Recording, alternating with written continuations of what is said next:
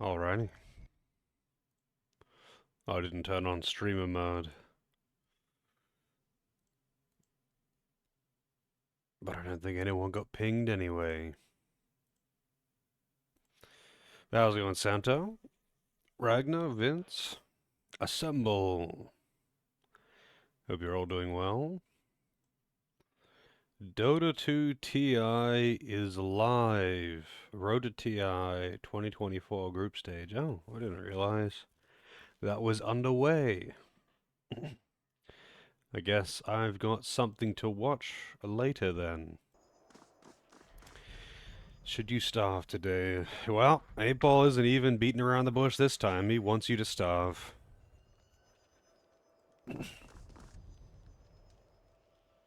Anyway, I've got some points to distribute. I've got some skills that were ranked up. I got some... I'd like spent a bunch of money on training skills of the guy, and that apparently also gives you a bunch of experience. I didn't know that. When you go to a trainer and say, give me 1 point in lore or athletics or whatever, that also gives you experience, which is nice. So, I've got attribute points to spend.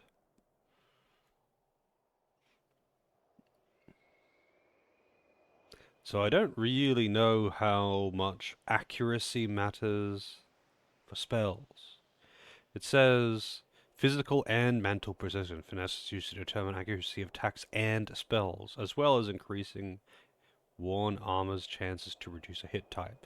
So finesse is essentially evasion as well, and quickness is how often a character can use their abilities and spells in combat, reducing cooldowns. And it is what, 3%? Yeah, 3% per thing. So I guess I should just try and keep those two even. Hey CJ, how's it going? Ooh, my head does not feel good right now.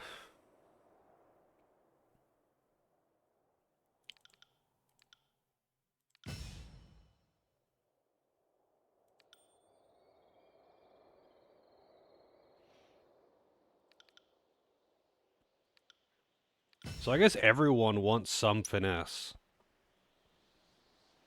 Because it is also evasion, deflection.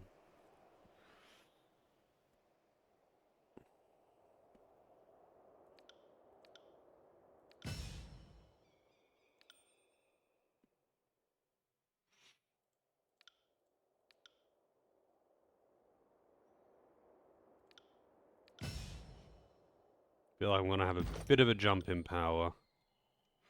Just a bit.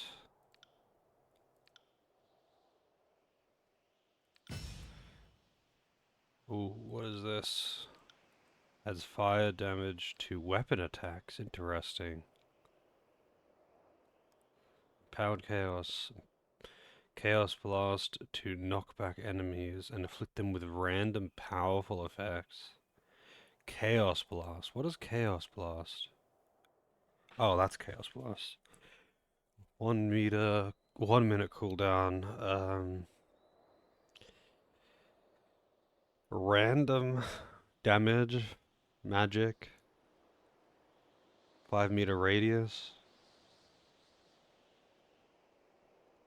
Valid weapons all. 79.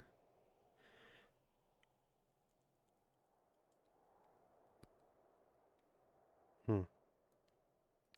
I don't really use the magic staff attack that often. To be honest, the magic staff mastery doesn't seem that useful because I think it's just for the magic staff attacks, which I don't really use. I mostly just cast spells. I'm only really using magic stuff if I've got nothing to cast.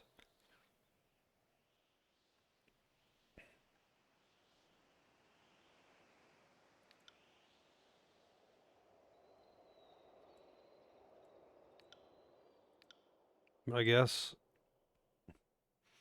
better than just adding some frost damage to the staff attacks.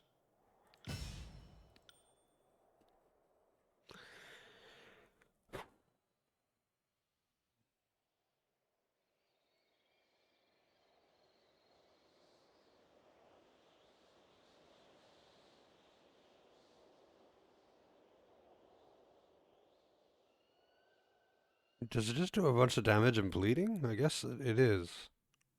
With a 40-second cooldown.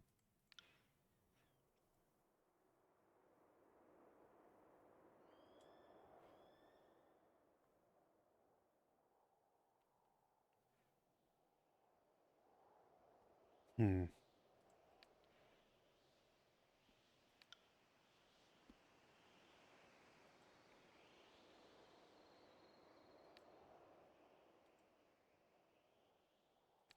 So after killing spree is after getting a killing blow. After a kill, get the buff. After a kill, get the buff. Yeah, yeah.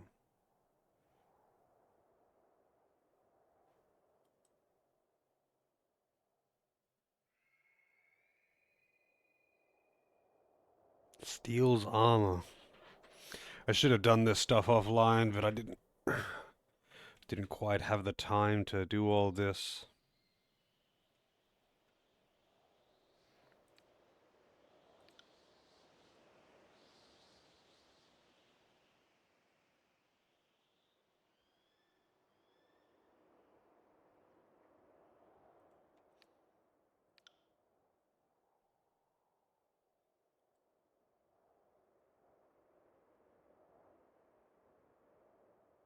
Oh, that just adds extra damage to crits.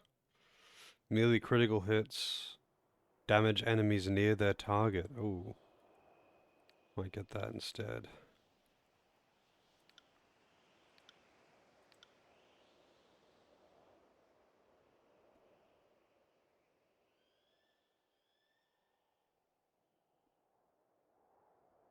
Well, I should go for this one. Knocking prone's pretty OP. The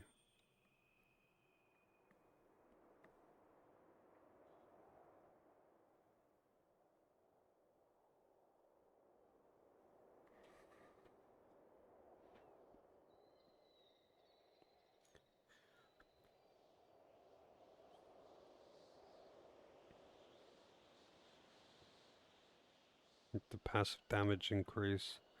I'm sure there's plenty of other things in there that I want, but I kind of want to get some of these as well. That would be good.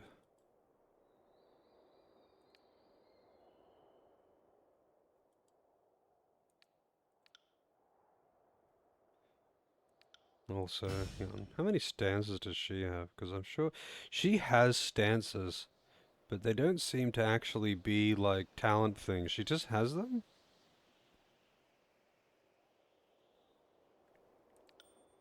I don't know, man.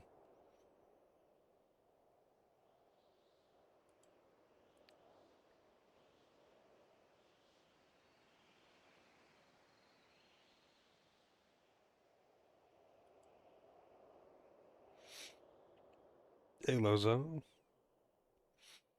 It's this game. Tyranny is the name, but silence is its game. It is. Only because I don't narrate.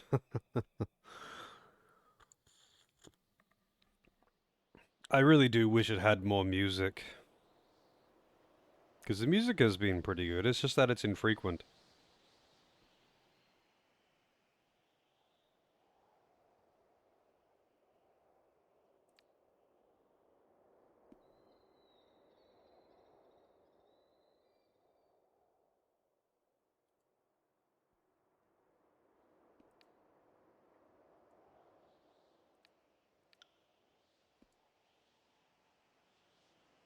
Oh, wow, that's pretty good.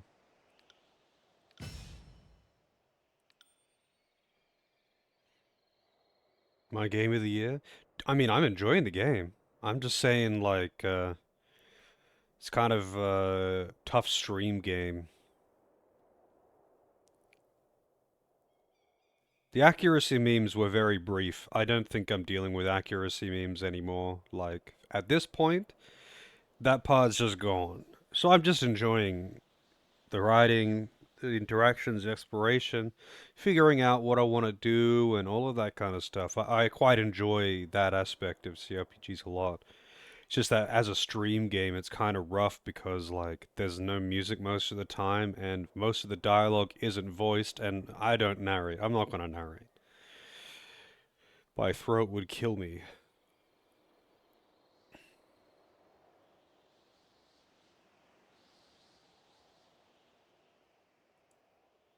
Hmm.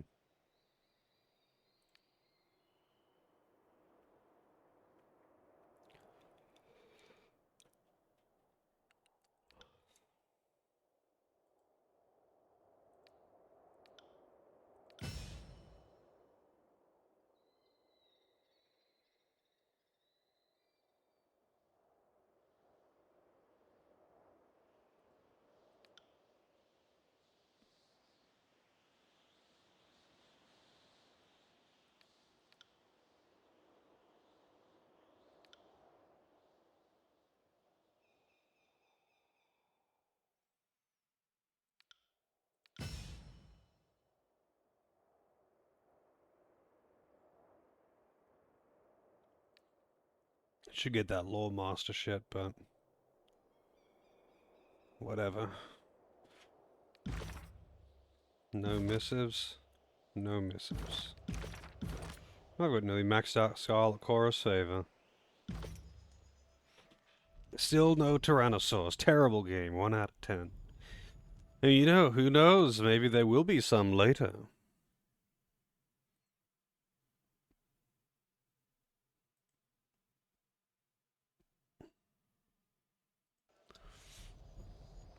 Alright.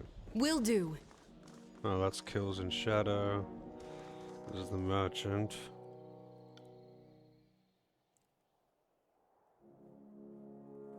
He's just got some garbage there. Don't want any of this. Oh wait, hang on. Exquisite.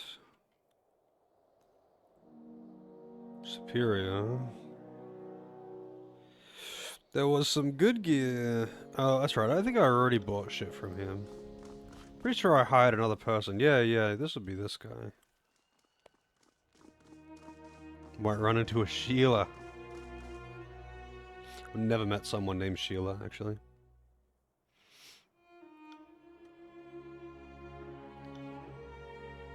Yeah, I can't do any training. I already did all my training. To be honest, I shouldn't have used that other trainer with Verse and Barrack. I should have put points into athletics or something with them.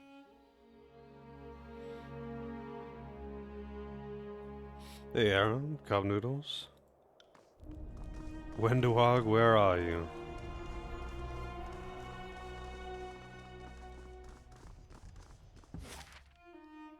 Yeah, I mean, I had no money, but I was like, fuck it. I feel like having fun, so I just used console to give myself a bit of money. Nothing too crazy, but enough to be able to just buy some training or gear if I wanted it. I was too lazy.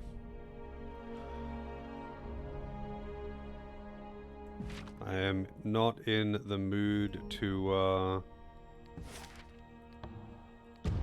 struggle at the moment. Not now, and not lately. Not at all. Pretty much just the same. Feels like my brain is floating.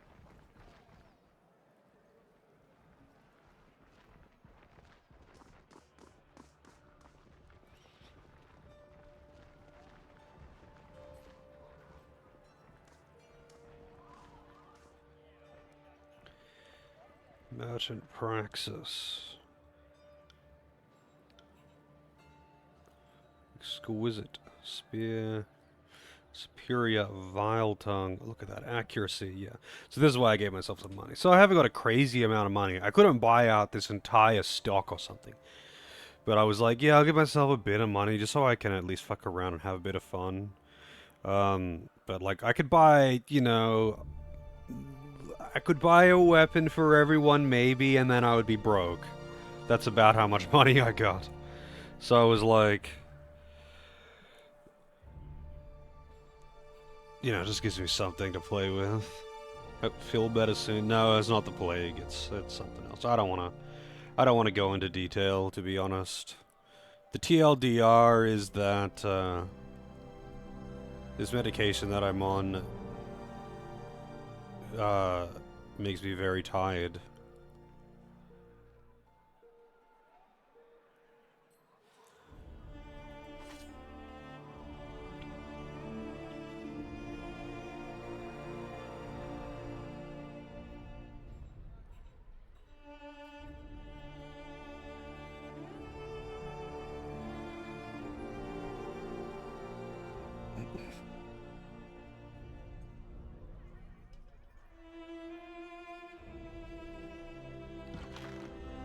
What can I sell to you?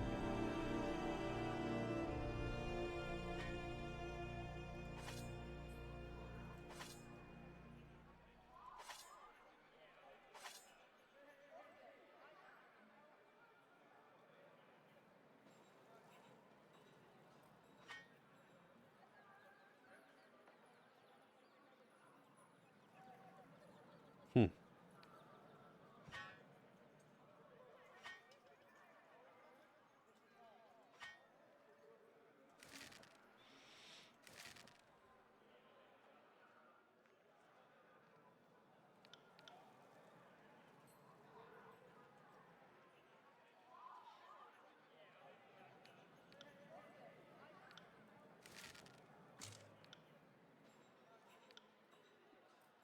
Nothing. Damn it. Or whatever, I'll just leave it there for now.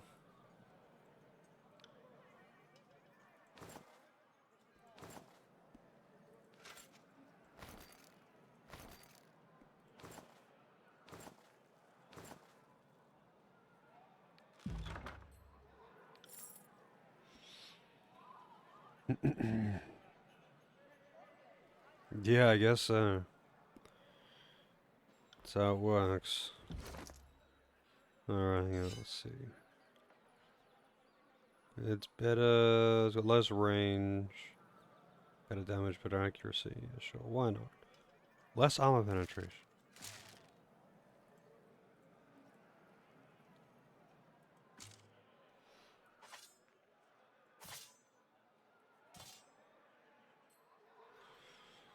Two bots at once, literally at the same time.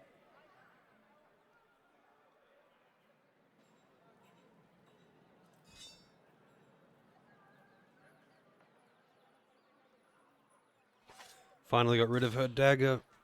Oh, god damn it. Why won't it let me put it in the party stash? Oh, there we go. Oh, probably because I'm in the wrong tab. Let's take a look at this. Quest updated. I just had to look at it. Portion of an unknown sigil has been recorded on this scroll. The charcoal imprint is rough and incomplete, leaving the full design a mystery for now.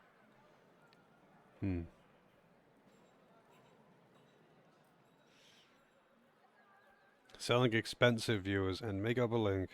I feel like if you did that anywhere that someone doesn't like, immediately recognize your name, you're probably gonna get banned. Just a guess though.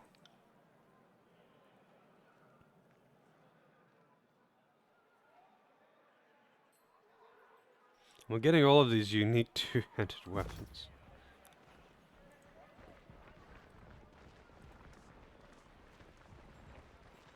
Gonna try it here though. Oh my god. Still should be careful though. Because if it's formatted like a bot message, I might not even look at the name. I've done it before, actually. When someone has just... When it was with the old wannabe famous bots, and someone said, "Wanna be famous, such and such," and put a dubious link. Like it was a joke link. It was obviously a joke, and anyone paying attention would have noticed. But I wasn't paying attention, so I timed them out. But I don't even ban bots. I just time them out because they leave if you time them out. Um, so even if I do accidentally time someone out, they only get timed out for 10 seconds.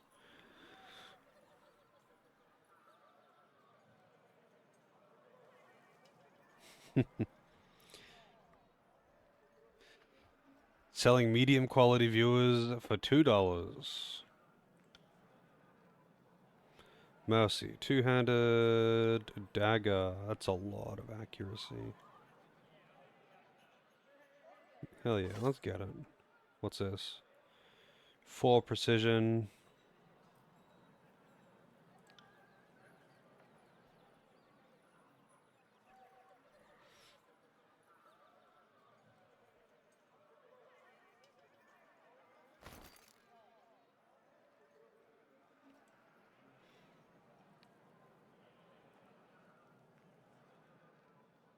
Oh, I don't have this.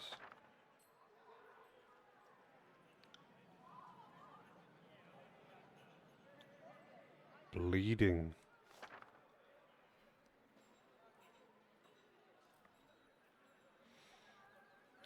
Spell reflection.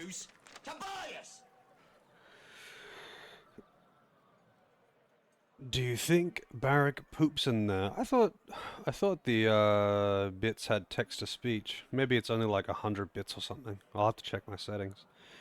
Do you think Barrack poops in there? He does. He does. That's not actually a mystery. It says so. When you first meet him, it says so. Although, I mean, maybe you knew that and you were just making a joke about it. But yeah, he poops in that suit. He can't take it off.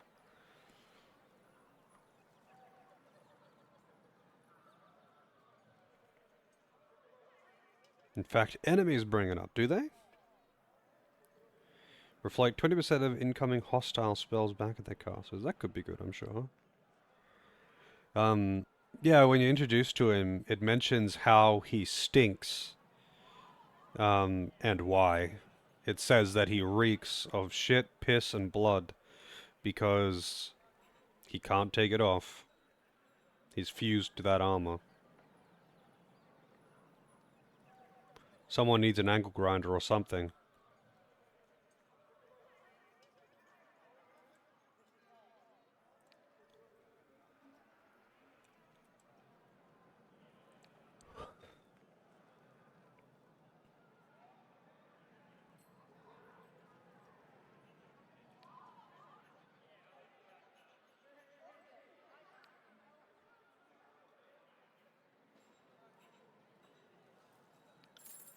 Well, there goes most of my money.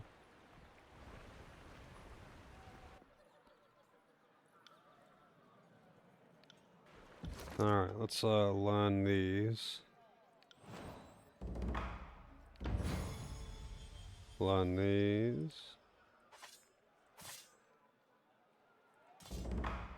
Wait, which one is the stronger? I don't know if it matters. I don't know if it matters, like, which weapon is in which hand when you're dual wielding. You know how, like, a lot of games with dual wielding, your offhand will have some kind of penalty. It'll either do less damage or it'll be less accurate or something. Your offhand will be penalized in some way to offset the fact that you're wielding two weapons. But I don't know if this game does that.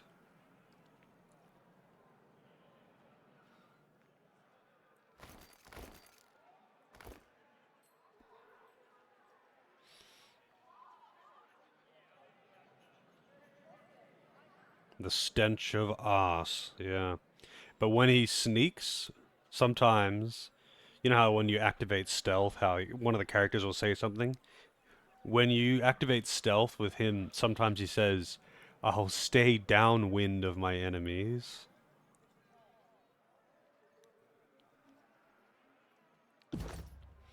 Someone has a skill point to spend and I didn't realize.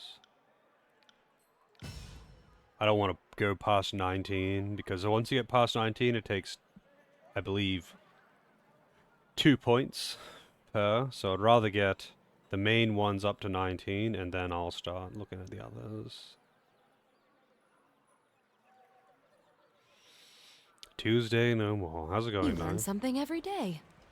I guess she leveled up from whatever we were doing.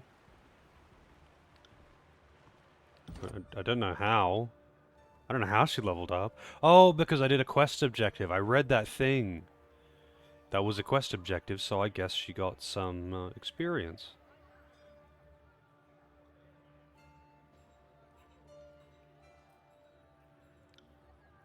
Yeah, whatever. I'll get the spell slots. Moved box accidentally started a war. Some healer girl? Do you mean Ebb, or whatever her name is? So, at the moment, this is my party, but I've also got the Beast Woman and Ebb, the Tide Sage chick, back at the Spire. I'm just not using them right now. But these guys cover the bases. I like Verse, so I don't want to take her out of the party.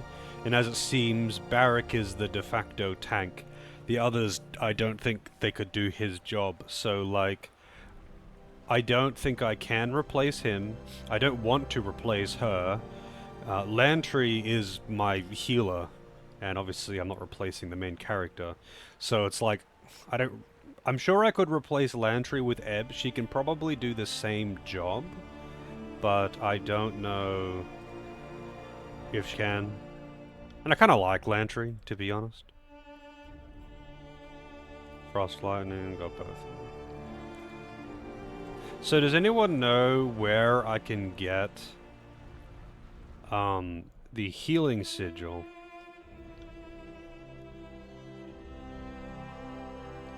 There's a lot of merchants in this town.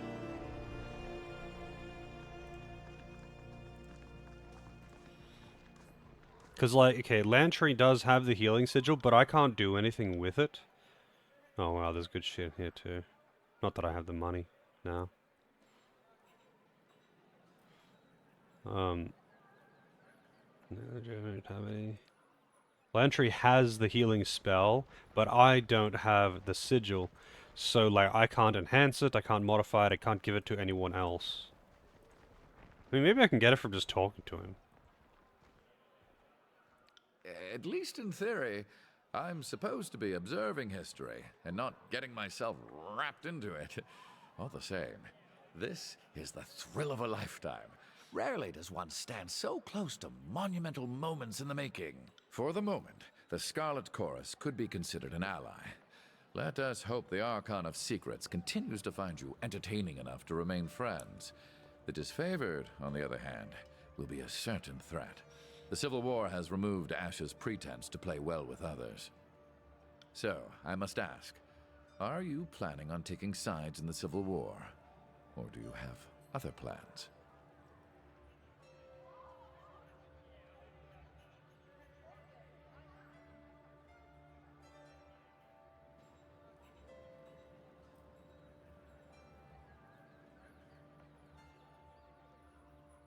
Your plans are your own, until they plunge the rest of us into misfortune. But I shall not pry, not now, at least. Know that your actions at Vendrian's Well have earned you the attention of the Tears. Your reputation will attract opportunity and disaster, likely in uneven measures. Whatever you do next, consider that many eyes will be upon you, for you have both delivered and taken away the Overlord's edicts, and few will know how to make sense of the latter. You are an exception the Archons cannot afford to ignore. They will likely aim to control or destroy you. Most of Kairos' edicts were either worded to end in a manner of the Overlord's choosing, or the edicts have simply continued in perpetuity. That's not to say there haven't been stories of broken edicts. They're just uncommon. The oldest is, I think, Golbraith and the Edict of Sorrows, and that tale dates back to around the year 110. Aside from you, the most recent was the Edict of Twisting Grasses, back in 380. In all these stories, Kairos' edict very clearly gives its victim a single way to escape, and someone manages it. What's never happened is the pure abatement of an edict, like using a spell of warding or cancellation. Of course, how can I help? Lethian was a merchant, fearless one at that. Takes a rare breed of profiteer to risk settling a corner of the old walls. These days, the settlement is bustling. But really, displaced war refugees are the reason for the crossing's recent growth. Hey, Celine. How's it going?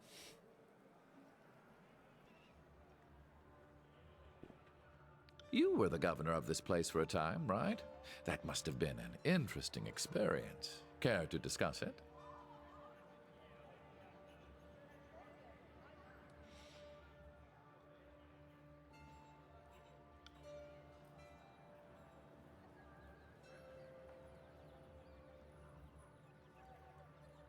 His writing moves from off the small bit of parchment and onto his left hand. The saga finally ending on his forearm. I guess he ran out of paper but didn't want to miss any of the story. How's the game going? It's going good. The accuracy memes from the first day seem to have been brief, and I'm glad for that, because I'm quite enjoying the rest of it. I mean, my own headaches aside, I did cheat and give myself some money.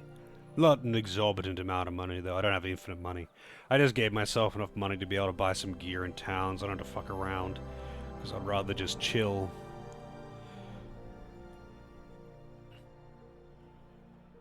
But I am quite enjoying my time with the game so far.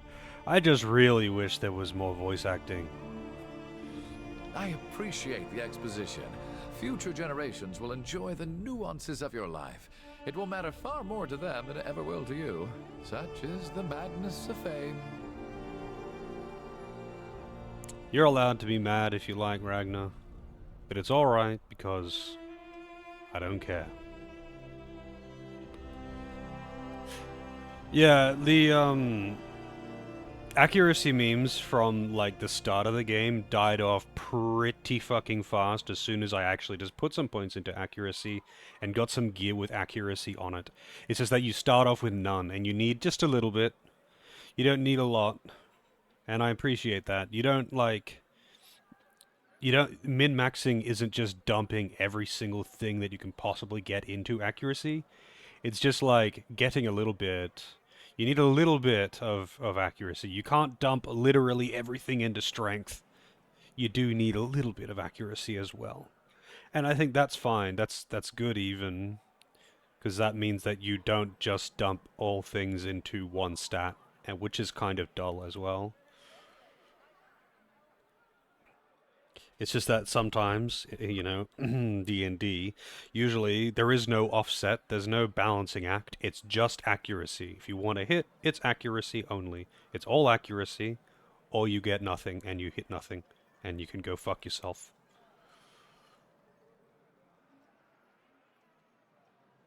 Of course. How can I help?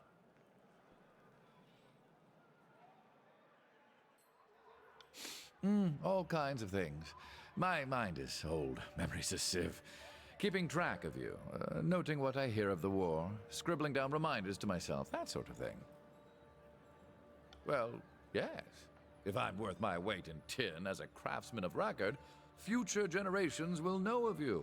So yes, the Archon of Posterity sent me. You seem troubled by something that ought to be an honor. The Archon of Posterity. Oh, certainly not. But it depends on the ink I'm using. Too much cerulean and I can't sleep. But just the right amount, and I can write all night. The red ink will give you swamp bottom if you drink it, but absorbed through the skin, it'll make you taste colors and smell music. Speaking of which, I should change out my tip. Nice. You're just casually riding with some pretty intense drugs. I use 3 kinds: sepia, cerulean, and a red that's never the same shade. My recipe needs work. I like having 3 colors, but they also provide different states of mind for writing. So he gets high while he's writing history. I'm sure that ensures that all the accounts are correct. Oh, no. I'm trying to observe you. Corroding your mind is not part of the plan. I'm not high enough reputation for him to give me drugs. I am nothing if not a semi-reliable font of knowledge. What did you want to discuss? And I'd be happy to oblige. Ever since the fall of the Vellum Citadel, it is hard to find someone with whom I can discuss such things. I've forgotten more than most blood chanters have ever learned. Baldur's Gate 3 too long to request? I don't even know how long Baldur's Gate 3 is. Let's see.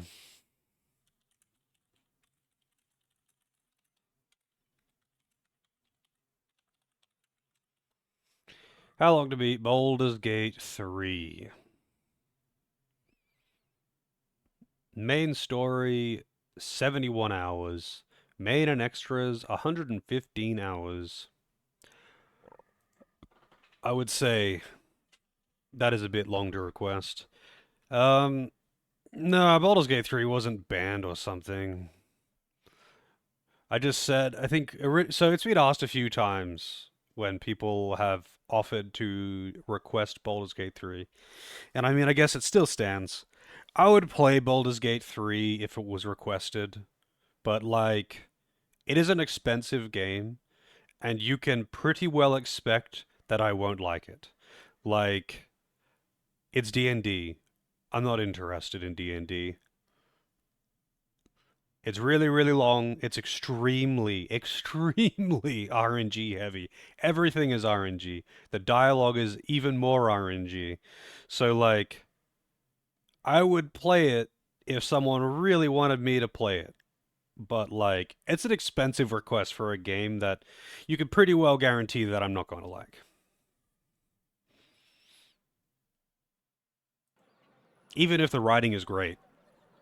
Because I would expect the writing to be great. I just know the gameplay is anus. So, it is what it is.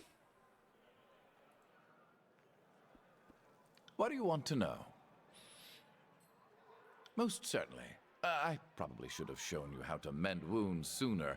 If you have a moment, I can show you the healing sigil I was trained to use. Wow, really? All I had to do was ask him?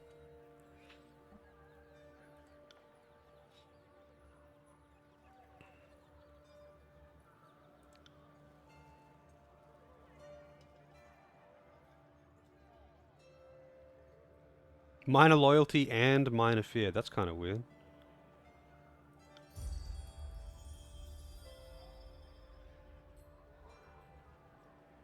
Hey, Nara, how's it going? But yeah, a few people have asked about Baldur's Gate, and I've given the same response. I wouldn't decline it, but like, I don't think you're gonna get the reaction that you might want out of it, right? And in that case, I would like to be fully clear on that, because like, it's an expensive game. No one wants to request an expensive game that isn't going to be well received. I'm doing all right, Naro. I'm alive. That's about as good as it is, I guess. This is on sale. Yeah, I mean, I could, for what it's worth, with Baldur's Gate 3, I could probably, probably, this is a guess, but like with Wrath of the Righteous, I was completely over all of the RNG in dialogue, which is crazy. It's all the time. It's just as bad as in Baldur's Gate 3. I think it might actually be worse in Baldur's Gate 3, but anyway, RNG in dialogue. The dice rolls for dialogue checks. In Wrath of the Righteous, I just used a save editor to up my conversation skills because they have no impact on the gameplay. They are purely there, and they have their own separate talent points for it even. They're purely there for conversation. So I just maxed them out so I can just talk to people and do what I want. And that was fine. I don't know if you could do that in Baldur's Gate 3 though, because the thing is, I only did that in Wrath of the Righteous because it doesn't influence combat. Like, for example, if you needed the strength stat to intimidate someone, rather than, like, say, the intimidation stat, because in Wrath of the Righteous, the dialogue skills are purely for dialogue. You don't need strength to intimidate someone. You need a dialogue skill to intimidate someone. And those skills had no bearing on combat. Well, technically, one of them did, because you could use the basic intimidate skill in combat, but it's shit, and I never used it anyway. But I don't know if it works like that in Baldur's Gate. Like, if I needed actual combat stats like agility and strength for dialogue, then I wouldn't be able to, like, just cap them out for conversation. Because then I would be a god in combat as well. And I don't want that. Like, I wouldn't want the gameplay to become trivial because of fucking shitty conversation mechanics.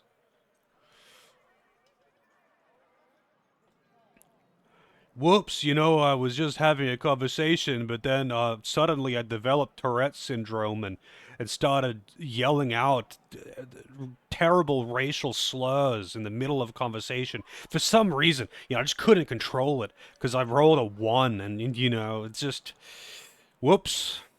Anyway, back to normal conversation. I like Divinity Original Sin. Yeah, the Original Sin 1 and 2 are some of my favorite games ever.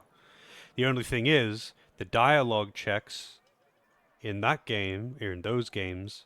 Actually, in Original Sin 1, the original Sin 1, because they've got two versions, there was a rock, paper, scissors game for some dialogue checks that was influenced by your stats. Um, but yeah, the dialogue checks for stats and whatnot, they're fixed stat requirements. If you wanted to intimidate someone in Original Sin 2, you needed to have high enough strength, for example. And if you didn't, you couldn't. And if you did, you could every single time. It wasn't random. Same as like in New Vegas. If you wanted to meet a speech check, you needed to have, say, 85 speech. And if you didn't, you couldn't meet it. And if you did, you could every single time.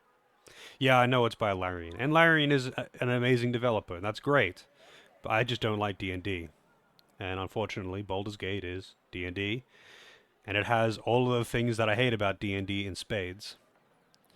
Whereas Divinity Original Sin doesn't. Like, one of the things that I like about Original Sin specifically is that it isn't D&D. Yes, it's influenced by D&D. The stats to some extent work similarly to literally every fucking RPG ever made. Strength makes you hit harder, and int makes you better with spells. Yes, congratulations. That's literally every single RPG ever. Cool. Now that that's out of the way, though, all of the annoying parts of D&D, especially the accuracy memes, the RNG and dialogue, the convoluted 100 different fireball spells that do the exact same thing with varying power and only being able to use this 3 times until you go into an inn and rest. Because if you don't go to an inn, it's not the same as camping, and you have to rest at least this many hours before you can do this one. Like, they didn't have that. They just made it into an actual video game with cooldowns on spells and stat requirements for spells rather than just arbitrary bullshit and having 500 fireballs that literally all do the same thing. And it's like, if you wanted to be able to use fireball more than once, you had to assign 5 different types of fireballs to have at least, your level 1, your level 2, your level 3, 4, and 5 fireballs. Because, each of those has got their own certain amount of charges before you have to rest.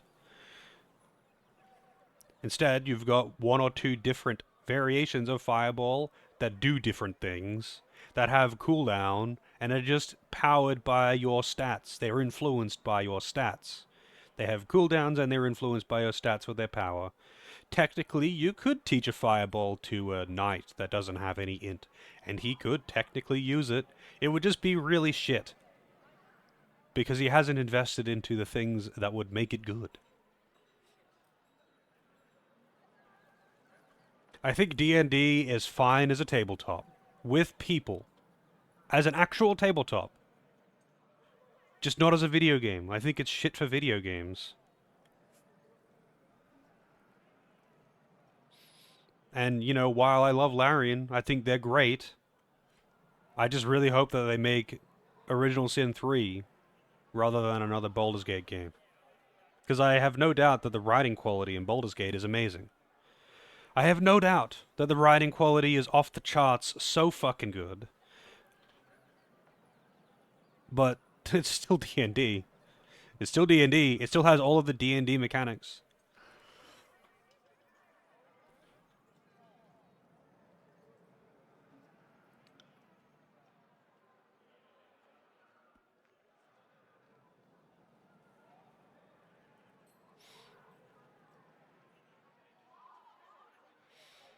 The one, actually, you know what's funny though? Speaking of the writing in Baldur's Gate 3, this is just a really common complaint about Baldur's Gate 3 that I've heard. A really common complaint about Baldur's Gate 3, the writing, is that all of the characters are player sexual. Everyone wants to fuck the main character. That's it. Everyone is gay or straight or whatever. Doesn't matter, whatever the main character is. But if you don't want to fuck them, there's no like, hey, let's just be friends. It's like a aggressive shutdown or hell yeah, let's fuck. That's it. And everyone wants a piece of the main character. It's it's something that I really actually liked about Wrath of the Righteous was some of the characters were gay, some of the characters were straight, some of them weren't interested, some of them were interested, some of them didn't mind if you were male or female, whatever, because the characters just had that kind of personality, you know. Some of them just weren't interested, and some of them were only straight, and some of them were only gay, and that I think that adds a lot to characters rather than everyone just being player sexual, which is a little bit weird. It's kind of out of character, I feel, when you've got, I don't know, this overly flamboyant, obviously gay character who's like, no, I'm actually straight, get the fuck away from me. That would be kind of weird.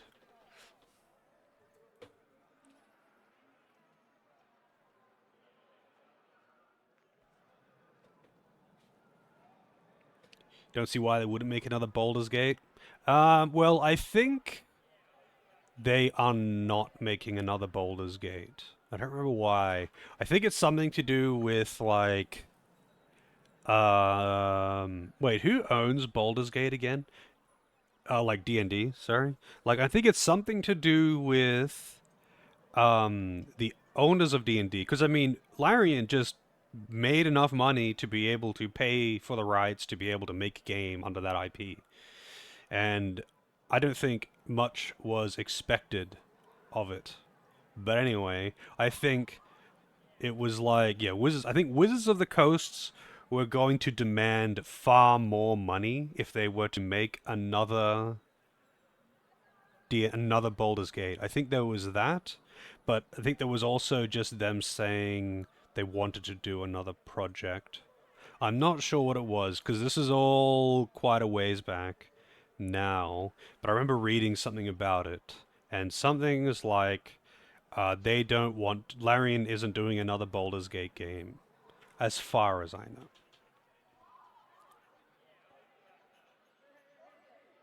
Send Hitman out people who got magic sets early. That's a That sounds a little bit embellished, but I've seen some weirder shit. Uh, but you know, I yeah, I would like to see Larian doing more stuff, but yeah, I just don't want to. I'm just not interested in D&D. Like it's as simple as that. I love a good CRPG. I just don't like D&D. That's all. I'd be happy to play D&D as a tabletop with people if somehow I met some people in real life that were playing D&D. Like they were doing D&D sessions on the weekend. I would be glad to join in the fun, you know? I'd be glad to try it out at the very least. I just don't want to play D&D video games. Maybe if it was an action game that didn't rely on accuracy memes, because I remember having fun with there was a D&D or there was a Baldur's Gate, I think it was called Dark Alliance or something. It was like an isometric action RPG thing. And I played that co-op with a friend of mine, I think on PS2. And that game was actually really fun. But that was an action game, and it didn't rely on accuracy memes, at least not that I can remember. It was just like, hell yeah, let's like make out dudes and fuck around and blow shit up and all of that. I had fun with that. And it's funny because every time that's brought up, the like normal Baldur's Gate fans are like, ugh, that game is an abomination. It's so trash. How could you like that? And I think that is fucking hilarious. It turns me on just a little bit every time I hear someone get mad about it.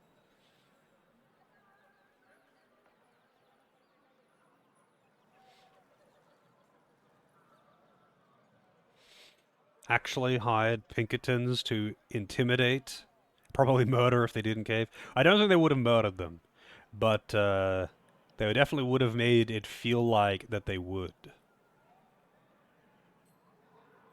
But yeah, that's pretty fucking stupid, that's for sure.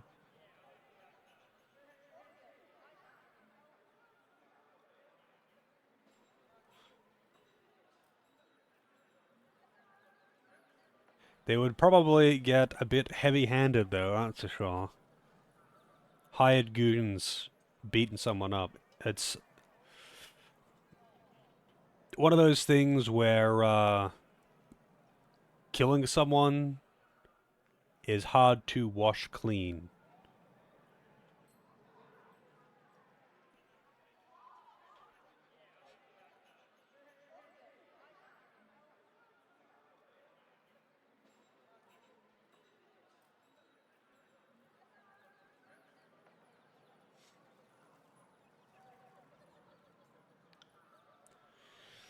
Five control life skill. Not bad. But that's not what I wanted.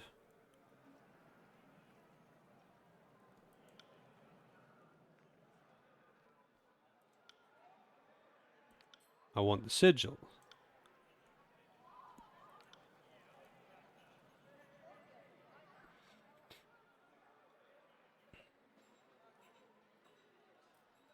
Fuck Wizards of the Coast. Yeah, I mean, they're known to be pretty predatory and just shitty in general.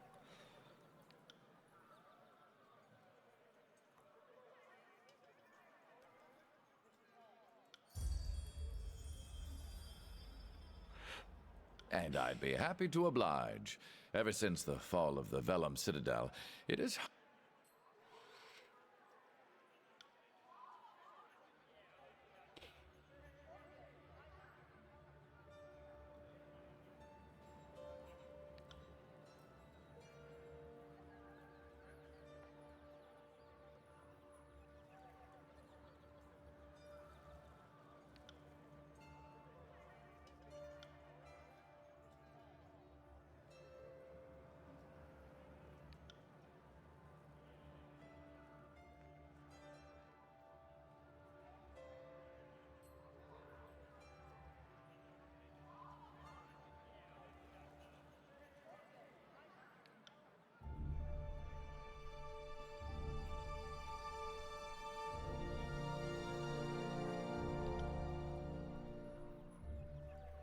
And I'd be happy to oblige. Ever since the fall of. Okay, so did I get the sigil? Cause? I did! He did actually give it to me. So he's got Restoring Touch, which has got... Oh, it's just as simple as that. It's just got the Focused Intent. Okay, so... Got the Fireball too.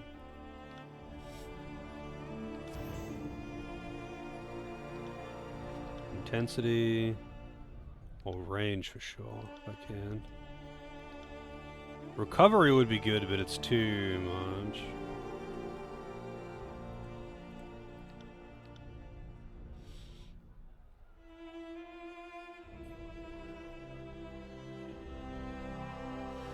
So this would just make it more powerful. 36% health, 29. I didn't realize it was percentage based actually.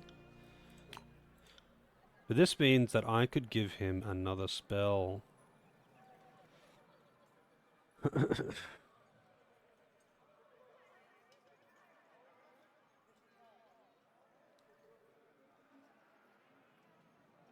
They fired all their PC games fuel like a week after BG3 released.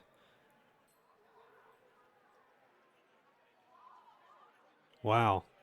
Yeah, that sounds about right. I thought Wizards of the Coast wasn't actually really involved in the BG3 development. I thought they were involved as much as Larian paid them the licensing fees. I thought that was how it was. So is there more to it than that?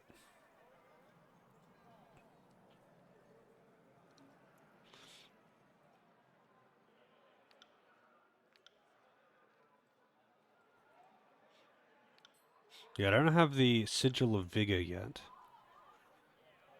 So what is this one then? Distant impact. Oh, it's an AoE. Large amount of health. That is not a large amount of health. That's fucking nothing. 1.9 seconds total. Is it a heal over time? Like, what is this? That's shit.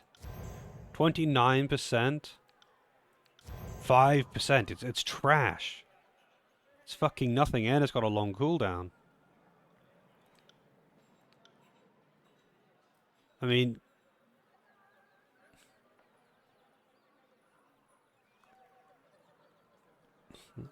okay. That just seems terrible.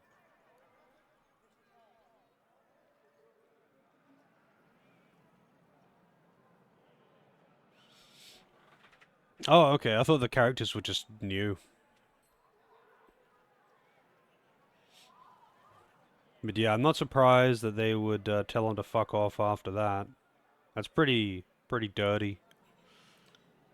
But the thing is, they've been able to get away with whatever the fuck they want for so long now. It's just like, it is what it is. They can do what they want. You know, it's like Apple. They have a monopoly. They can do what they want. What are you gonna do about it? Do you like D&D? Well, suck my balls, because that's what's required if you're gonna play D&D.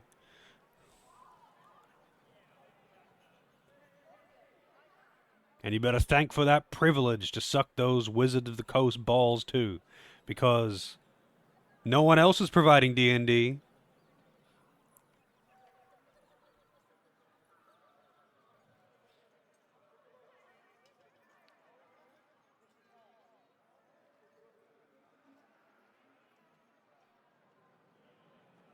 Suck my nugget.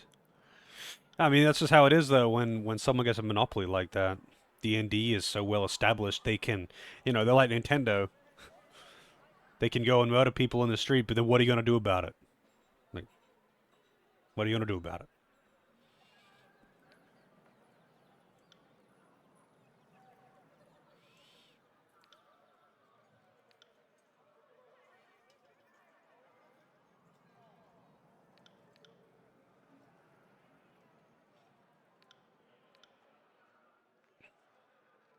I can't give it intensity because it picks it up slightly higher than his law skill. I need to find someone who teaches law. Are there any trainers that teach law? I wonder. What's the range on this? 8-meter range. That's fine. I guess recovery is the best I'm gonna get. I want to get more expressions too, but I don't have them.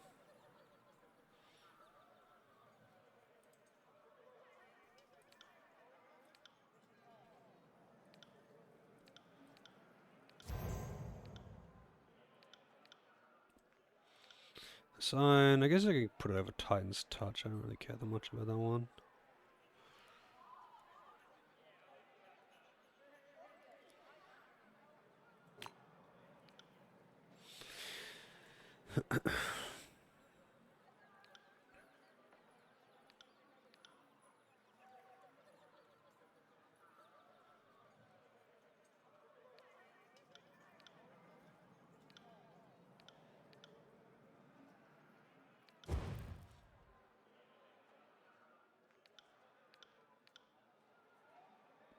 Sigil of Bleeding adds bleeding affliction to spells.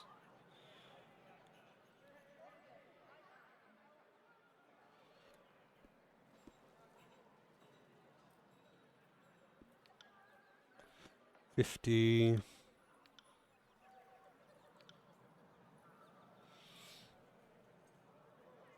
Yeah, let's try this one out, I guess.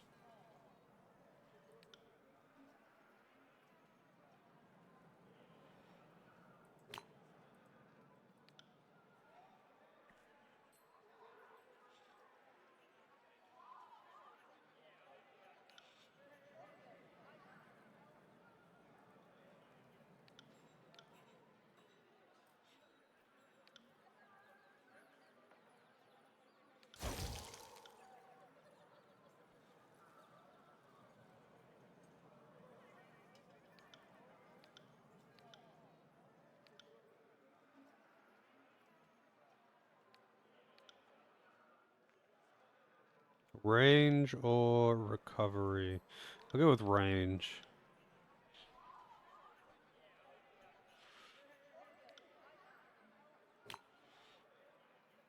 Wish I could swap the slots around, but I guess it doesn't really matter. And, you know, let's go... I mean, what is... Oh, wait, never mind. No accents.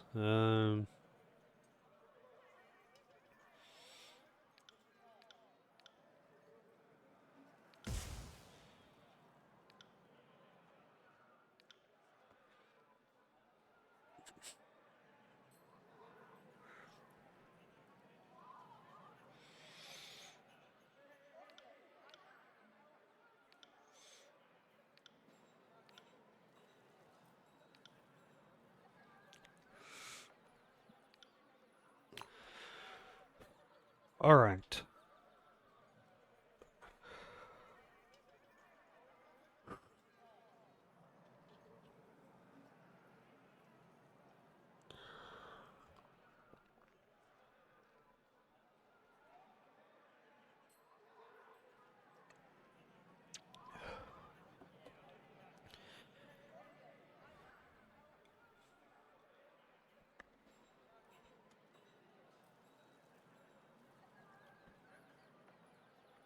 Should talk to my characters more.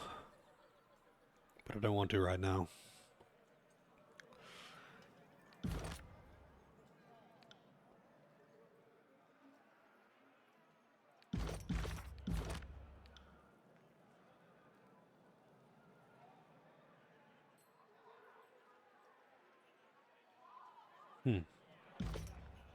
I've got so many skills, and I want to put them on my action bar, but it's so limited. So if I want to use most of these other ones, I just have to open up these sub-menus to use them, which means I can't really track their cooldowns, which is just annoying. Like, it's straight up just annoying. There is no reason for them to not have more bars. There is zero fucking reason.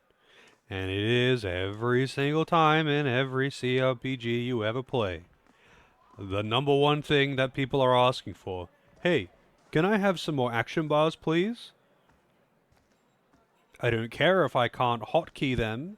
I just want to be able to see them and click on them without having to open sub-menus.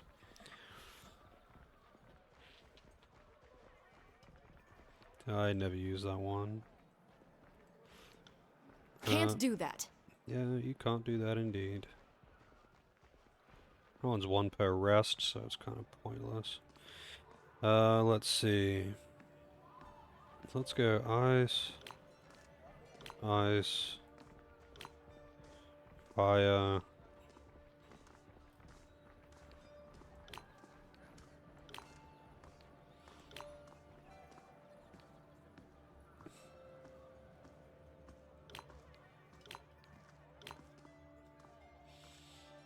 That one's one per encounter. It's actually not bad. It's a personal buff. Makes you tanky and heals you. And then I've got all of these ones too. Like, these are really good skills. Some of them are only one per rest, but like some of them are one per encounter, and that's pretty good. Like, Blood-Soaked Stone is actually legit quite good. Especially if you were using a melee character and paired with Verse as a melee as well, because it just knocks an enemy down and then hits them really hard. And it almost guarantees that they're going to die because they get knocked down. That means everything fucks them now. Like this one here is a one per encounter as well. It's just a huge AoE heal. It's really good. Iron Tolling is good. It's just a big AoE taunt on Barrack. What was the other one? This one? Iron Storm. This is one per rest, but it's very strong. Like these like co-op abilities, whether they're once per rest or once per battle, they're really good. It's just that, like, you know, you've got between 1 and 4 of these for every character. You've got 10 action bar slots. 10. And that isn't counting all of the skills that you actually have. I don't even have that many skills. I could have like an extra fucking 4 skills. I don't even have all of my own ones on the bar. In fact, I'm missing quite a few. I just I don't bother having these on the bar.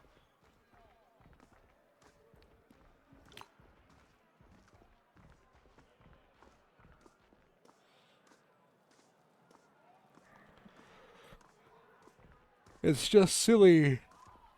It's just silly. Yes. There's no reason to have that kind of limitation, but they do. And then when people ask about it, rather than the devs saying anything, you just get people on Reddit saying, "Why would you want that? You know, there's only 1 to 9 and 0 on the keyboard. Why would you want extra action bars? What's wrong with you? Get off of Reddit." Fucking Reddit. Can't do that.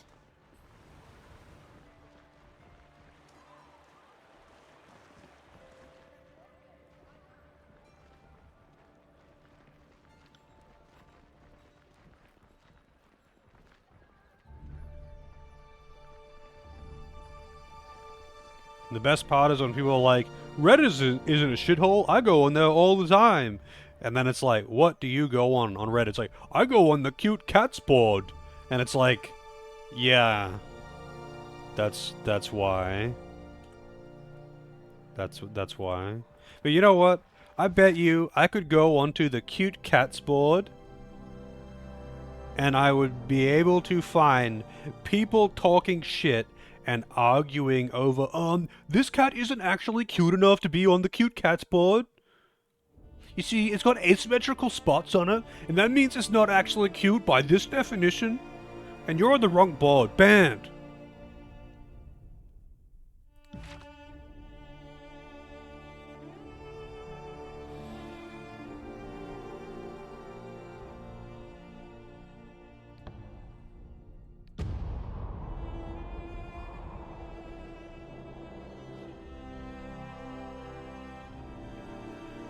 Nothing. You miss nothing.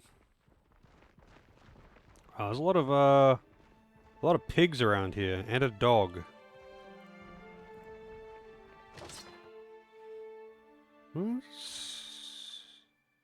It's not bad. It's got no accuracy on it, but does his weapon have accuracy on it? It does. It's got 4 accuracy on it. I don't really want to trade accuracy for armor penetration. Crates are overflowing with spoiled Sorry, food. I can't. I'd say that's worth a Oh, iron ingots. second glance. Just talking about how much of a shithole Reddit is, yet somehow people talk it up as if it's like this haven of the internet.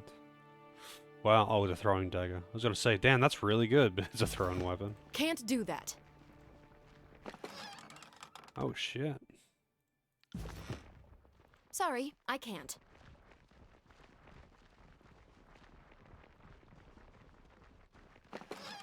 Can't do that. Wow, bronze ingots, iron ingots.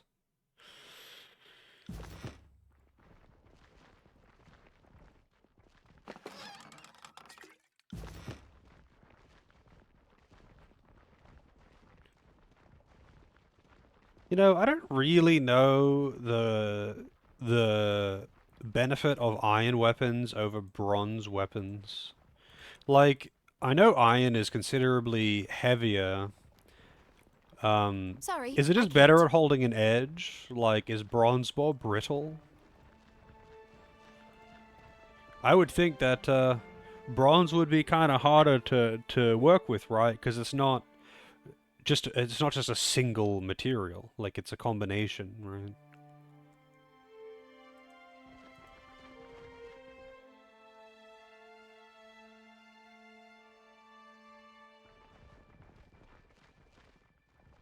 One's cool, the other is boring. I know iron's really heavy. And while I did learn about all this shit when I was doing metalworking in school, I don't remember shit. Broken Plains Wilderness.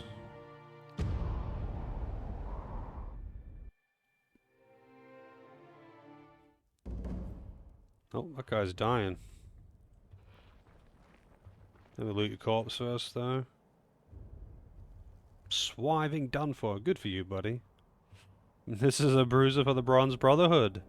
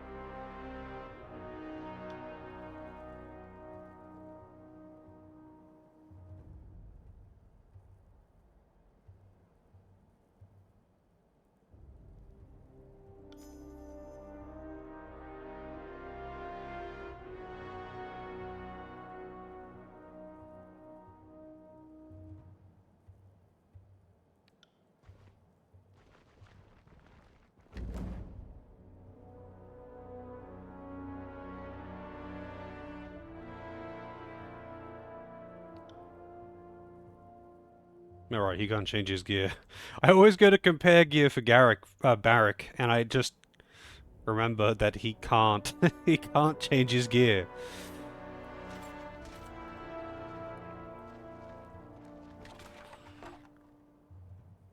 Metalworking, what the fuck? You had woodworking? I did both. Kind of lost interest in woodworking, though, to be honest.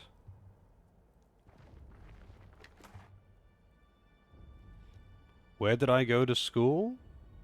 North of Brisbane. I mean, it's not like we did any crazy shit. Hey guys. Hey there, failers. Enjoy this as much as I do. On it. I see the crow flies.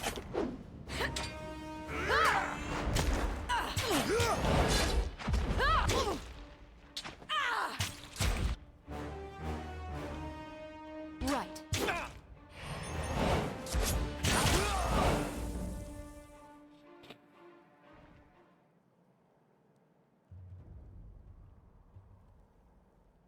Really? Yeah, I mean, metalworking was... I got it.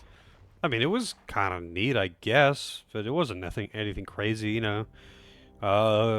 We learned about different types of metals, did some basic working with, you know, lathes, pressing, folding things, welding things. Just some really basic shit.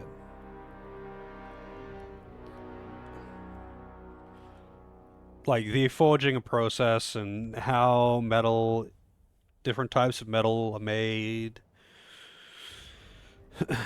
Yeah, it's nothing crazy. High school level metalworking is pretty basic.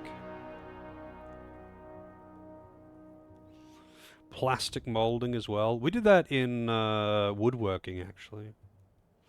In the, I forgot what it was called, but it was like the first 2 years. So like high school here is, or I don't know about this state, but 8, 9, 10, 11, and 12 are high school. In 8 and 9, you did a bunch of like kind of random shit together in the woodworking class. There was no metalworking until 10, I think. And then, actually there might have been before then, but anyway. Yeah, we did things like, you know, molding plastic, putting shit, like, one of the projects that we did was to, put a thing into, like, a resin, into a mold and fill it with resin.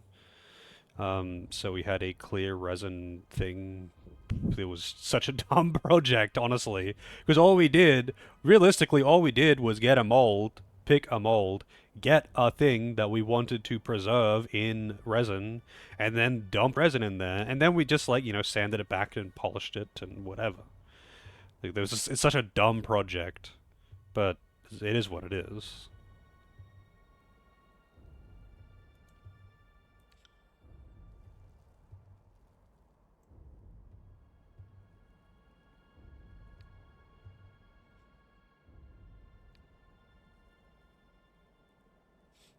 Thrown weapons. Some pretty gruesome lathe accidents. Yeah, I mean, it can happen. Send them at me in waves! But I mean, it's no worse, if not it's safer than in like woodworking. I cut my thumb open on a bandsaw in woodworking. Like when doing the woodworking class in year 11 and 12, you know, we used table saws and bandsaws and circular saws and all the saws that you would want. Like, technically, I could have lost a limb on a table saw, but like, I'm not fucking retarded, right? Like, they taught us how to use them safely.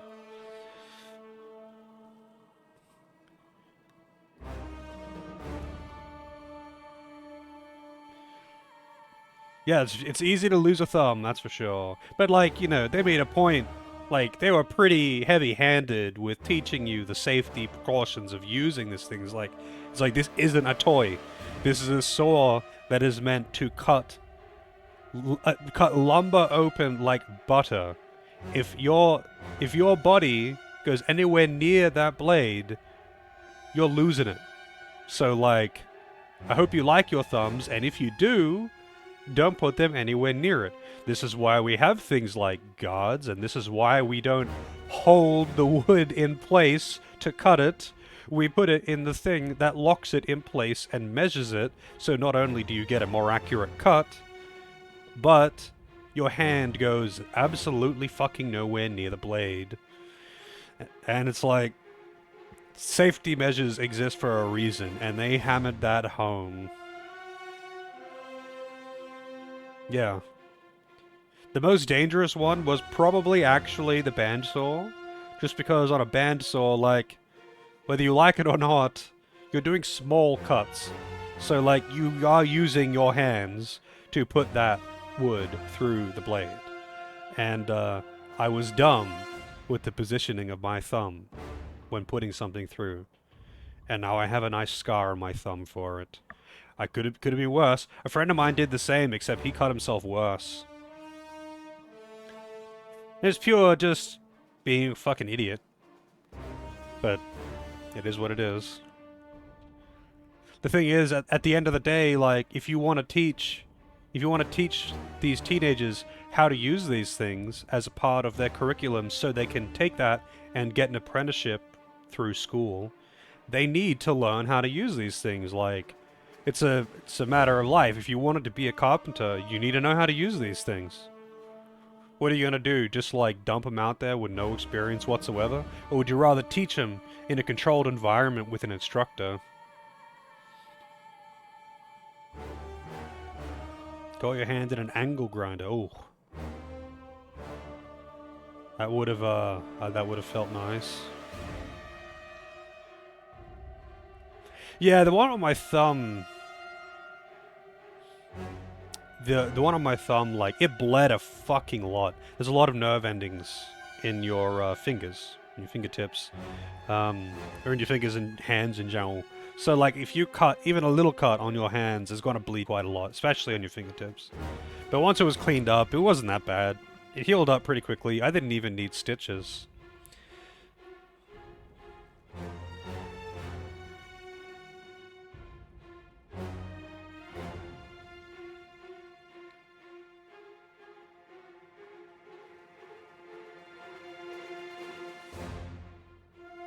Yeah, that must have been pretty strong thrust to make such a wound with a pencil, Lozo.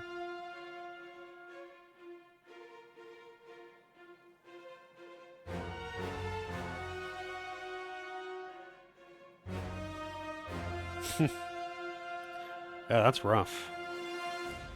I don't know. I've got a handful of scars for various dumb reasons. The bandsaw one is just one that comes to mind. Actually, funnily enough, I have a big scar on one of my fingers from a parrot at like a not a zoo. It was like this. I don't even know what you would really call it. Actually, it's like anyone who has been to Cairns would probably know what I'm talking about. So the casino in Cairns, up above it, has got this like little wildlife thing. It's just a small enclosure with a bunch of plants and a handful of animals in enclosures. But they've got this huge... It's not a parrot, it's a black cockatoo. They've got a huge fucking black cockatoo that lives in there. And is quite friendly, actually. Like, he just roams free. He's not like in a cage or something. He just roams free and people walk up to it all the time. Anyway, I did. And I put my hand out to it. And it decided that it wanted a piece of the sausage that is my finger. And it got me fucking good. And I've got a big scar on my finger now because of that fucking cockatoo. It didn't feel good. But yeah, I just went to the store. I was like, "Hey, do you have band-aids? Your resident cockatoo doesn't like me." And now I'm bleeding a little bit.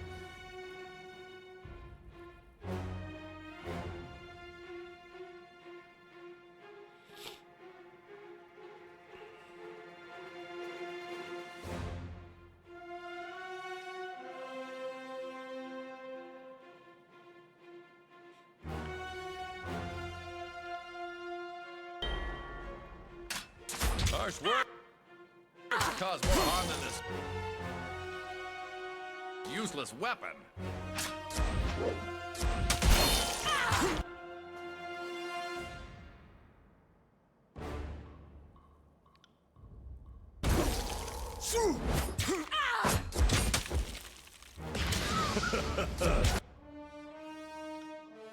I got it.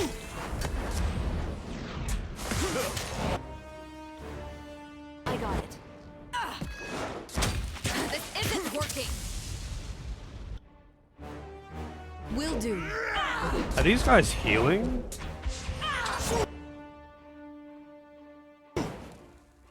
Harsh words would cause more harm than this useless weapon.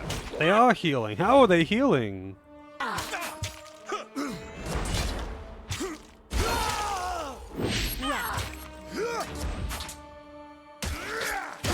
Far worse.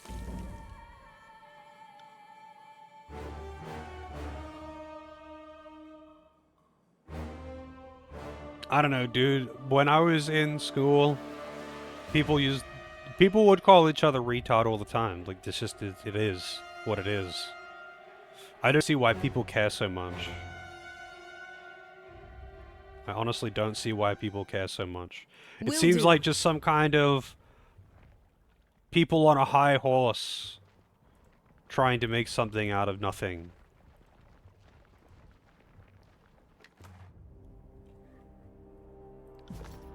Like, okay, here's a thing. There was some comedian that did a far better job of it than I will say, because I don't remember the full thing. But it's like, okay, you can say, okay, don't use the word retard to insult someone, because that's insulting to people who have got mental conditions that might be called that for whatever reason. It's like, yeah, okay, cool. Now you can't call these people who have such conditions retarded. You have to call them special. And that's fine.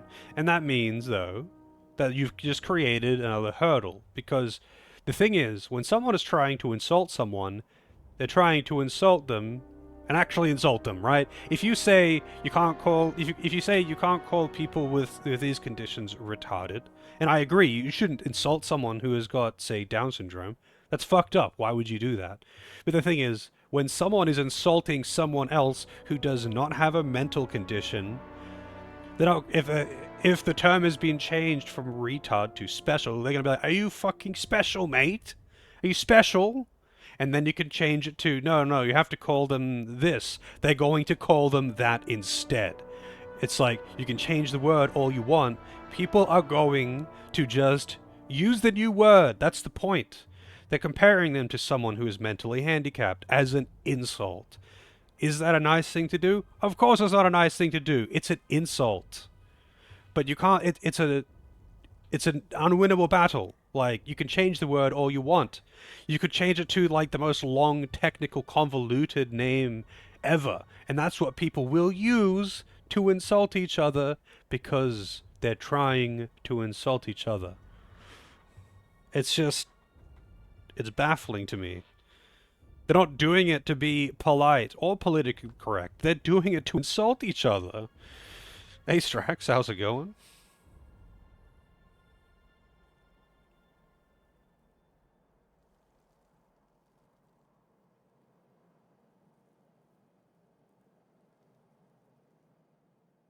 Blastoise is fucking lame. Everyone knows Charizard is the best. Are you for real? That's actually so fucking funny, though. Actually, you know what's weird, though, Loza? Like, me growing up in the areas that I grew up in, which are mostly pretty poor areas on the north side of Brisbane, plenty of Aboriginal kids around. Many of my friends in primary school, and to a lesser extent in high school, because there wasn't that many Aboriginal kids in my high school. Um, anyway, had plenty of friends. I spent plenty of time around Aboriginal kids. Not a lot of like uh, any other country that would have people that have brown skin. I guess not a lot of that because I don't know, just where I am, I guess. And in all of that time, all of this time, for real, I don't think I ever, not even once, heard someone get called the N word. And I hate that phrase, the N word. But anyway, I don't think I ever once actually heard someone say that. Directly, indirectly, at all. The only time I heard people using that was online playing Call of Duty and shit. That was the only time that I heard people saying that. And it was not directed at anyone at school that I had dealt with or anything like that. But man, yeah, that's an interesting story though. I can't that is just so funny though. Everyone knows that Charizard's the best. Fucking Blastoise is lame. Kids said it all the time to be edgy at your school. Yeah, that just wasn't really a thing at the schools that I went to. That was like the only people that I would ever hear say that is pretty much, you know, like actually no, it's I would have heard it surely at some points at school because I knew like but it's like not like aggressively at people. It's more like internet edgy, The kids that were on 4chan or play Call of Duty all day, they might say it to be edgy. But like I don't think I can't remember anyone actually saying that in person. It's always an on the internet thing. It's a gamer word. That was pretty much it. And it wasn't even like directed at anyone in particular. Like it wasn't even like with some malice aimed at black people. It was just like at that point it was just like I mean it's still terrible. Like there's no reason to use the word. I just mean like they would say it because they're being aggressive to a stranger on the internet and it makes them think they're tough or something and it has no bearing on this person's nationality or anything like that. It's just like just what they did because they were stupid teenagers. And that's the only time I ever heard it when I was a kid. In person, I don't think I have ever actually seen like open, like aggressive racism towards someone other than towards white people, which you see all the fucking time in certain areas. It's fucked. But you can't be racist against white people. But that's the only time I've ever seen open, aggressive racism in public. That's the only time I've ever seen it. Maybe I've just been lucky, but I've lived in some shit areas. I've most of my life I've lived in shit areas, and that's usually where you're gonna see that kind of thing. And I really just haven't seen any of it. Yeah, well, like when I was in primary school, and to a lesser extent in high school. So like when I was in primary school, one of my best friends was an Aboriginal kid, and obviously that meant I was around. He's one of other Aboriginal kids because I would go to his house. and all his family was always around, and you know all that. So I was around. I spent heaps of time around Aboriginal kids because some of my friends were. But anyway, in high school, it wasn't an Aboriginal kid. It was a Maori kid or a Maori kid, if I'm going to pronounce it correctly. And it was the same deal. Um, Same shit. But like, no one seems to really care. I mean, there was actually one case where this is the former the New Zealand kid.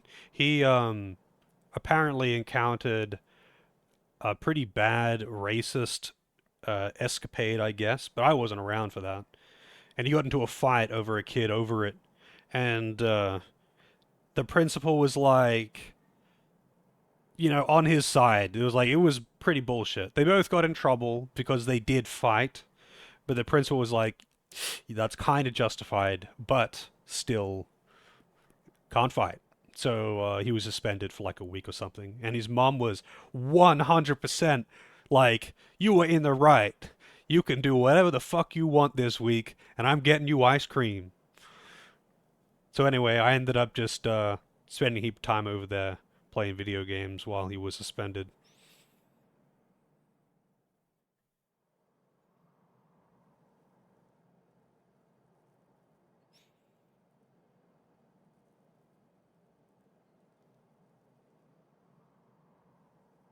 He had a crazy teacher who once asked you when you noticed people have different skin colors, and all you could say to her was, "What?" Yeah, I mean, I don't know. I think for me, going to, you know, poorly funded, shitty public schools all my life, and mostly being in poor, shitty areas, there's always been like the further north and the further west that you go, the more you're going to be encountering any minorities, especially Aboriginals. That's just how it is. And if you go into, I don't know, inner city Sydney, probably less. But it's never been the case for me. I never went to school there. And I think like people who are in these outer areas who are just used to being around people of different ethnicities all the time, they just don't fucking care for the most part. And that's just how it's always been for me. All the teachers are used to just having mixed groups of kids. And there was never anything real weird about it. I don't know. Half the kids that I would hang out with were all Aboriginal. Made no difference to me. You know what? All I cared about was if they liked video games, because that's all I cared about. Fuck video games, and I guess soccer, because I used to play soccer. That was it. And I don't think anyone really cared. There was like never any disputes over it. At least not when I was around. I'm sure there was disputes at some points. But, like, I never saw any of that shit.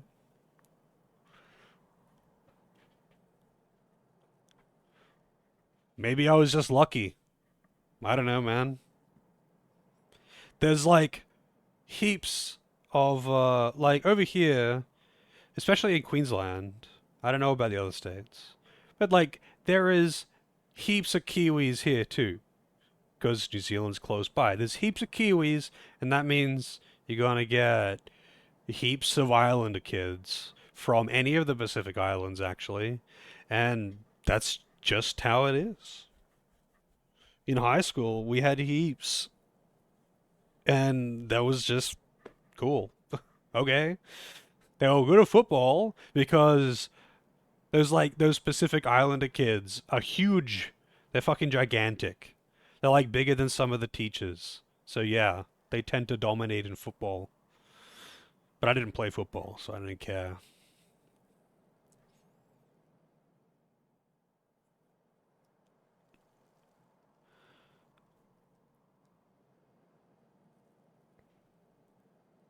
Yeah, the whole.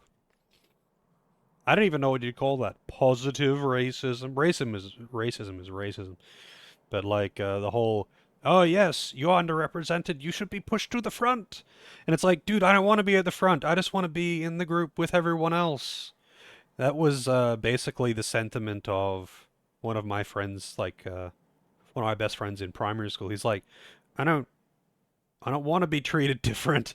I just want to be in the group and play Pokemon cards with my friends.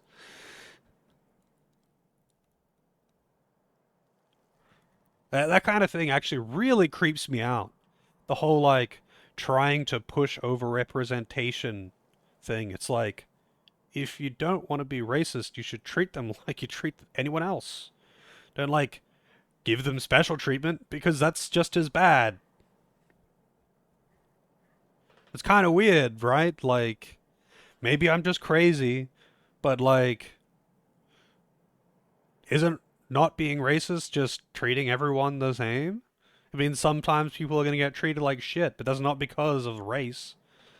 It's just because sometimes people are assholes and sometimes things are shit. But then sometimes things are also good.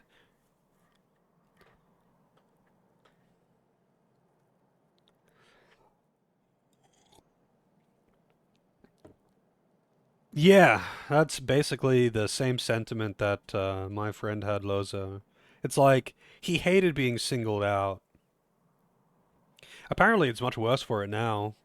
Like, because they're trying to push the whole super inclusion thing so much, and like, it's like I wouldn't want to be a shy Aboriginal kid in school now, because like they basically, for the purpose of the school doing their high horse bullshit, it's like, yes, you get to come to the front and show everyone about, you know, how proud you are of this and that. And it's like, yeah, cool, except they're terrified to be on stage in front of everyone because they're shy.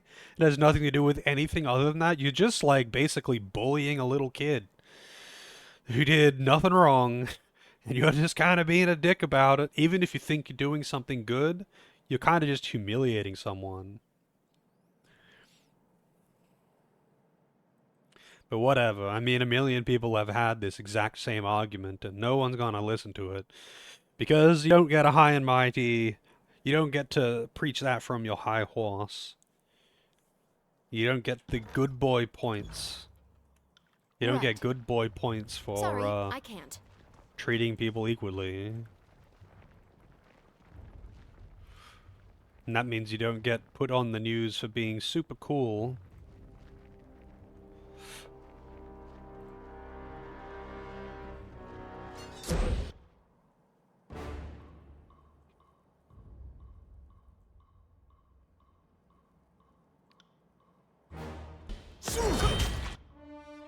Oh, that's vast. Shit.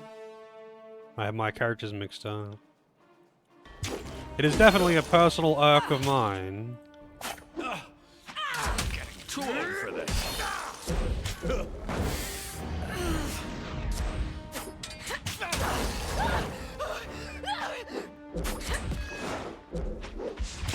I got it.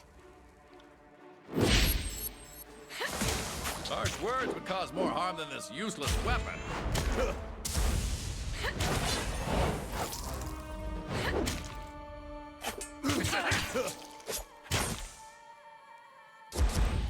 Pity you won't enjoy this as much as I do. My wisdom is finally catching up to my age. Sorry, I can't.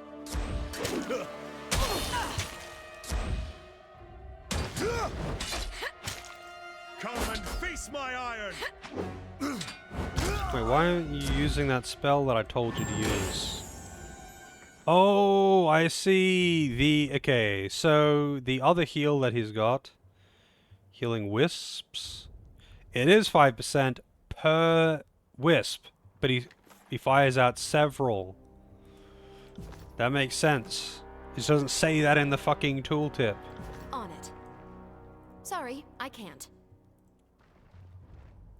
Come at me. Come at me, bro. Meat.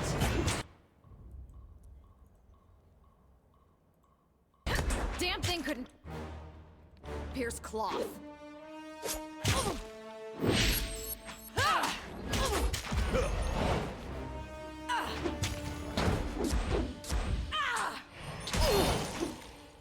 I need to try a different weapon.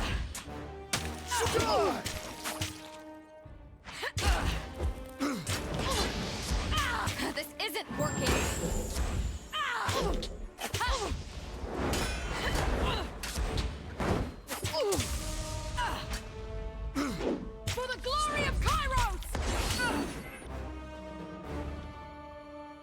do. I need to try a different weapon.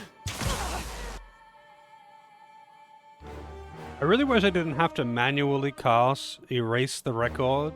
I don't know why, he doesn't cast it normally. Face my iron!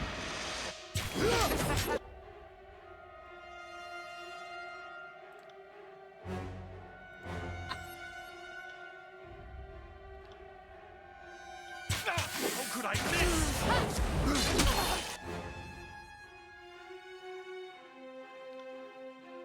I got it. Grovel before me!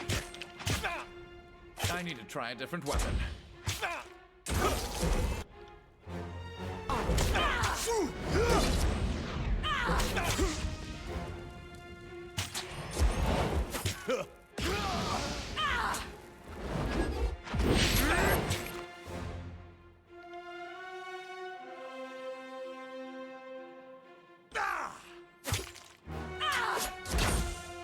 Right.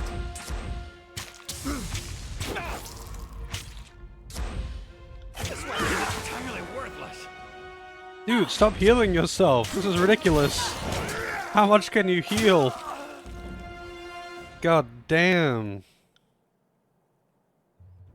Called a pom by an Australian?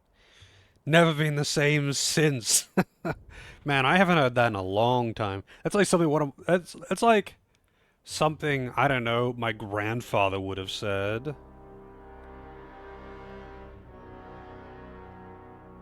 The funny thing is, though, I'm not even really sure what the deal with the word pom is, right? But it's just like a Brit's pom. But the thing is, I've used it both. I've used it. Sorry, I've seen it used like as a derogatory and just a normal thing. Hey, Pern, how's it going? Thank you for the good luck. Hope you're doing well. So, like, you know, I've heard people use it like in an aggressive, like, fuck you, palm or something. But then I've also used it as just like, it's like, oh yeah, it's a group of Brits or something, and they just like, it's shorter and easier to say, which is more common because Australians will use a shortened version of literally anything for anything ever because that's just what we do. Yeah, it's like anything can be aggressive if you say it with enough derision. I don't know. Fucking pepperoni.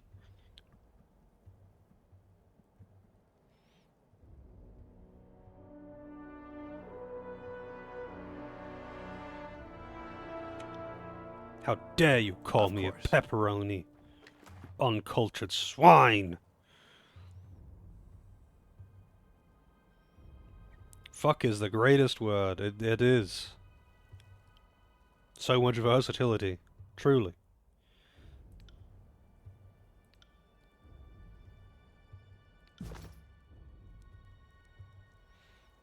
Why is this guy red? Fucking good morning to you. Exactly. Good fucking morning to you. I'd say.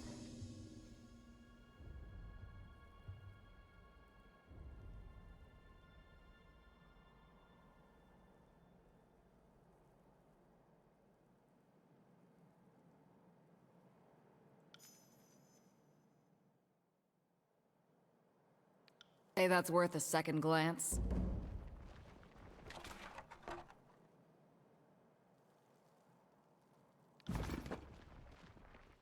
I want to talk to this guy, but I don't think I can. That means there's another person around here.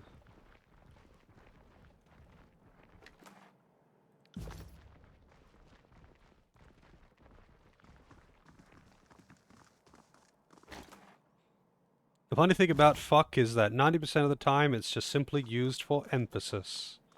And that is all. Something can be good, but it can also be fucking good. Sorry, I can't.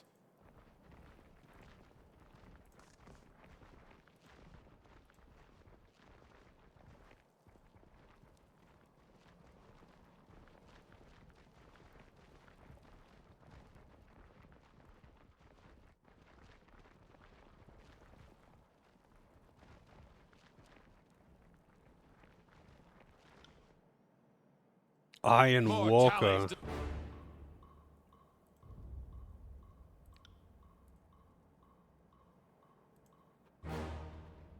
the body count. Damn thing couldn't pierce cloth.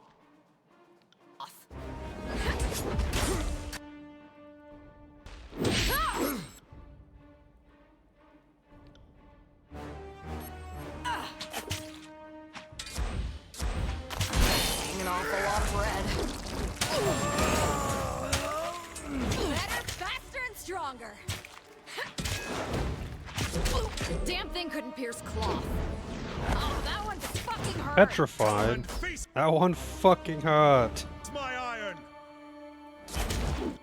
Can you please heal her? Damn my eyes. Wake me up when it's over. Will Damn my eyes. Good as new, or at least new.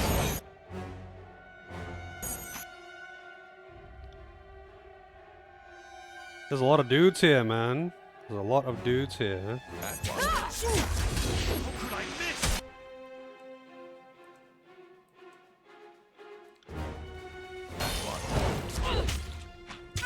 this isn't working.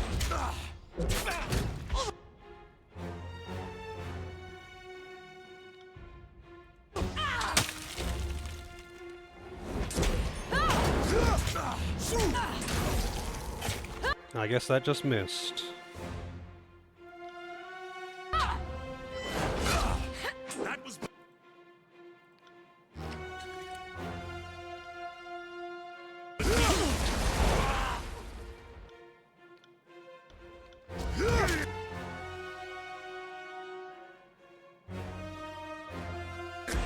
I require Why are you running around over here?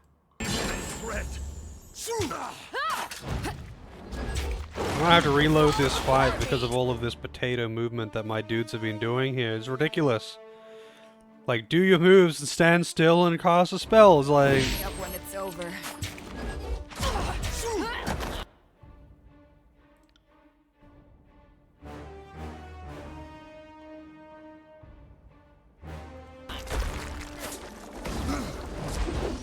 So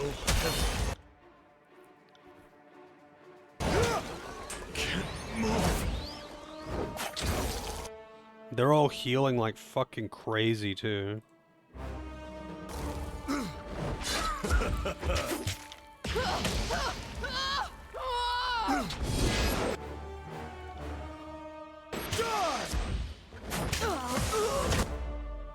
Dead. Alright, reloading. Just fucking hope they do the things that I tell them to do. Instead of being like, hey, I need you to walk over here. I need you to just stand here and cast this spell. And they're like, okay, casting spell. Wait, no, not casting the spell. Walking over to Africa, then I'm walking all the way back, and then I'm going to walk into the middle of the enemies, and then I'm going to just sit here and do basic attacks, even though you just told me to cast a spell.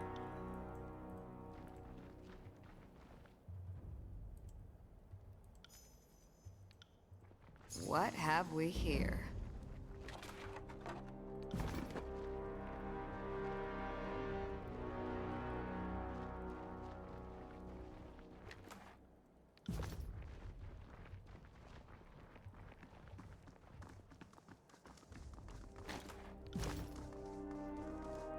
I gotta say, the AI leaves a lot to be desired, and it's weird because this is, I mean, this was before Pillars of Eternity, I think, right?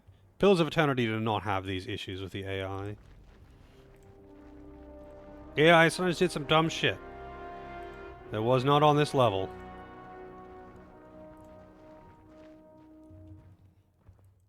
Of course. Another battle. We're fast making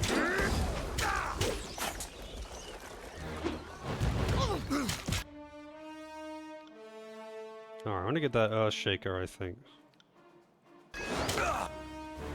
I'll hit you twice as hard next time. Are we ready for this? Can't I hit anything? Good one. Will do. Consider it done. Consider it done.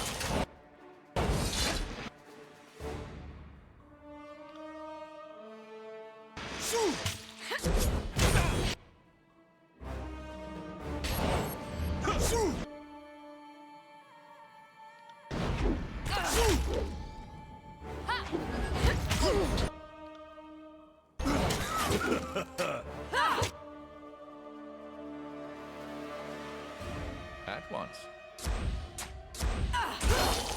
Stop healing. There we go. Thank you.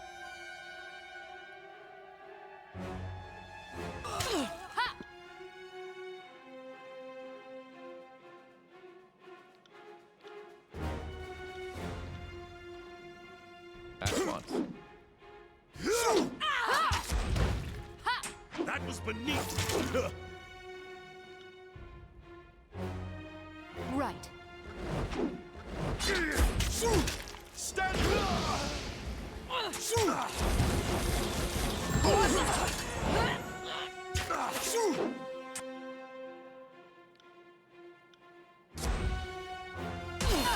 Damn thing could pierce flesh. Face my iron. This weapon is entirely worthless. Yeah, it's a fucking pen. What do you expect? Clumsy shit! Focus!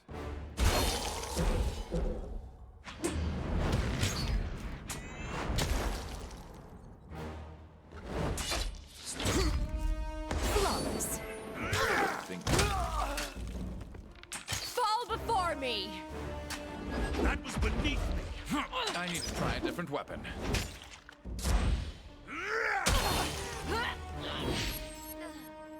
Jesus, that was ridiculous.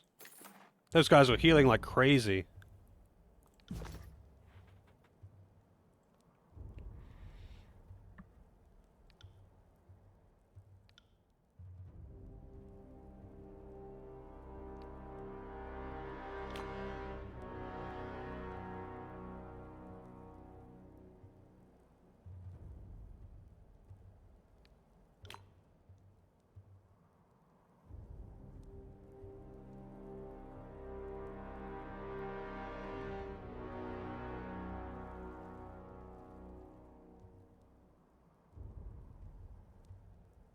That's probably useful.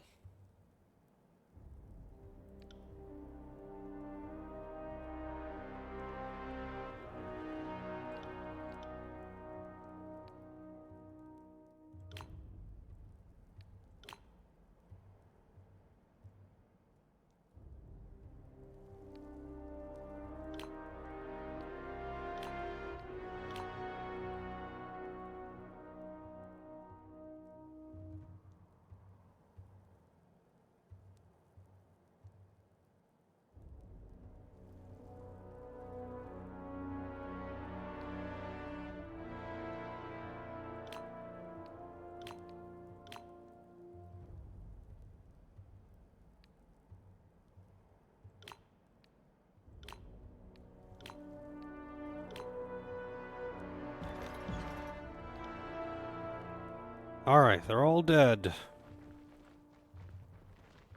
I also got some level ups.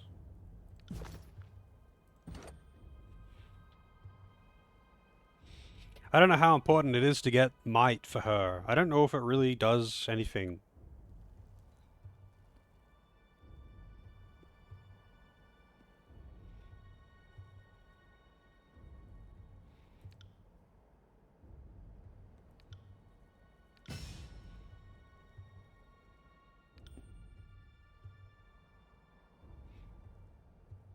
Two points. Quickness, I think, is the best one for him. Besides spell strength, quickness, so he can actually just spam his heals and whatnot. Right.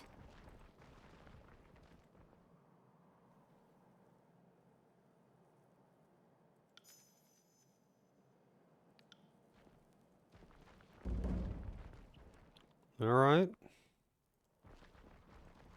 Conscripted.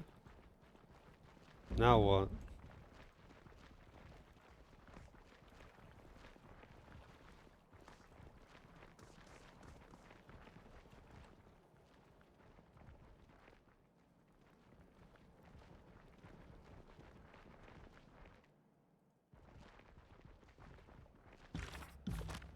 Oh, right, they also have talent points to spend.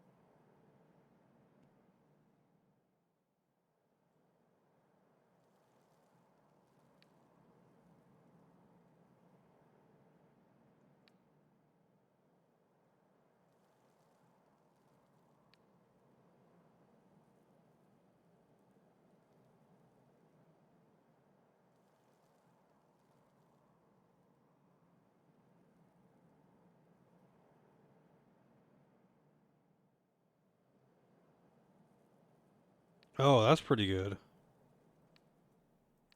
Gives him invulnerability as well. Will do.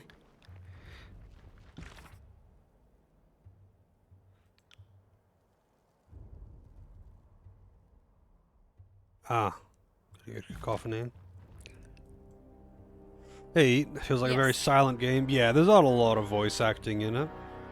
It's a pretty enjoyable game, though. The AI is kind of something else, though. They have a tendency to kind of just cancel what they're doing sometimes. Mostly, like, my character. So I've got the other ones set I to got just it. do a basic role. They look like AI presets for the other characters. And they actually do pretty well. You can manually control them to do this or that. For the most part, you know, if I make Barrack run into battle, he's going to use his taunt, he's going to stand in the front, he's going to use his stun, he's going to try and hold aggro. It's the thing that you expect him to do. Same with Verse, she's going to try and stab things. Um, Lantry's going to mostly heal things, but he won't use some of his spells, like he won't use this one without me manually doing it. The real issue is mostly my character, because sometimes I'll be like, cast this spell, but then she'll just like start casting it and then just fuck off and do something else. Just run somewhere else or run into the middle of the battle or just stop and just like start doing basic attacks, and I'm really not sure why she does that, but she just Right. does, and it's annoying as hell. It's kind of weird, but you know.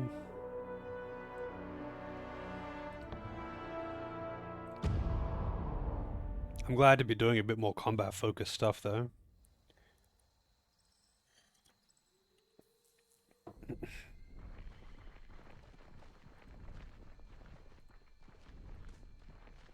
Found something. I'd say that's worth a second glance.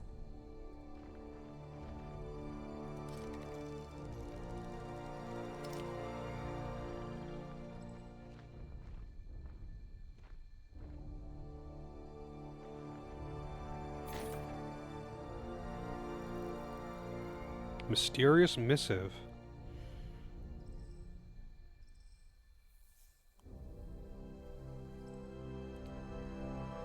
Oh, don't mind me carrying the weight of the fucking world. Why are you even the one that's looting everything, man?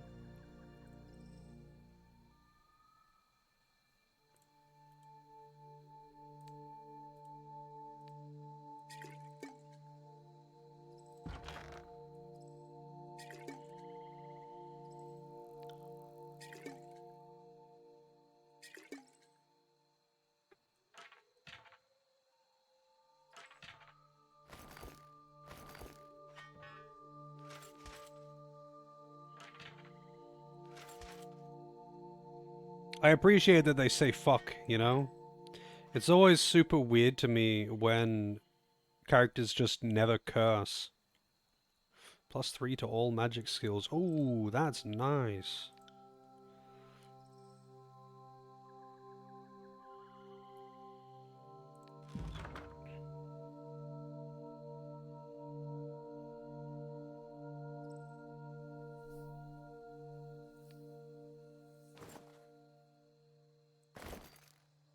Also, Booba. Damn. Got them titties out.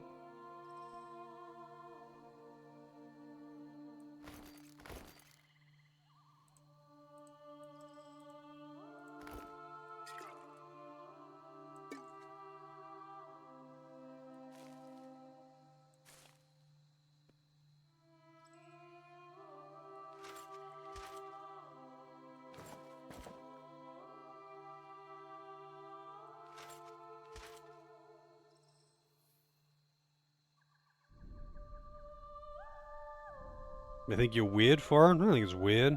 I find usually people who don't swear are religious types, though. I find it weird when people get offended that others would swear for emphasis or something. Also,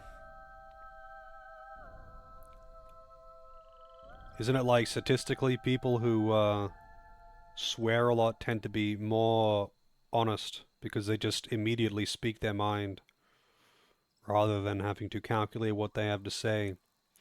But yeah, I mean, personally, I don't really care. People can not swear, or they can swear all they want. They can get offended, or they can not, and it makes no difference to me.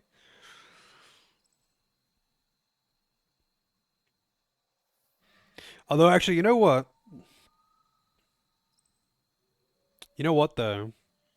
Um, Something that does actually kind of annoy me is when people, don't swear TM, and they won't say fuck. They'll say, "Oh, fire truck," and it's like that's worse. That's worse. You are pretending to not swear, but you see, you want to say that word, and you think that by saying "uck" instead of "fuck," that you're not swearing. You're not swearing. You're not.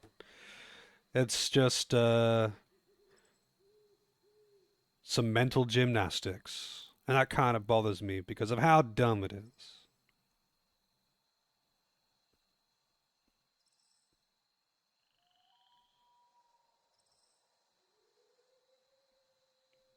I mean, I understand not swearing in certain situations, such as being around kids, being in some kind of business situation, being in something formal, but otherwise, it's whatever. Like, who cares? –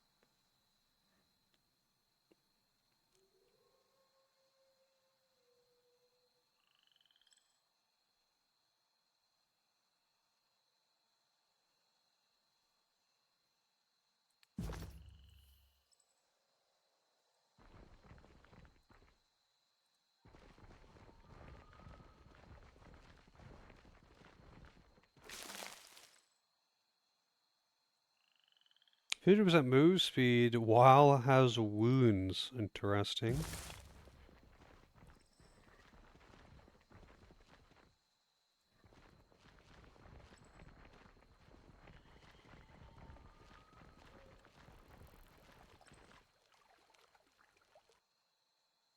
Lock.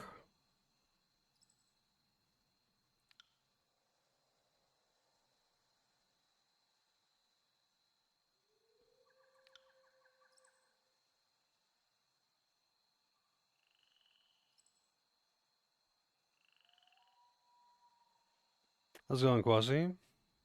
Did I get the heal sigil? I did.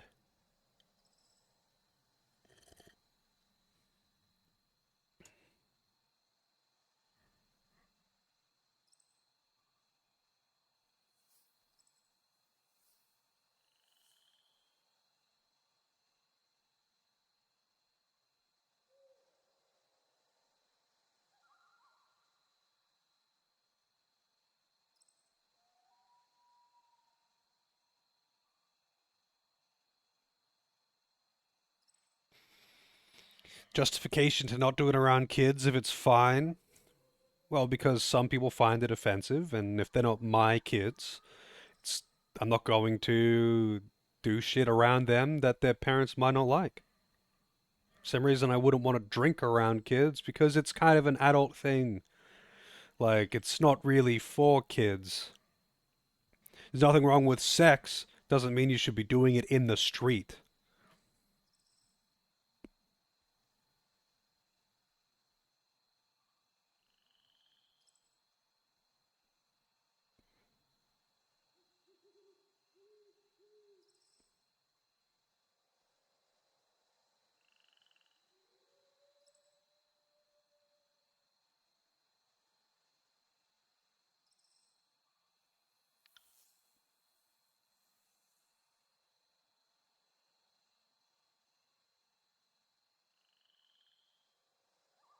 Yeah, pretty much. Pretty much exactly what Knight said. But also, like, well, I mean, yeah, that is a big part. Like, kids not understanding nuance. But like for me, around kids, like I don't know those kids. Maybe their parents are strict religious types, for all I know, and they don't want that around their kids, and that's fair enough. I'm not their parent. Kids just yearn for the minds. Kids are just going to copy anything around them. It doesn't matter what it is, good or bad. There's no nuance, there's no knowing right from wrong. So of course you have to be careful what you do around kids. Especially when it comes to things like, say, sarcasm, like sarcastically insulting a friend. A kid probably won't get that nuance.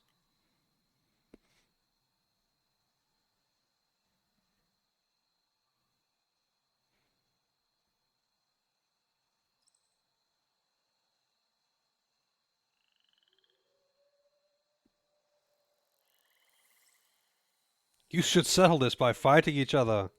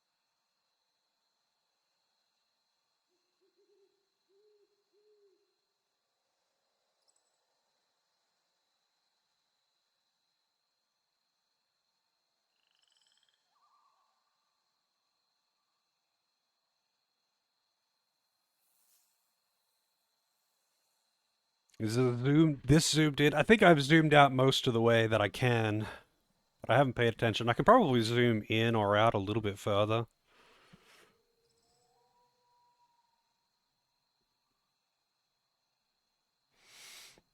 But it's pretty standard CRPG stuff as far as like maps and all that go, if that's what you mean. This scene now is, I mean, okay, so the previous town that I was at, the crossing, has is like built at the base of a part of the old wall. I don't know what the deal with the old wall is. It's a wall, it's old, it's got ancient magics in it, it's super dangerous, and there is like something called the Bane. I don't know what it is. Apparently it's meant to be an open mystery where you don't really know what it is, only that it's dangerous. Anyway, there was a seal on the old wall there to stop the Bane from escaping and fucking everyone up in the town. And then the leader of this faction here, the Brotherhood, the Bronze Brotherhood or whatever, he stole the seal. And he wants to take over that town again because apparently in the past he had control of it, or the faction had control of it.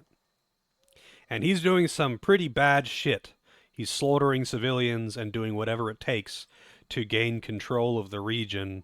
And there is a divide within his faction of people who are siding with him, saying that he is justified and slaughtering civilians is fine, and the others who are saying it is not okay, he's taking it way too far, and he's clearly going crazy.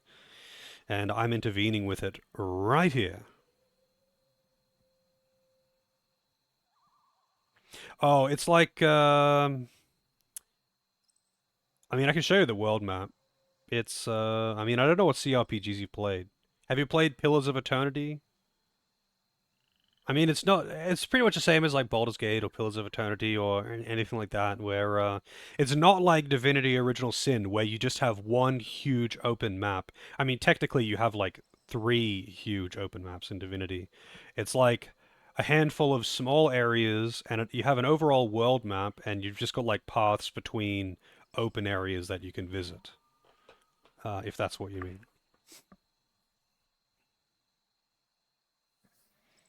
I'll show you the world map when I'm done with this area, which probably won't be very long. So unless you're going anywhere within the next 15 minutes, you'll get a good look at it.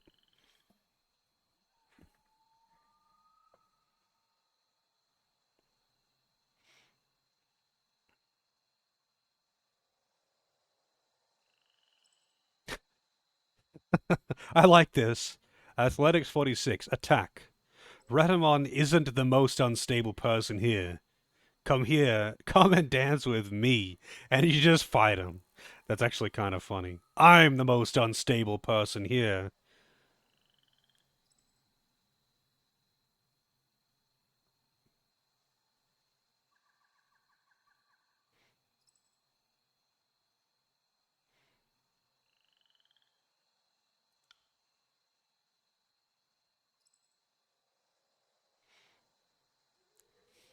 No, I am.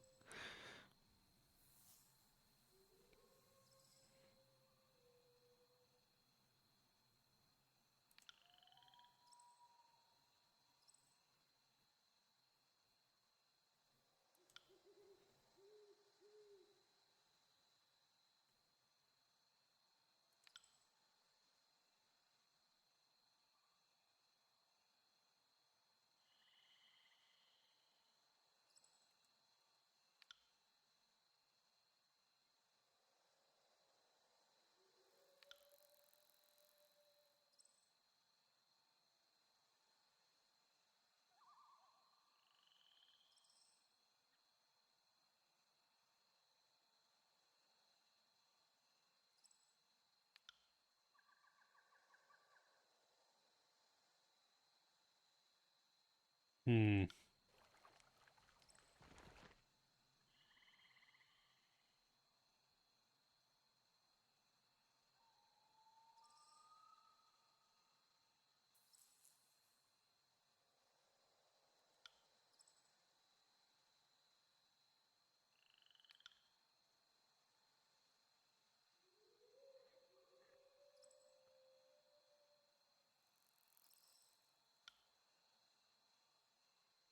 I don't ask, I just do.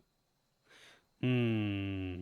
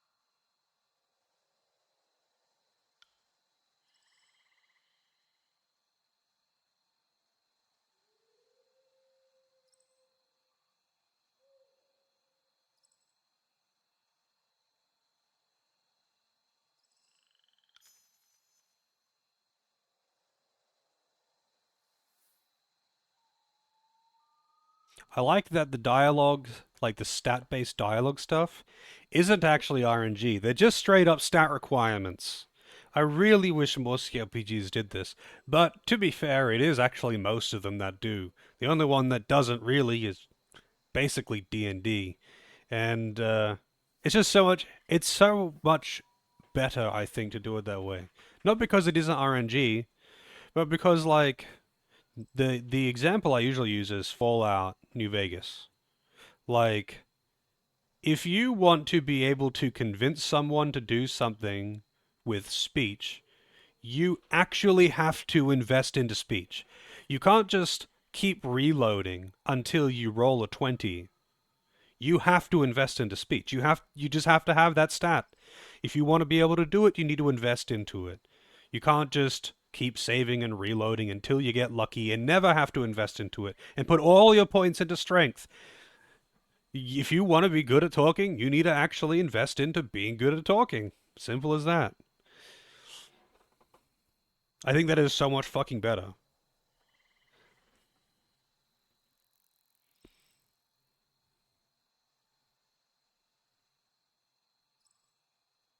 Yeah, reloading, like, saves coming for dialogue is fucking stupid.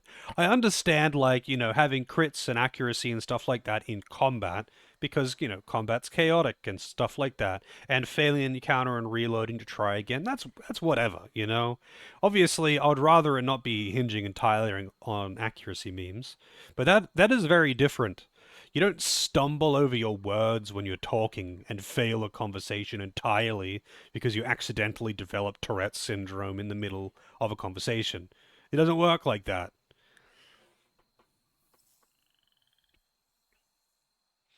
But it's more of a for me, it's more of a actually needing to invest into a stat kind of thing. Like in like when the dialogue roll is RNG, there's no reason to ever invest into the charisma stat or whatever. There's no reason to, because you can just save before that dialogue choice and then just keep going until you roll 20. And then you're fine, because critical success always wins. And you can keep doing that because it only takes a few seconds to reload. So, like, why would you ever bother putting points into it? You could just put those points into something else if you can just keep reloading anyway. I always loved how in the end of New Vegas, providing that you're not sided with the Legion, when you do face off against the Legion in New Vegas, if you have got maxed out speech, you could talk your way out of a fight with what's his face, the Legatus guy. You could talk your way out of a fight with him if you have max speech, and I thought that was so cool. If you kill him though, you get a unique helmet.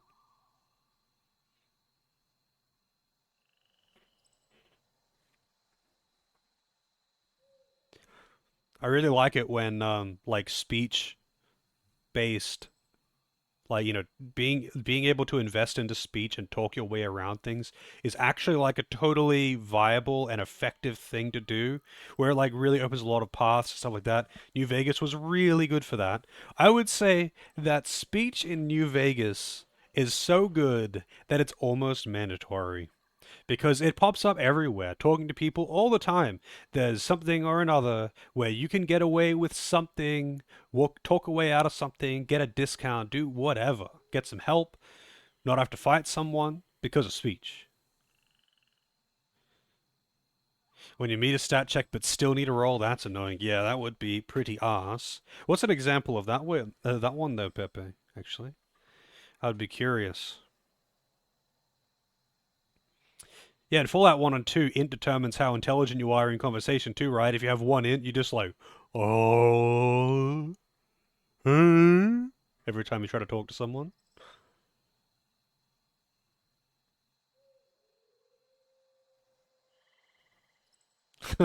Clearly, they just need more charisma, eat.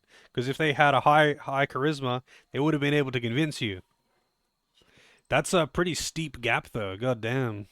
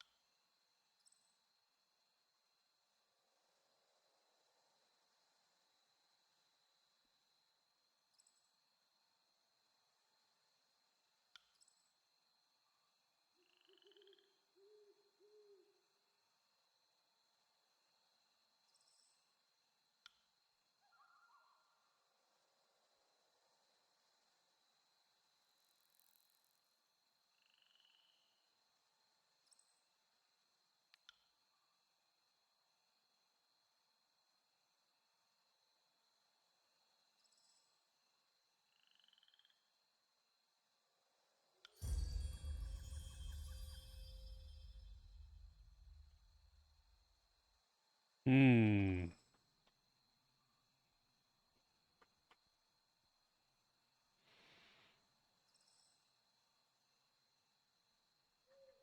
Well, I can say that I have no idea what the specifics of such titles would be, but someone offering that much less than what should be offered for a job, uh, let's say, let's say they deserve to be slapped and perhaps laughed at.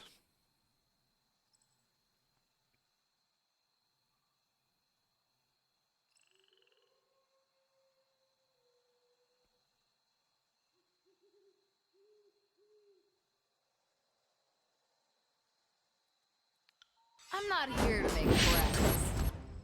Okay, guess it was inevitable. I wonder if it was possible to talk him out of that. Oh, Sorry. he's terrified. I haven't seen that before. Smashed to pieces. Ugh. Bruiser. Raider. Wait, where is he? Is he already dead? Damn thing couldn't pierce cloth.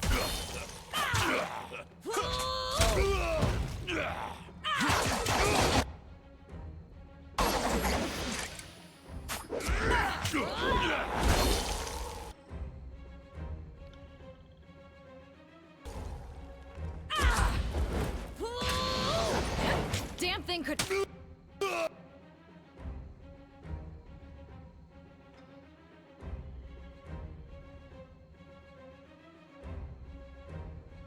Yeah, I wouldn't be surprised that they commonly get away with it, and that's why they try. A lot of people are very, very, very afraid to negotiate their wage or salary or whatever.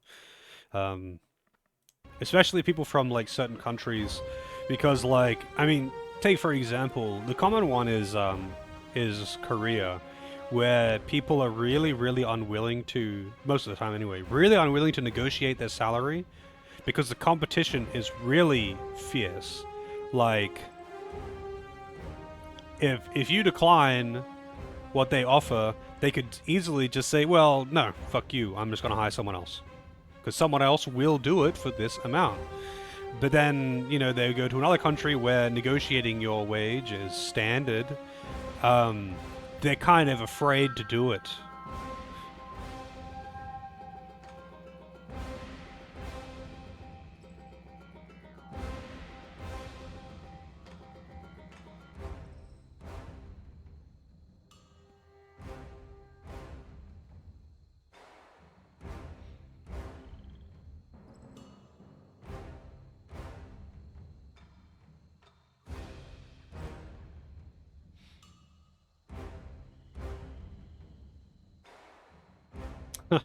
Irreplaceable. That's a dream, I guess.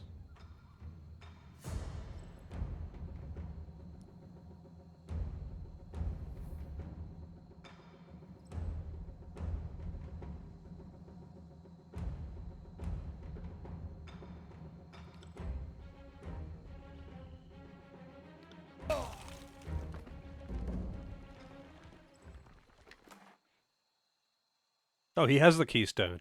He said that he didn't have the keystone. He lied to me.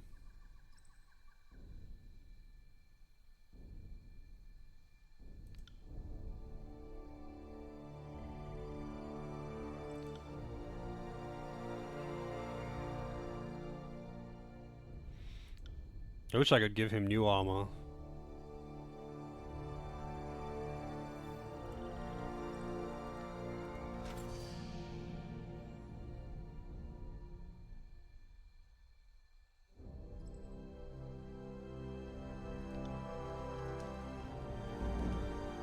Right. I mean, let's see. What happens if I try to equip this? This item is sealed and, yeah, cannot be removed. But it's kind of like, his gear kind of sucks, though. That's the thing. His armor kind of sucks, and I want to replace it. I'm sure there's going to be some kind of story thing where I will be able to replace it. But yeah, it's kind of silly.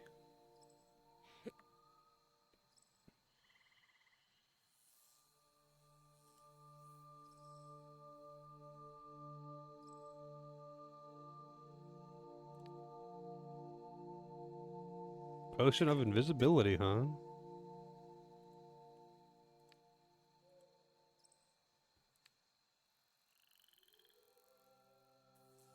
Come to the march in a fortnight. Look for rusted blade and shield.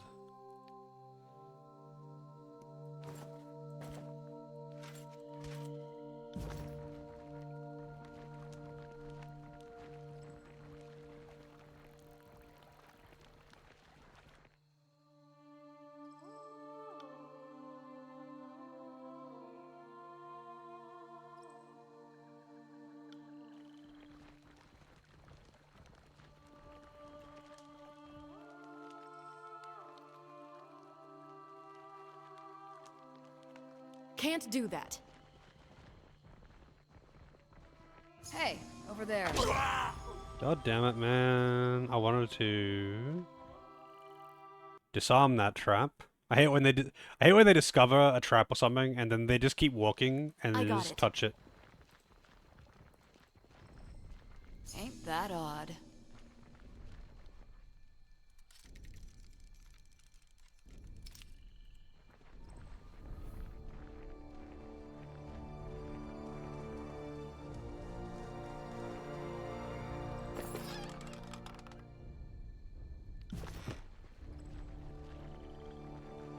Huh. Can't do that. There's that rusted sword and shield. Agent's reports.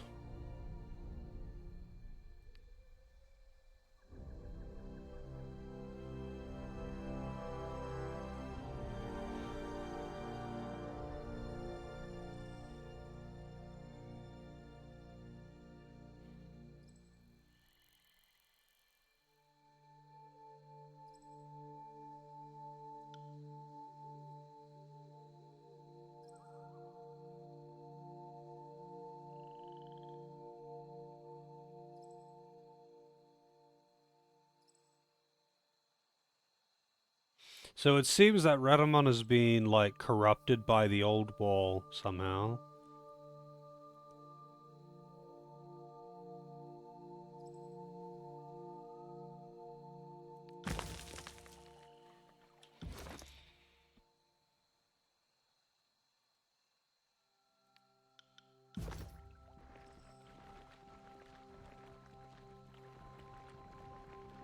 Sorry, I can't.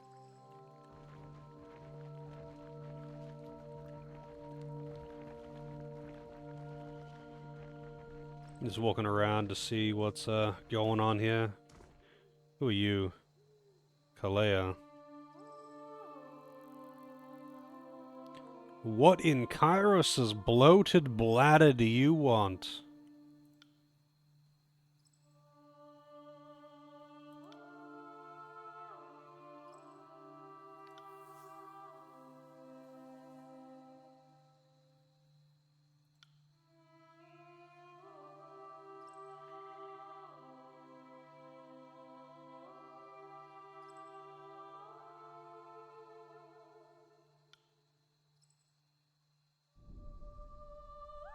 Wait, I'm pretty sure I saw this Kalea and Callion pair in the Brotherhood before. Not in the Brotherhood, in the town.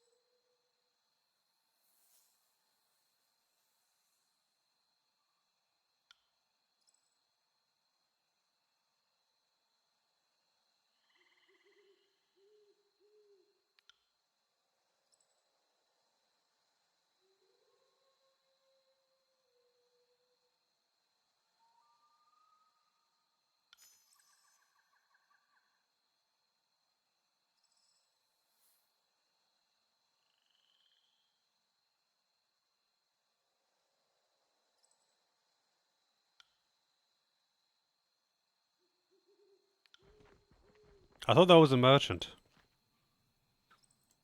Coffee? No, I haven't gotten more coffee yet. Not yet. Sorry, I can't. Sorry, I can't. Can't do that. Played Baldur's Gate 1 long ago. I tried to play Baldur's Gate 2. I tried to give it a good shot, you know. And honestly, I could tell, even I played it for a couple of hours. I could tell that the writing was of good quality and that I would quite enjoy the story, but I just couldn't do the gameplay, man. It sucked. And I'm not even just talking about the D&D mechanics. Like, the game has no quality of life. The camera, this is as far as I can zoom out, by the way. The camera is like twice this zoomed in. The camera is so zoomed in, it's crazy. You have no keybinds. You have no action bar. There is no AI unless you want to write custom scripts or some shit. It is actually painful to play, and obviously it's D&D. It's all RNG. Everyone's a glass cannon. Armor does nothing. Accuracy is terrible, and you just have to keep reloading fights until you don't die. It's painful. On it. How's it going, Doris? And I'm just like, no, dude, I don't want to play this. Like, the writing does actually seem legit good, and the characters seemed entertaining, and, you know, I wanted to see more of them. But after playing the game and just, like, actually dealing with the gameplay mechanics, I was just like, I'm good. I'm out.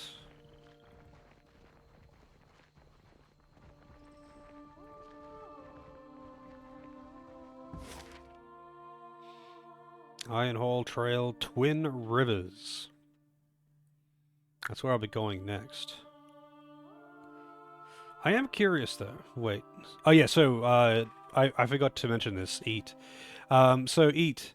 This is what the world map normally looks like. So these are all the different regions. And like they're smaller maps like the one I was just in. Although the one that I was just in is very small. And there are some things like, say, for example, the Mountain Spire, which is where my base of operations is. I can't visit them now, but there used to be a bunch of other areas around here, camps and smaller areas that you could visit. They aren't available anymore, because that's like basically Chapter 1. But then there's Sunset Spire, where the only visible region here is actually the town. But for the most part, you know, this is your map. You can visit other areas on the map, but you can't just like walk all the way from the Forge-bound supply cache all the way to the Broken Plains Wilderness. The areas are self-contained. It does take time to travel though. Like to travel from here to the Broken Plains Wilderness takes 8.5 hours. So when I get there, it would be daytime. It would be morning, because right now it seems to be 2 a.m.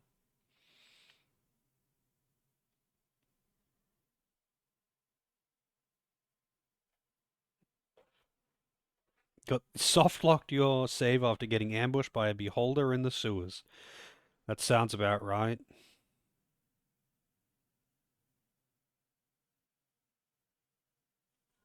Yeah, I definitely hear that, Eat. Personally, I prefer the Divinity approach to it, and that isn't just because I like Divinity. Um, but like say in Divinity, the maps are kind of effectively smaller because what they do in Divinity is they'll have like 3 or 4 maps, and the map will be huge. Like there'll be a city, and the city will be only, you know, a tenth of the map. The rest of the map is wilderness and paths and enemy camps and caves and all of that shit that you would expect. But that means, you know, you're not going to have like 3 different towns on the same map. You're going to have one major town, and then the rest of it is like, you know, wilderness or little camps and stuff like that. And I prefer that kind of approach, though. But this one, it tends to make the world feel a bit bigger because like there are different parts of the country. It's just that the maps are I like big maps. That's all. I just like big maps. This does give you access to more of the entire region in a bit more detail, but I like really big maps to be able to walk around in. Struggle to care about anything in Divinity, like the story. I thought the story was pretty cool. I mean, the main appeal for me was like like with many or most CRPGs, the main appeal for me is the gameplay. Although I do think that the story in Divinity is pretty cool as well. The other thing is, Divinity as a series has been going on for a lot longer than Original Sin. And I feel like if you haven't played the previous games, there are bits and pieces that you're kind of just going to be missing, and I haven't played them either. But I remember I was talking about Original Sin to someone from a static I was in, like a few years ago now, I guess. And he was like talking about all this shit. I'm like, I don't know what that is. I haven't played the original one. He's like, oh shit, you gotta play the original ones because that's why you'll know about Malady and all of her shit and this and that. And I'm like, yeah, I probably should. Because apparently certain characters, like Malady is a notable one. Malady is a character in Original Sin 2. Apparently she's a pretty big deal. And, she's kind of important in Original Sin 2. You'll be dealing with her a fair bit, and she's important to the story. But apparently, if you've played the other games, she's a pretty fucking big deal. And you just don't know that. Because she's not introducing herself with a herald and saying all of her past deeds and all this shit. Um, so it makes sense. But, you know.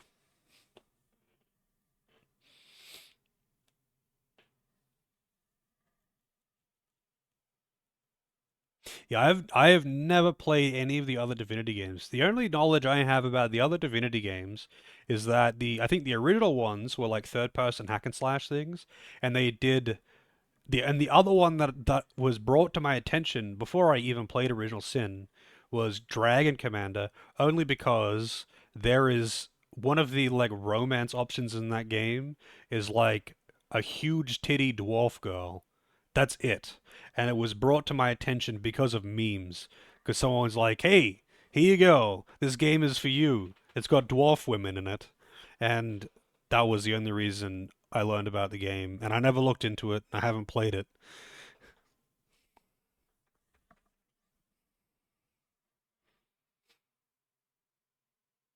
Yeah, Dragon Command or whatever. You can bang skeletons in that one. Really? Really? Not just dwarves? All right. Anyway, I need to get out of here for a second. I wanted to check this quest. So I have the return the yeah, whatever. Return to Callian and Lethian's Crossing. Determine the significance of the rubbing. After examining the rubbing, you found that it was only a partial image of a symbol that is reminiscent of the one you saw in Ascension Hall at Vendrian's Well. Continue your search to determine what its significance might be, or search for more of the image. Okay, so I'm guessing that when I go into the other end of the old wall to deal with Redamon, I'm probably going to be able to find maybe the other half of this symbol. And if I were to guess, I would say when I have the completed symbol, I can probably take it back to the spire to activate some capacity of the spire's power. This is all kind of just speculation, but it seems about right. Either go dwarf, human, lizard, elf, or undead. Undead lady can either be a zombie or a possessed armor or a skeleton based on your decisions. None of those sound appealing.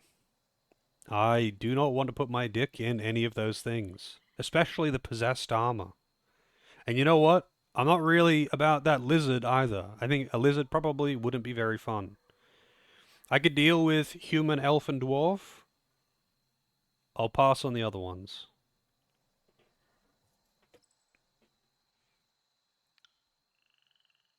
I imagine, though, I can only imagine that if it's a dwarf, she'd be like, get swole or get fucked.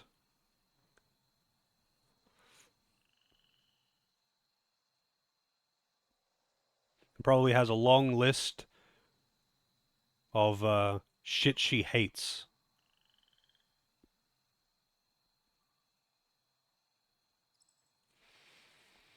Hates boning Bodhi maidens. I prefer them to at least not have a bigger bone than me.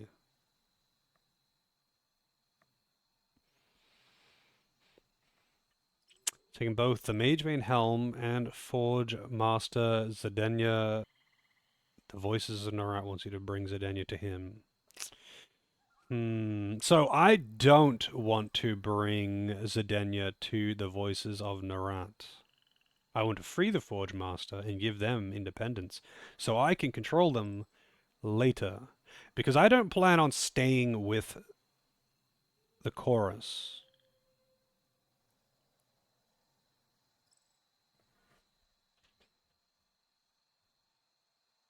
But I guess that shows where I'm going next.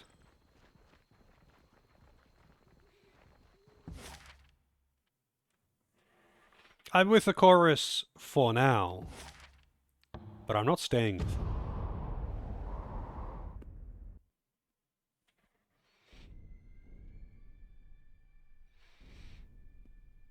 But yeah, I've seen screenshots of some of the characters from that game, but it's usually just like the memes about the dwarf, because she is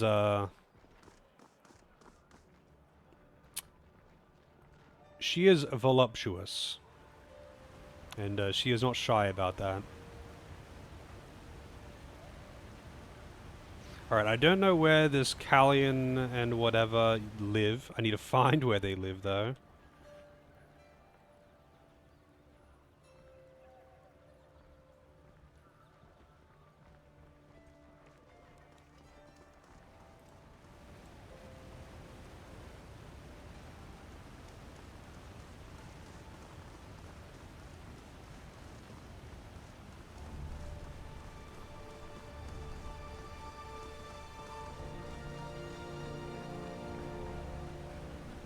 Oh, here's Callion. I just didn't have the thing showing.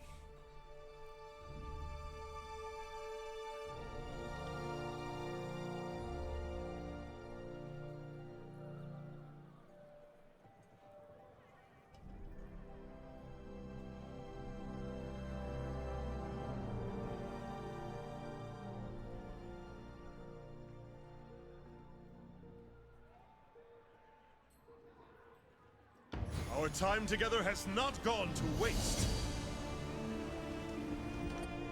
Level up!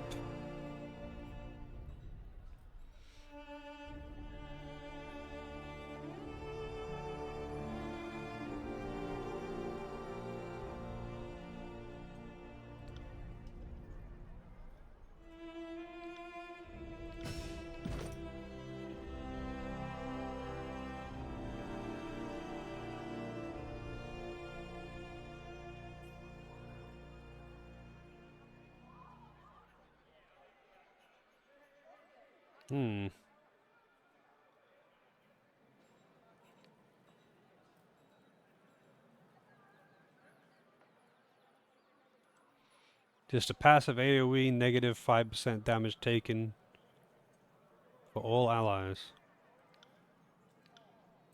Sure.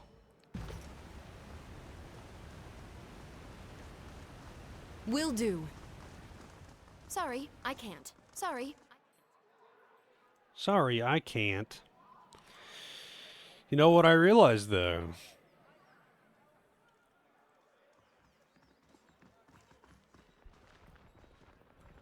I realize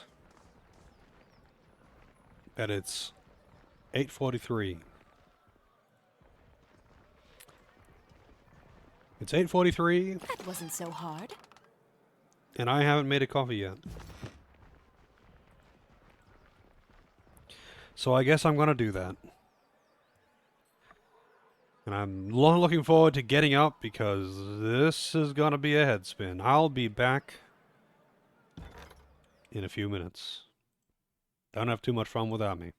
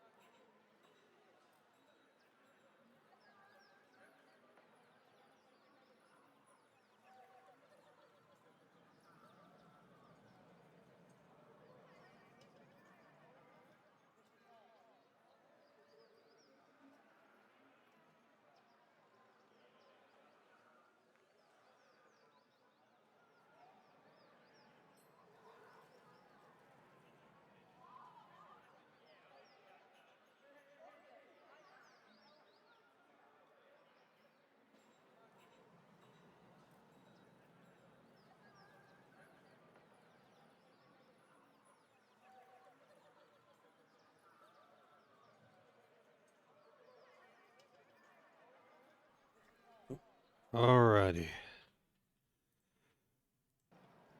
I am back. Let's see. Take that down. Who's pinging me?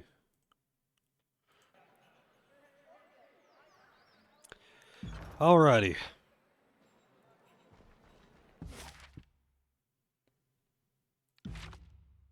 Into the Twin Rivers.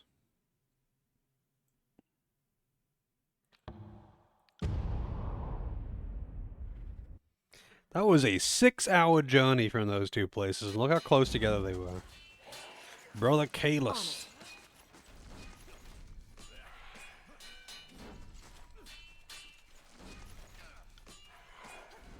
The Scourges.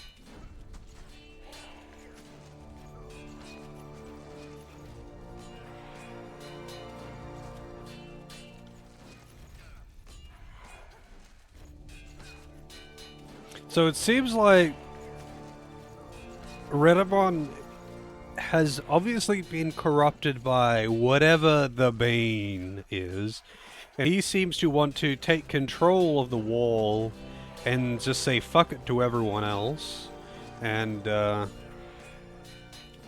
become a tyrant, I guess. He wants to be the new Tyranny, TM.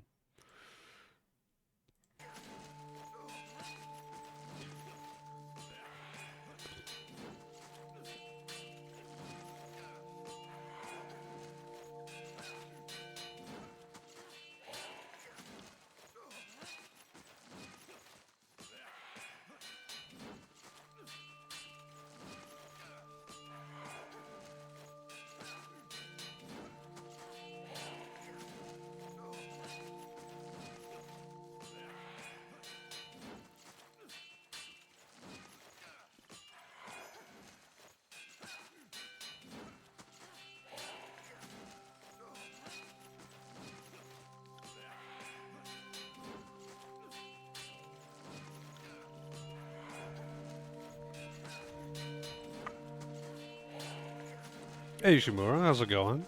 Isn't that the name of the, Will do. whoa, that is a lot of dudes. Isn't that the name of the ship in Dead Space? Alright, so what do we got here? Bruiser, Scourge, Raider, Scourge, Wisp. That is right. I mean, I'm sure it's probably just someone's name and the ship was named after them, but you know. Champion. Oh, the Bruiser is hostile to me too. That's actually kind of funny.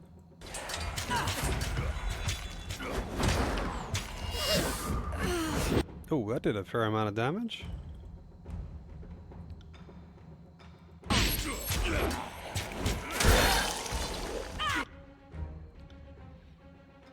Damn thing couldn't pierce the block.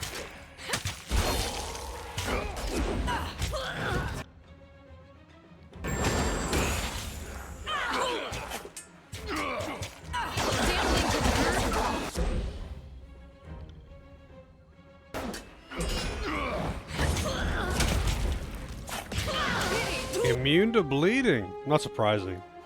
It's red. That means fire. How am I? I am shit. But you know what? We're soldiering on.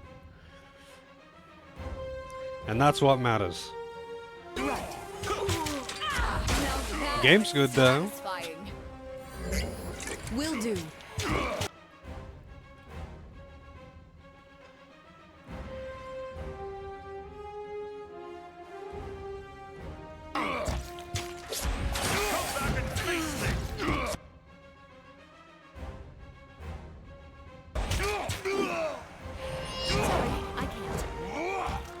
I got it. Damn thing couldn't pierce the cloth.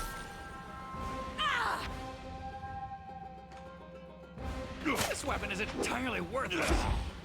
Take that!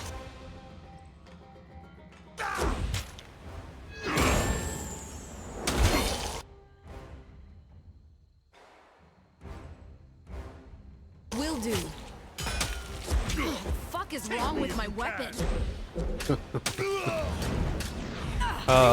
You know, I like Verse a lot. Right. She is definitely my type.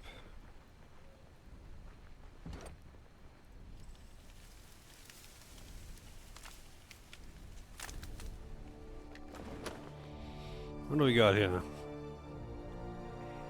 Tangleroot Braid, regenerating 1% health every 6 seconds. Okay, okay. Exactly the same as the Emerald Pin.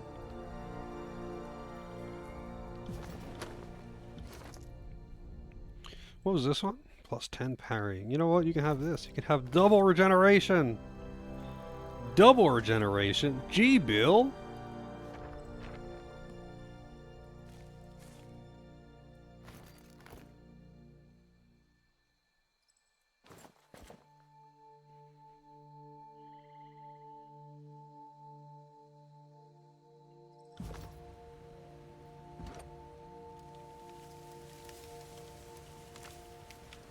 On it. What is this? Bane Essence.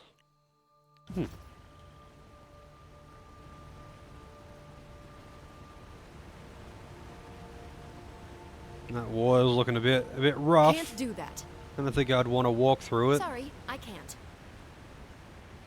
Doesn't look very deep, but I don't think I'd keep my footing in it, and I don't think I'd want to fall over in it Sorry, either. I can't. Can't do that. Can't do that. Sorry, I can't.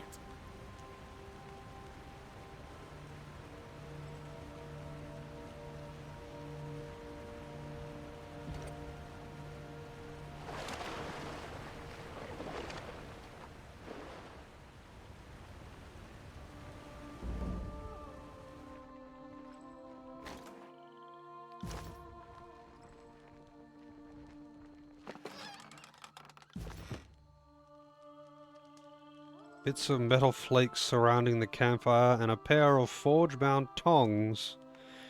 Looks like whoever was here left in a hurry and forgot to take them. Nearby tracks head to the Old War's entrance. Curious. Oh, hello. Oh, iron ingot, nice.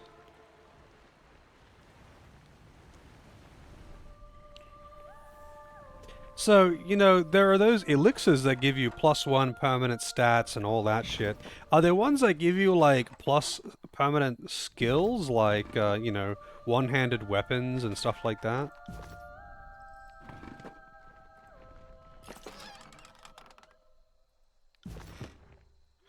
Opposing wall looms over the rivers, stretching up and out of sight. This guy's Heads getting up, fucked we have up. Well, no, I don't want to change my formation, you fool! Keep your filthy hands off! What are the banned games I won't play? You mean games that I would just refuse to play out of hand? Fire Emblem and Persona, Kingdom Hearts.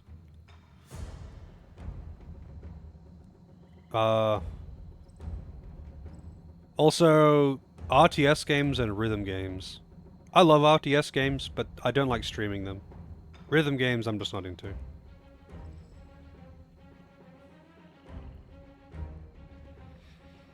It's more like individual games than entire genres. Yeah, there are some genres I won't play. The genres that I won't play are pretty much just though RTS games because even though I like RTS games, they are really difficult to stream because even if they're easy ones, it just takes a lot of attention and I can't like read chat at the same time. And I'm just not into rhythm games.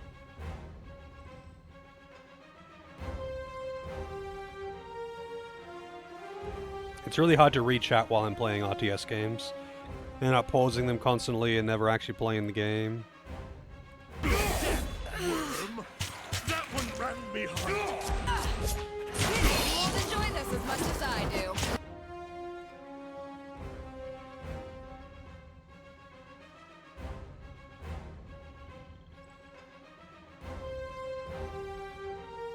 Wish those weren't ones for rest.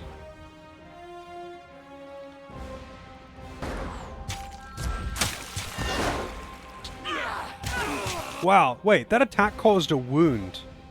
It didn't just hit hard, it caused a fucking wound. Hi-Fi Rush?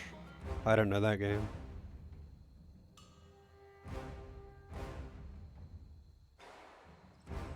I mean, Dawn of War 1 was alright, but Dawn of War 1 is very different to Dawn of War 2. But also, a big part of the thing with Dawn of War 1 was... I mean, the pathing is atrocious, but it's just got RTS, it's got the same RTS problems. It's one of those things where I would probably enjoy it a hell of a lot more if I wasn't streaming it, because it's really hard to read chat. It's really hard to read chat while I'm playing a game that requires all of my attention. Yeah, Dragonfall was really good. It's a pain in the ass to get Invisible Wall running. Yeah, I remember I had to mod the first Deus Ex game to actually get it to run.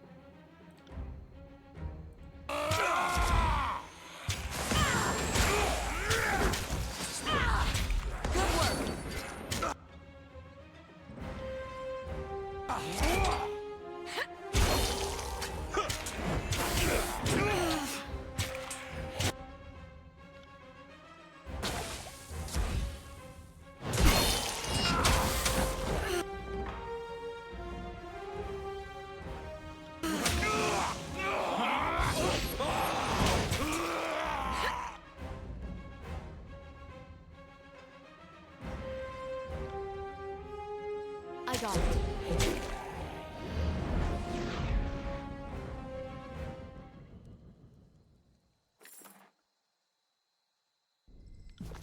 Because otherwise, Deus Ex was trying to run at like 900 FPS, and it's just, yeah, wasn't On it. wasn't good. Didn't work like that because when the game's running at night, because the physics is tied to FPS. So, yeah. Sorry, I can't. Press W, and then suddenly you're on the other side of the universe, trying to run inside a wall. There was a patch that fixed all that though, but it also fixed the bugs in the game, which was awkward because I was trying to do the inventory glitch to be able to stack things. Can't do that.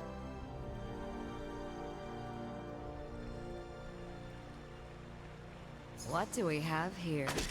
God damn it. I saved right before that too, so they're probably right next to it. I didn't realize you could actually disarm traps though, funnily enough. Can't do that. You see that? Dude, what the fuck? Yeah, someone changed their request to Deus Ex 2. I actually forget who changed theirs.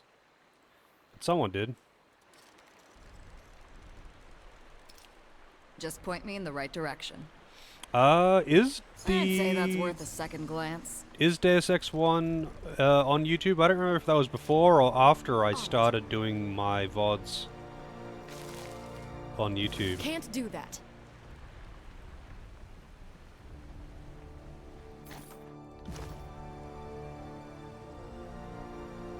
Send them at me in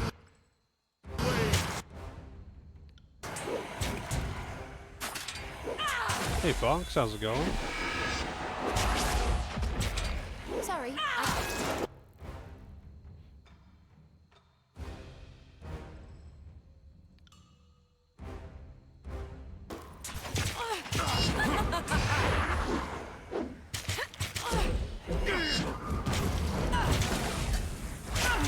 Man, we are getting fucked up. keep your filthy hands off me. This is a lot of enemies.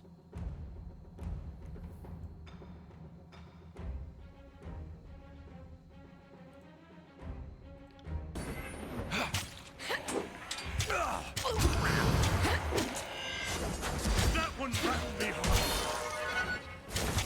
I'm going down. Yes, you are going down.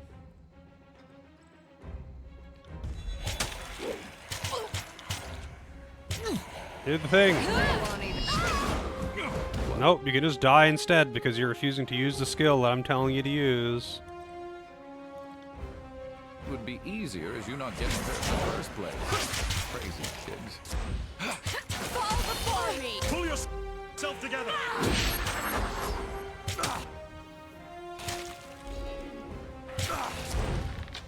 On your knees, worm!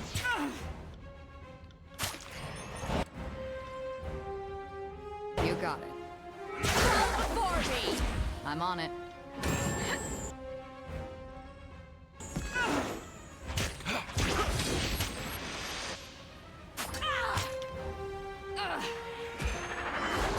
Pity you won't enjoy this as much as I do. Not bad. They won't I'm even doing. get close. That's what I'm doing. I'm doing. As you command. My head That hurts. one for a bit.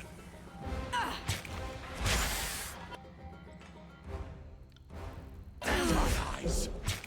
Oh, someone stitch me up. I will aid And you. all this blood power. Grovel before me!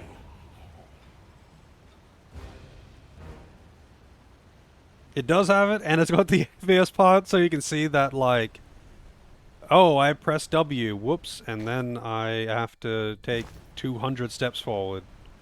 It wasn't too hard to fix it, though. I just had to install one patch. Sorry, I can't.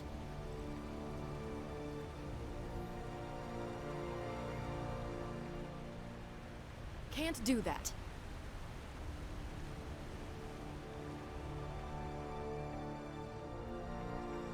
Sorry, I can't. Sorry, I can't. Looks like that's everything here. Maybe I will camp.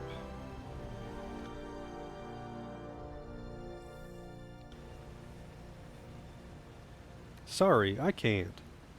I don't know how much time that passes. I've actually never... That is the first time that I have camped, and I don't know how much time that passes. I didn't look at the time before camping. Sorry, I can't.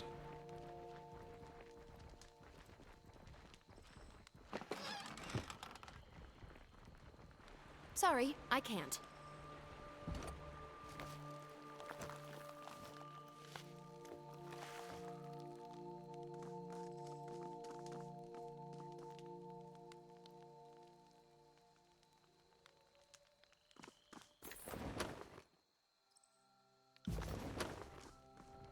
Oh, Can't there's do nothing. that. There's nothing up here. I thought that was where I was meant to go.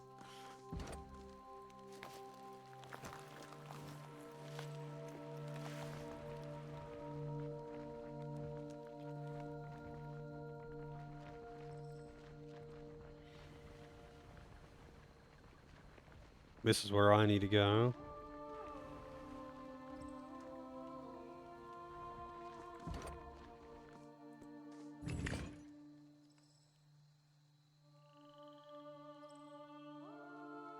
Not on anything time sensitive anymore? I don't think so.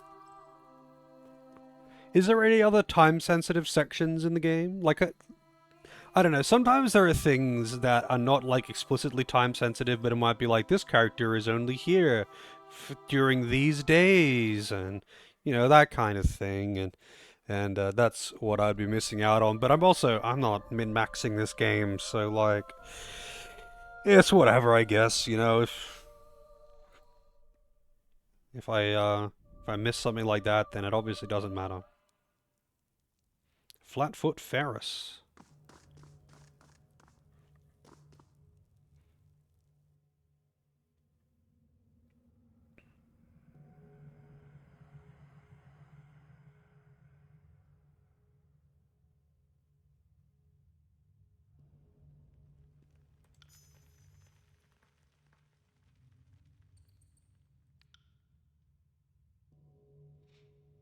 Tell me what you want or get gone.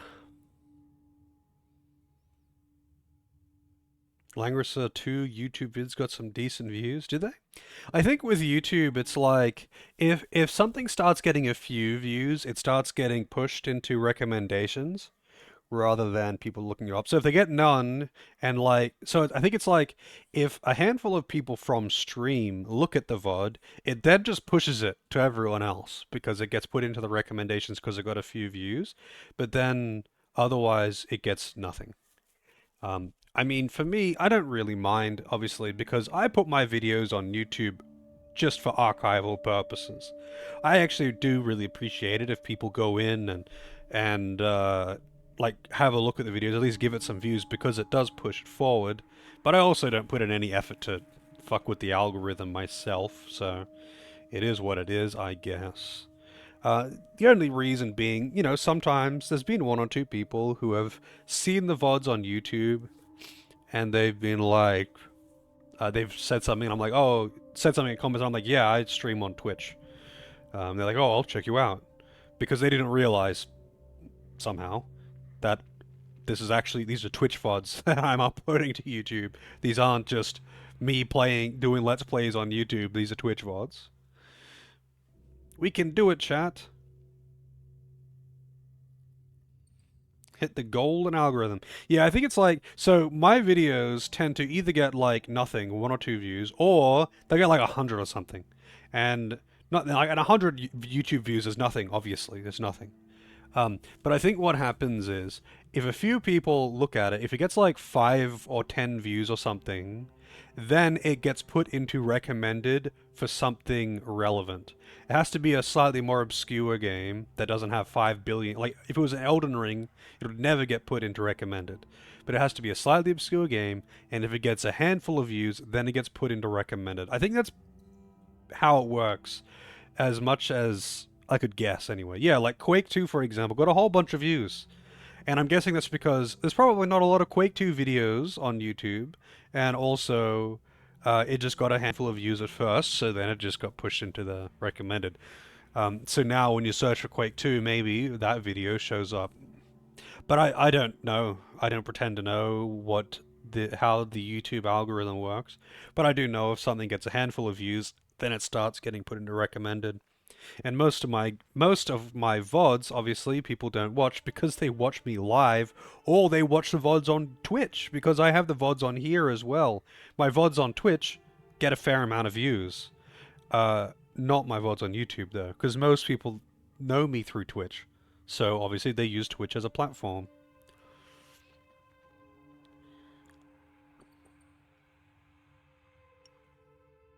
Yeah, Shaolin Monk's got a reasonable amount of views. I mean, I started putting my VODs on YouTube only because I learned how easy it is to do so. For archival purposes. I put them there for archival purposes. Because so many of my old, like, I've got hundreds of games that I've played on stream that they're just, it's gone. That they're lost to the world because I didn't archive them. I didn't realize how easy it was to archive them, and I wish I learned earlier, because there would be lots of playthroughs that would be on there. But there isn't. The first one that I did, I believe, was Legend of Dragoon, that I actually archived. First Nocturne run, gone to time. Yep. It's a shame, but it is what it is, you know?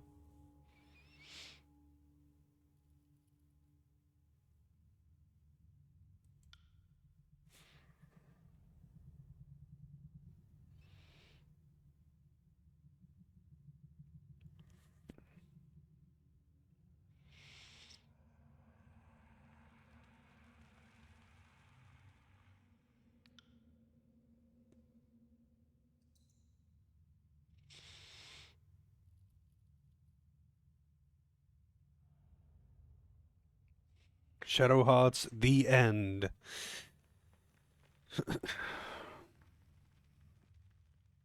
I mean, what's funny though about Nocturne? I've played SMT3 on stream like what 3 or 4 times at this point. I think I played it 3 times. I think I played it 3 times on stream. I first played it as a request, and that was the first SMT game that I played, and I really enjoyed it. And this is how Lozo found me, and actually a few others.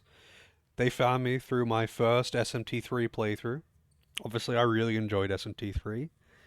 Um, but then much later, the HD version was gifted to me by FHQ, I believe, and I played that, and then I went back and played it again on hard mode. So I originally intended to do hard mode on that first one, but I was like, I want to actually finish this before Endwalker. because I was gonna be playing Endwalker as soon as it came out, and I didn't want to have an unfinished game there. So I ended up going back to it again to play it on hard mode. And I gotta do more SMT5 at some point. I'm just time is something I don't have. Unless I was to like stream less, I just don't have that much time to do off-stream projects.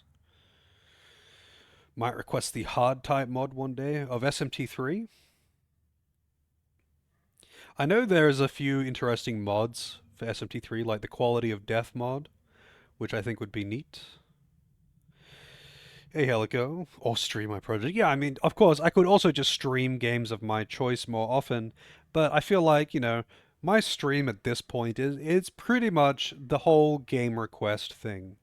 And obviously, I do like to just play a game of my choice from time to time, but I like to keep the queue moving. I like to keep the queue moving, and I think, if people had to wait a really, really, really, really long time for their game because I was also constantly playing my own games, then people might get a bit frustrated with it. It's like people already get a little frustrated with how long the queue is just because it's open to anyone. Like, yeah, it's got a channel point cost, but it's not that expensive.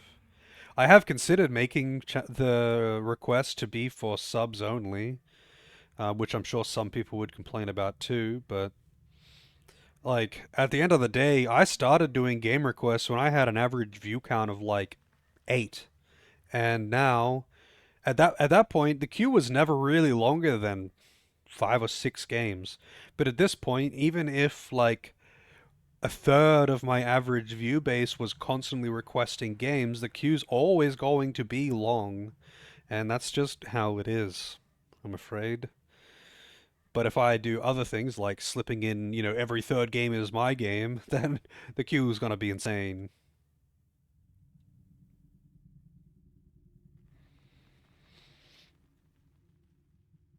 Yeah. Oh, I wasn't playing on easy, Lozo. I wasn't playing on easy. I was playing on normal. And he was angry that I wasn't playing on nightmare, I believe. He's like, dude, why aren't you playing on the hardest difficulty? It's like, because I haven't played it before. I'm just playing on normal because I haven't played the game before and I want to chill. And it's like, you're ruining your game experience or some bullshit. Some high tier some high tier bullshit. I was like, whatever, dude. Be mad, I guess. Yeah, he wouldn't shut the fuck up, so I just banned him. He was like, whatever, dude. Like, I've seen worse. But like, yeah. I don't know. I think the worst, two people in particular. One was behind the scenes, but one was Digital Devil Saga. And I'll never forget this one. I'll never forget this one because of how funny it was. Like, it's when I was playing Digital Devil Saga 1, I believe. Pretty sure it was the first one anyway. Um, there was this guy who was like, he was just generally being a little bit annoying. Like, he's just whatever, just some guy, some super fan. It was like, whatever, okay, I don't care. Mostly just letting him be because he wasn't being like outwardly offensive or something while I was playing.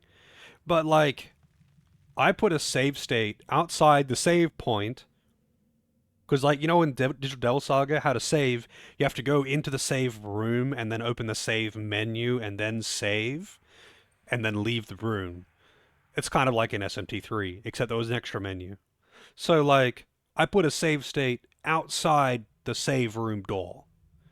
And he would not fucking have this. He was like, at the end of the stream, he's like, you're a save stating coward. Even when people are giving you information, you still suck at the game, you piece of shit. No wonder your stream is failing. And it was funny because at that point, I was like statistically getting more, like exponentially more viewers on average. At that point, that was like a rising point in my stream history, and he lost his shit over this. It was hilarious, and I'm like, okay, whatever, dude, ban. And that isn't the funny part though. The funny part isn't that he lost his shit in some kind of autistic fit. You see, what happened was after this, I was like, okay, it's done. whatever. Um, and, went on with my life playing games.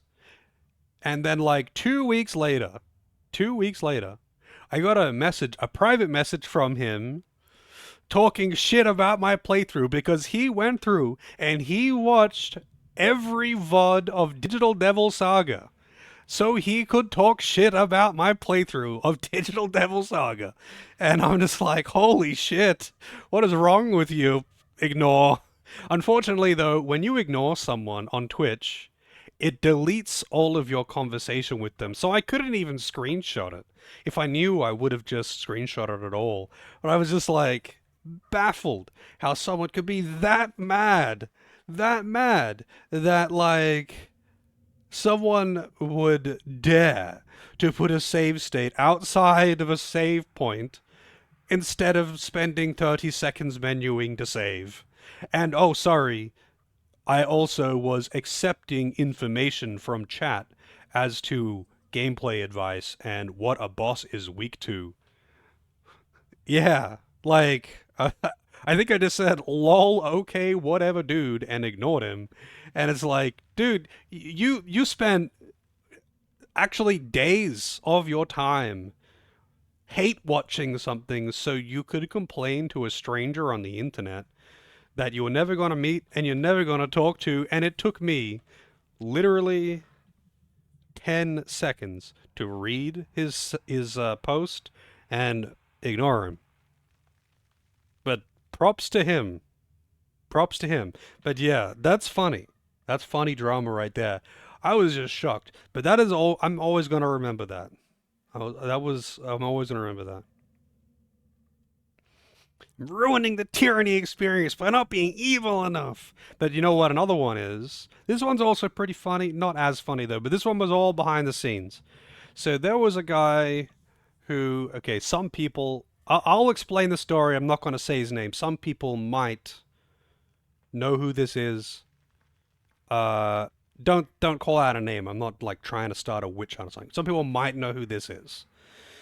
Probably not. I think maybe only a few people would know. Anyway, this guy he was a perma lurker, basically. He only chimed in occasionally.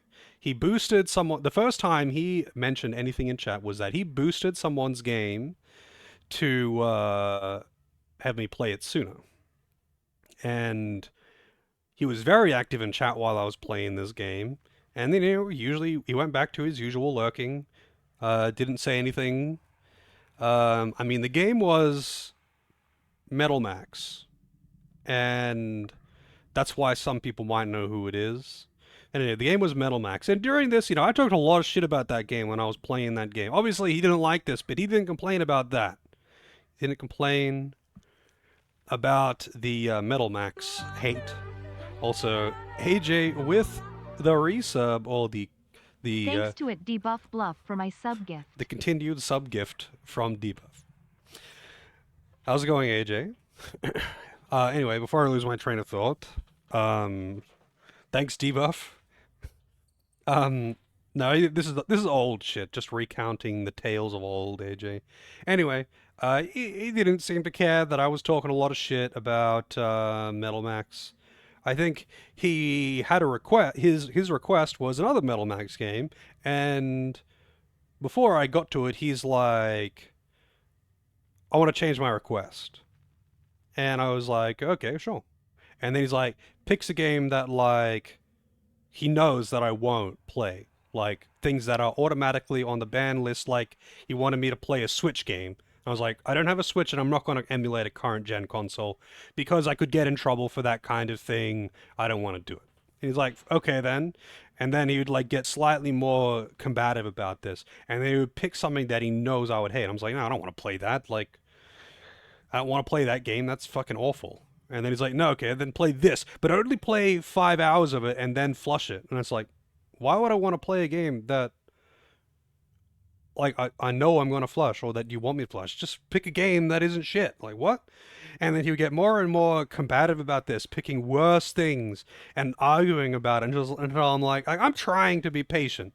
I'm trying to be patient and just like I try to be accommodating with people. Obviously, I'm not going to just break the rules for someone, but like I'm trying to be accommodating, and he's getting more and more argumentative until eventually he's just like, fuck you, and then just starts slinging out a bunch of insults in Finnish and then ignores me.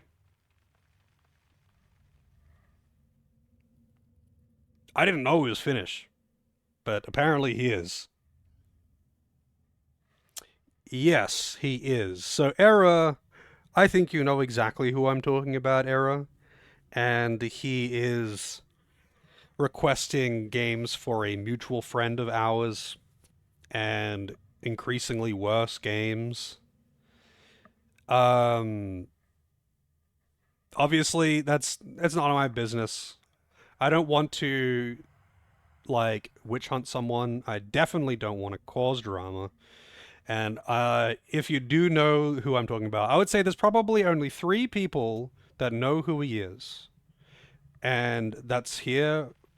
I mean, just in general, there's only like 3 people because there's a streamer that I talked to about the guy because I was like, oh, this guy caused a lot of bullshit for me, and he's like seemingly starting bullshit for you. So just, just a heads up. He was a complete cunt to me. So like, I don't know, gird your loins, and that's it. Um, but yeah, if you know who it is, don't call him out or whatever. I'm pretty sure Aaron knows who it is because of a mutual friend. But yeah, that was an interesting one. I try to be accommodating to people's requests, but at the same time, like, I'm just doing this for free, like, I'm just fucking playing games. I don't require that games be requested by subs. You don't have to pay me money to play games. I mean, obviously, if I don't have the game and it's only on Steam, then it would have to be purchased. But, like, you don't have to request Steam games. Many people don't for that reason, and I understand it. I wouldn't request a game for someone that I had to pay either because I'm poor and I don't want to just give away games. So I understand why someone wouldn't want to. But at the same time, like, if I'm asking someone to play a game, like, for example, Yulemas is another streamer. He does game requests, and I try to pick games that I think he would genuinely like. I think I might have requested some games that he's been kind of on the fence for, but most of the games that I've picked for him, he's quite enjoyed, and I'm glad for that. Like, I get satisfaction out of picking a game for someone that they end up really enjoying. It's like when I recommend music to someone. I want to, or a movie or something. If I'm recommending something to someone, I want it to be something that I know they'll like. And that's just me. I know some people want to watch someone suffer, but like, that's not me. I don't want to watch someone suffer. But some people just want to watch the world burn, I guess. It's just weird to see someone go like so weirdly intense over some just mundane shit, especially when like it's no secret what the rules of my requests are, right? Like it's pretty simple. I'll play most things. Like there are a couple genres that I won't play, and there's a couple franchises that I'm not interested in. If I don't have the game and it's on Steam, then you'd have to purchase it for me. Obviously, if I could just purchase every single game that people requested for me, I would. If I had that kind of money, great. But I don't. But like, you can request other games too. You don't have to be an old emulated game. Like some of my favorite games that I've played have been that. Like for example, SMT3. I played that on the PS2 emulator because that is a long since out of circulation game. Although now it has an HD version. It didn't back then. But like, I don't know. It's just weird to me just how people can be like that. Yeah, like RTS is a genre that I like a lot. The only reason why I don't want to play RTS games on stream, it doesn't matter if they're easy or hard, it's because even if they're easy, it just requires a lot of attention. I need to be looking at a lot of minor details all the time. It's not hard, and it's a genre that I quite like. I grew up playing Age of Empires, and I loved those games. They're just simply difficult to stream. It's purely that. They're difficult to stream. And if they were not, if I was good at them, if I wasn't a shit gamer, then I would be playing RTS games upon request all the time. But I'm sorry, I'm not good enough at video games. That's the only reason why. RTS games are hard to stream. If you have to like play them and also reach out and keep up with conversation, it's fucking hard, man. Which have I played on stream? I played Dawn of War 1, which is a game that I've actually played before, and Dawn of War 2 is another game that I've played before, and I love Dawn of War 2. That game is fucking great. I don't want to do Desert Bus. You're right, I don't really want to do Desert Bus. The only other thing with my request is say, what is it? If I don't have it and it's only on Steam, it has to be purchased for me, obviously. I gotta actually be able to play it, and it can't be banned on Twitch. But other than like the few genres that I don't want to play and the like, what, 3 franchises that I don't want to play, it's pretty open. There's only one other exception, and that is if a game is really, really, really long, it has to be something I'm interested in. I'm happy to play a 100-hour long game. I'm actually happy to play a 100-hour long game, but only if it's something that I'm interested in. If I'm only meh on a game, I'll happily play a game that's 10 hours long that I'm meh on. Anything up to like even 40 hours. If it's like, yeah, whatever, then sure, whatever. But like, if it's 100 hours long and I'm just like, I don't want to play that game. But to be fair, that's not very many games. I think me declining a game purely on its length has only happened like once or twice.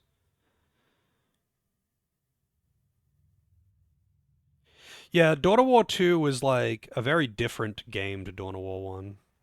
Dragon Quest 7 and Persona 5. I mean, I played through Dragon Quest 7 though. That game was way too fucking long, but I played through it. Persona 5 I haven't played. And Persona 4 was not declined because of its length. I started that game. I did exactly what I said. So Persona 4 was requested. And people know, it is no secret, that I have zero interest in Persona. That's just how it is. I'm sorry. I'm not interested in Persona. I don't like anime teen drama. Persona 4 was requested and purchased, and I said that I will give it a fair go. I'll play this game. I'll play this game for 3 whole streams. 3 whole streams. And if it doesn't get good, if it doesn't become fun, I can put up with some lame-ass story if it's still fun. But if it doesn't get good, in 3 days, I'm dropping it. And I played it for 3 whole streams. And in that entire time, there was probably a total of maybe 2 hours of actual gameplay. It took like 5 hours to see combat, by the way. And I dropped it. I was like, oh, sorry. I mean, I gave it the chance. I gave it the chance. I did what I said I would do. This is kind of on you because you know way before that it got requested that that's what's going to happen. The only thing, yeah, you know what's funny? The reason why this exists, this exists because of Persona 4. That is the only reason why this exists.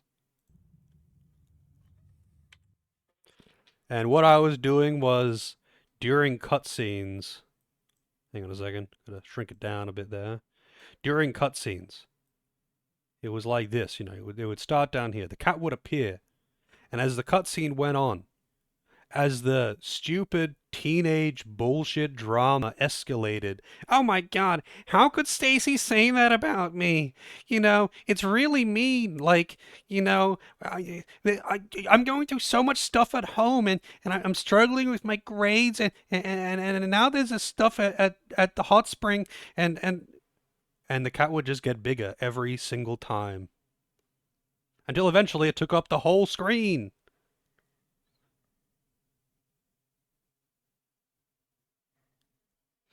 You don't think they're good stream games? I think they're just fucking boring. I hate teenage drama. Dude, I went to high school. I lived that teenage drama. That was my high school experience. I don't want to relive that. It's fucking garbage. Why would I want to relive that? Sure, it's fun if you skip cutscenes. You still have to do all of the stupid day-to-day micromanagement shit and ensuring that you get enough study time in and go on dates with your friends. Gotta make sure that you talk to everyone to ensure you get +1 social friend skill. And you have to constantly do that. Even if you're skipping cutscenes, you still have to do all that shit. The PNG Lozo has been wanting me to do that as the PNG tuber thing for ages.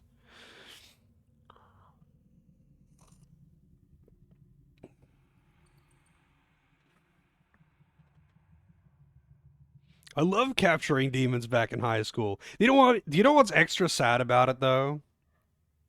So the whole supernatural thing breaking into the real world, the whole supernatural thing breaking into the real world and being like a detective trying to stop this shit behind the scenes because obviously the normies just don't know what's going on. They'd freak out, cause a panic, you know, all that good stuff. That's actually a really cool premise, and that is what made Devil Summoner Raido 1 in particular actually a really cool setting. Like, that whole supernatural detective thing when you are using demons to hunt demons because they are infiltrating and manipulating society. Super fucking cool premise. When you're playing as adults and you're running a detective agency, when you're not a high school student who has to go to class and micromanage friends with their, like, dates with their friends, that's when it's cool. It's cool when you're an adult and you're involved in it and it's the whole story. You don't have to have forced blocks where it's like, okay, the main story is on hold because class is in session and now we have to finish the semester and make sure our grades are good. No, in Devil Summoner Raido, you hunt demons every day because that's what you fucking do, because it's his job. It's his job to do that. And that's what made it fucking cool. I mean, granted, Devil Summoner Raido completely goes off the rails when you get halfway into it. The story is just like, and now we've got multi-dimensional time-space robot Rasputin coming in out of fucking nowhere on a giant ship from another dimension. And now we're traveling back in time, or are we? But, you know, before I got to that part, it was really cool.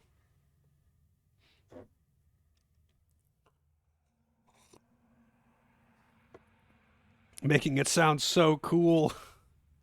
Before it turned into, well, before Devil Summoner Raido's story goes off the rails with that shit, with all the Rasputin shit, like the multi-dimensional whatever, it's actually super cool. I was 100% on board with it, especially like the setting.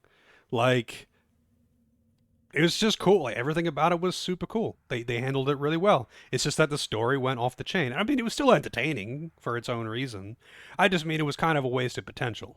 Because if it remained a little bit more grounded, it actually just would have been super cool. Having that kind of supernatural background to an otherwise normal time in, like, what, 1950s Japan. The Secret Fight in Soul Hacker's bonus dungeon has both Raidos. I did a little bit of the post game dungeon thing in Soul Hackers, but I didn't do all of it. Whatever I did on stream was all I did. I didn't actually play more of it off stream. Soul Hackers was a good time though. The only thing with Raido 2 was that Raido 2 um, had a kind of a dumb premise for the story. And the gameplay mechanic that was added in Raido 2 was also pretty dumb. The whole luck thing. And I know, yeah, it's me, and I hate RNG. Like, I get it. That's not what I'm talking about, though. It's a bad mechanic in that regard, too, because of RNG. But I guess for those who don't know, the story of Raido 2 is that these bugs have appeared in the city, and they're stealing people's luck. And I'm not like dramatizing this or something. Like, this is literally the plot, and I'm not trying to make jokes here.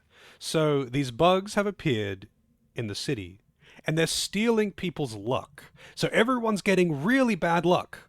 Like they'll lose all of their bets, and if something can go wrong, it will go wrong. Everyone's just having terrible luck, and you find out that there is this secret underground clan that lives in Japan that is controlling these bugs. You see, because they effectively control Japan's luck.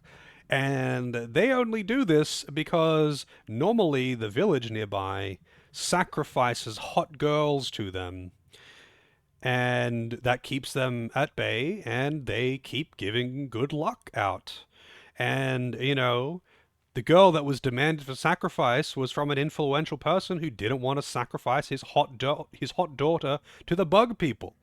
So you have to go and intervene and deal with the bug people, but it gets pretty out of hand because these bug people are pretty powerful and they are seriously stealing everyone's luck.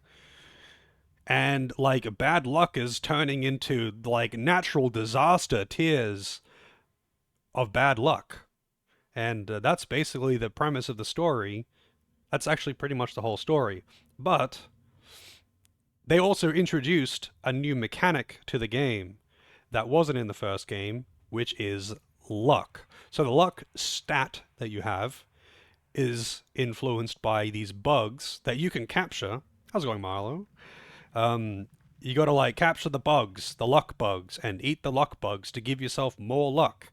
And what happens is, randomly at the start of battle, like a slot machine thing will appear on screen, and it'll just spin, and it'll give you a good luck thing or a bad luck thing, and it'll be like, haha, all of your attacks will miss for a minute, or all of your attacks will crit, or there are banana peels everywhere, and every time you move, instead of standing still and attacking, you'll slip over and get stunned. And that was the new gameplay mechanic. It was a slot wheel that comes up, and it will give you a good thing or a bad thing. But as you get further into the game, some bosses can literally cast the slot machine as a spell, and they will force it up onto screen. And sometimes, like for example, when you're fighting the fiends, the riders, they have a purely negative wheel, so they'll bring up the wheel and you just have to hope it doesn't do anything too bad. Because some of them are like, your demons just die instantly, or you can't attack, or you can't hit things, or everything crits you, or whatever. They're all bad. But like that was the mechanic that they added to the game, and it was just fucking terrible to deal with. And there would be things like, if you have low luck while walking around, sometimes your character would just like materialize a banana peel under his foot and slip over and drop money and shit like that.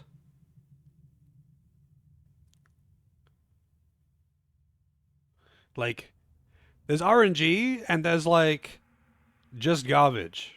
And that is what the mechanic was for Erroratu. Like, there was some other good things that they added. Like, I think you could have two demons out in Erroratu, right? But, yeah. It was silly. Like, the plot premise was silly, the new mechanic was silly, all of that was just kind of dumb in Erroratu. But, like, it was still enjoyable enough to play. The only thing is, though, when I was playing that, I was dealing with some bullshit in real life that was definitely reflecting, and my patience was way more thin than usual. So definitely not the right time to be playing a game that's dealing with my most disliked thing in video games.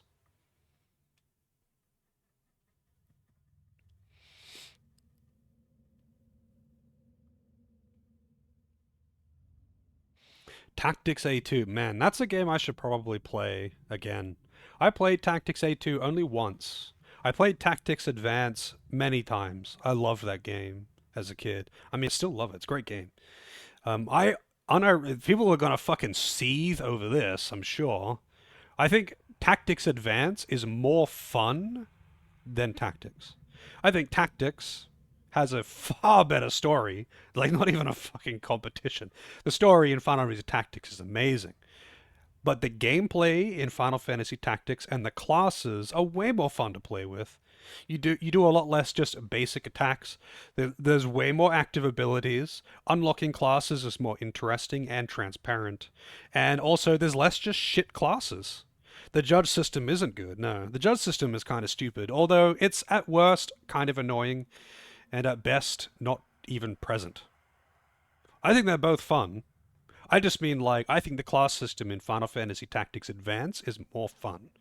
And people fucking seethe over that because people hate Tactics Advance because of the judge system, which is fair. The judge system sucks. Although the judge system is, again, it's whatever, dude. Like, it doesn't matter. Like, the judge system is so inconsequential.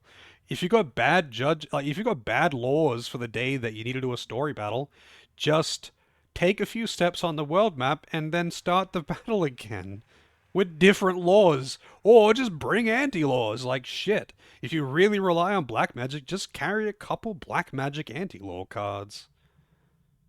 Like, is it that bad? Like, I've played through that game so many times, and yes, the law system sucks. It's stupid. It's a plot thing. I get it. It's dumb, but it is not that bad. It is not enough. It is not enough to stop me from playing that game many times over. What does a judge system do? So basically the judge system is like, so it gets more intense as the game goes on. But basically, the story of the game is that you're inside a video game. And the laws are like a list, a list that cycles through. And it'll be like, fire is banned today. But if you use ice, you get a reward. And there'll be things like no black magic or no white magic. But it'll be like, for that battle, there'll be a law that says the example will be fire. So if it's like this day, the law is you can't use fire magic or fire damage today. But if you use ice magic today, then you get a bonus, you get a reward. I don't even remember what the reward is, but you get a JP or something, which you can use to do summons. Anyway, it's just that the TLDR is that on this day for this battle, you'll get 1 to 3 things, depending on how far through the game. 1 to 3 things will be banned, and you won't be allowed to use that thing, or your character gets sent to jail, and then you have to pay to get them out of jail. But the laws change every day. So, like, if you say today the banned thing is fire, and you use fire spells a lot, you could just pass one day and then do the same fight, because it'll be a different law if you pass one day. There's no like there's nothing like complicated like multi-layered laws where you can't do this followed by this, or no potions on odd turns. There's nothing like that. It's just certain action types are banned for the duration of this battle, and if you do the banned actions, you get sent to jail. It's that simple. But there's these things called anti-laws. They're cards that you can get either by doing battles or buying them or whatever. Like, they're just another consumable. And you can use those to remove laws. So if you really wanted to use fire and fire was banned, you could use a card, a fire anti-law, which just removes it. That's fine. You can carry like 30 cards. Just carry the ones that you rely on. I love card mechanics. I mean, I don't mind card mechanics. I just don't like deck builders. Cards and tower. Oh, dude, I love tower defenses. I actually love tower defenses. My most played games on Warcraft 3 custom games were all tower defenses. Every single one of them. And that includes Dota, which I played a fucking lot of too. My most played games are all tower defenses. Fat Princess. Dude, Fat Princess was so fun. And anyway, yeah, people go hard on the lore system in Final Fantasy Tactics Advance. The only other complaint that it usually gets is that it's too easy, because it's true. Final Fantasy Tactics Advance was clearly aimed at kids, and it's not very difficult. It's got a few moments where the bosses can be kind of hard. Like, mostly the totemas can be pretty tough. They can be pretty difficult, but that's it. Most of the time, the game is actually pretty easy. The story is actually kind of cool. It's childish, but it's actually kind of cool.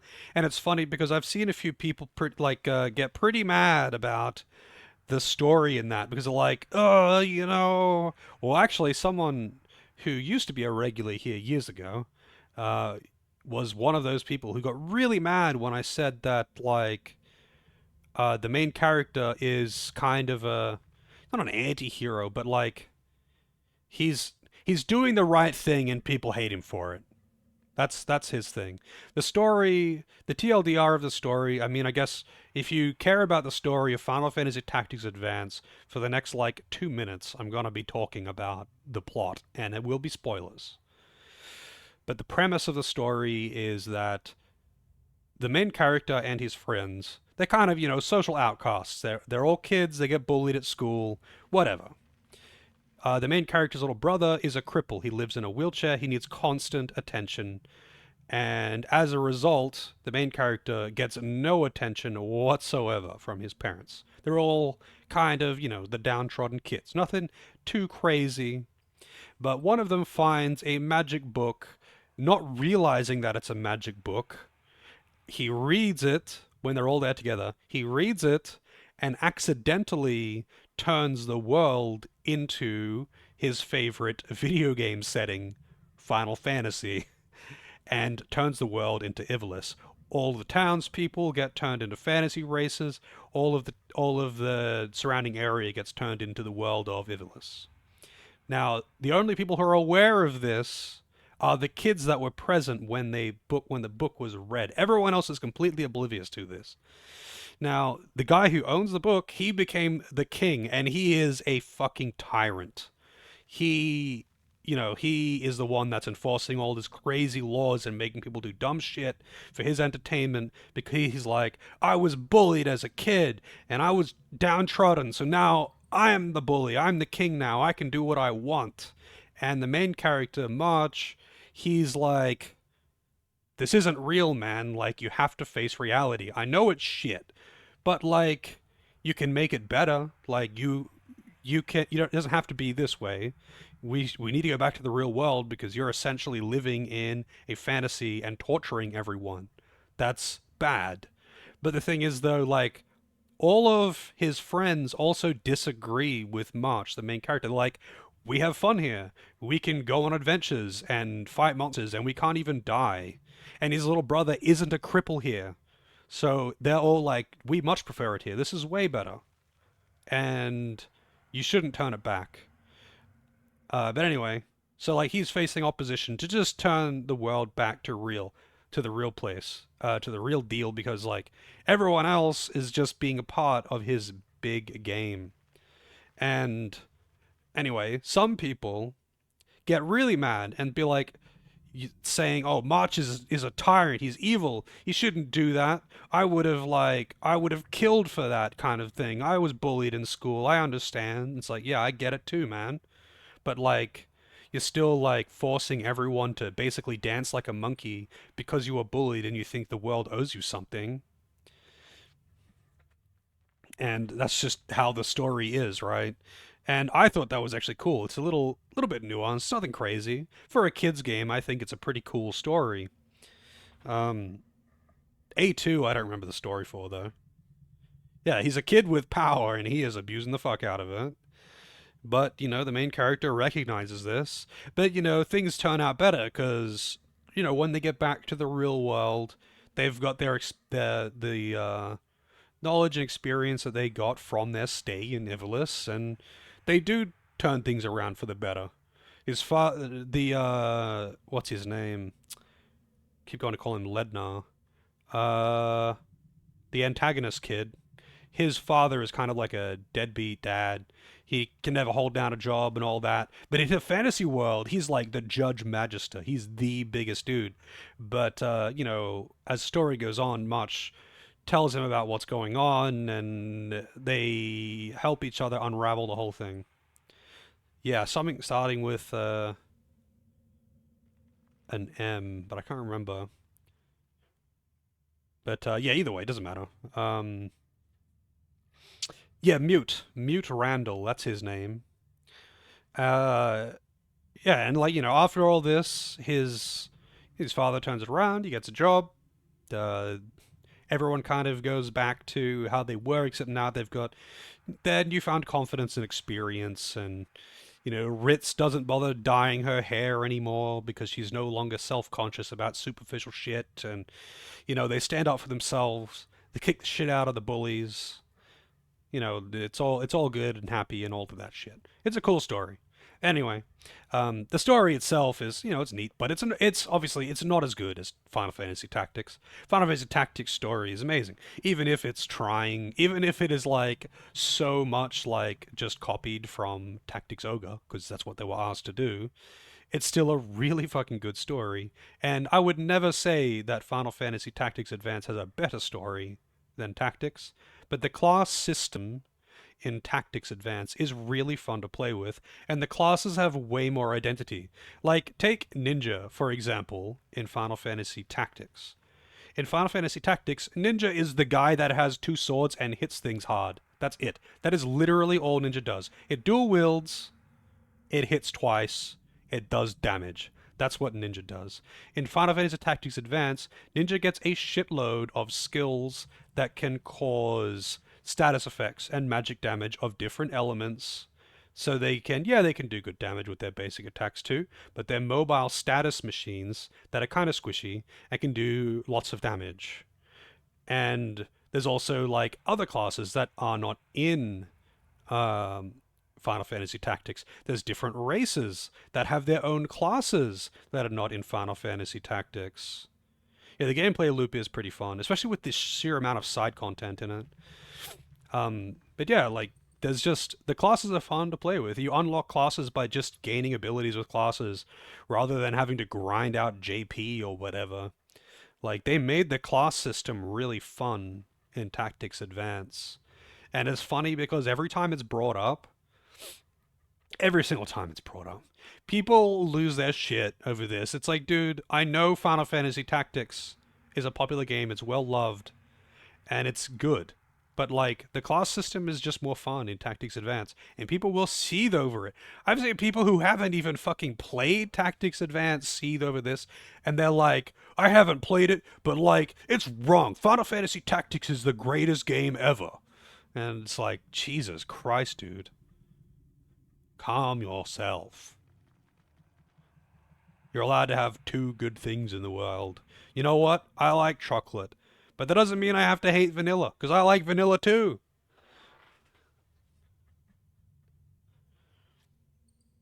They refined the system in the follow-up.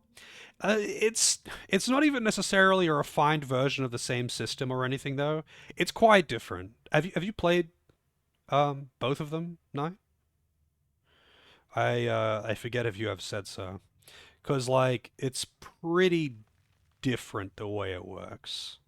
Like, there is way more focus on actually using abilities, and like, you unlock classes by learning abilities, and you learn abilities by getting different weapons. More advanced than OG. Okay, good. So you understand how it works. They're pretty fucking different, right? Like, I wouldn't say they've refined it. I would say they just made a new system, and they had kind of a similar idea of classes unlocking classes, and that's about where it ends. I've actually probably played. Oh, actually, I don't think I played more of the original than the PS1 version. I played the original a lot though. I've played both of them a lot.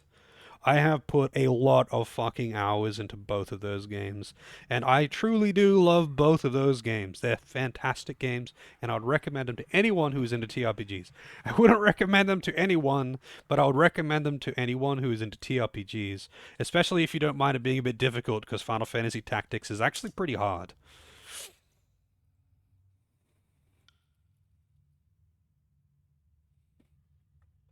I've been sitting here for like half an hour just talking, not even playing the game. Maybe I should be a just chatting streamer.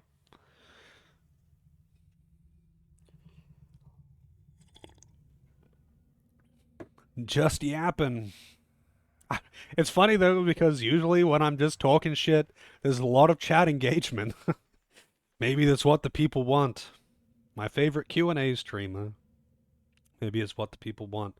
I mean, I'm happy to sit here and talk shit. The reason I started streaming is to just talk shit while playing games. Gives me that social interaction that I otherwise don't get much of. Just chatting. But I could talk shit about video games all day.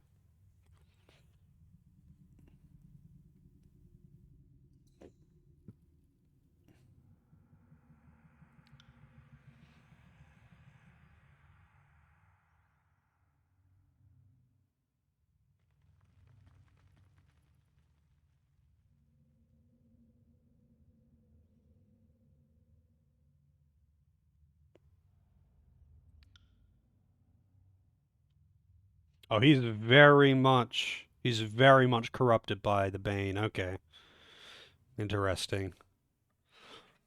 But yeah, TLDR, I gotta replay Final Fantasy Tactics at some point. I've seen some mods for Final Fantasy Tactics Advance where they either overhaul or remove the lore system. I know the last time I played Tactics Advance, I used a mod that just removed the lore system. But you know what's funny? You can actually just put in an action replay code that just removes the lore system anyway. You can just play it as is. The lore system is actually part of the game's story, though.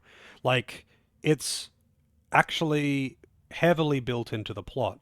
The judges, the laws, and their effect on the people are actually a part of the plot. And it gets to a point where, like, so like the judges are everywhere, right? The judges are everywhere.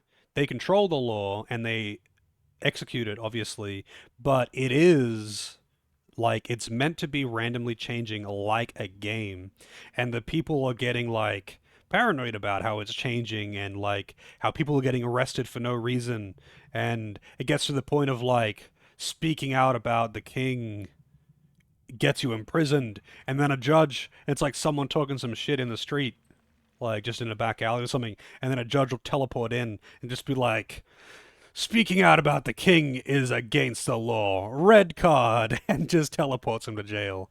And people like freak out about it and all that. Like the whole law thing is actually a part of the story. So if you just like use action replay to remove it, it's kind of funny because like it's actually a plot point. But yeah, for all of those who would want to play the game but don't like the law system, straight up just disable the law system. It's like it's a pretty common mod.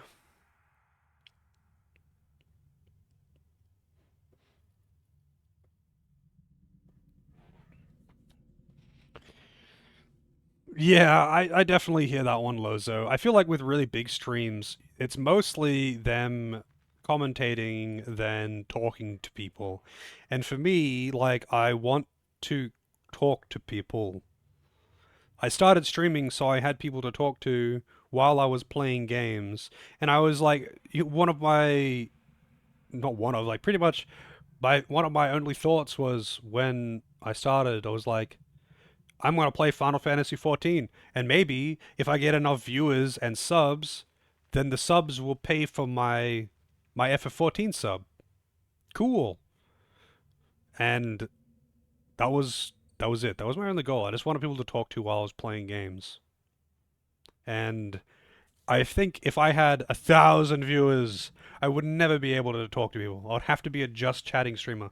I'd be like seeing the occasional message and otherwise just commenting on what I'm doing. And that's just not what I'm about. Obviously, I would like to have more viewers and I'd like to make more money from Twitch because I don't have a lot of money and like the sub money that I get means a lot. But like, I would never want to, try and guilt people into subbing or anything like that. And I wouldn't want to like try and turn my stream into something that I don't want. I just want to chill and play games and talk shit with people. And if I can't like get 500 viewers and thousands of dollars from doing that, then well, that's a shame. But that's what I want to do.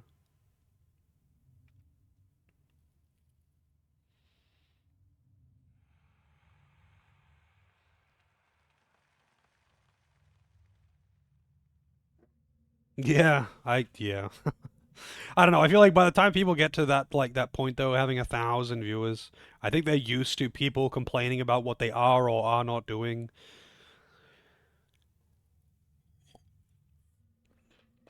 and they just ignore it.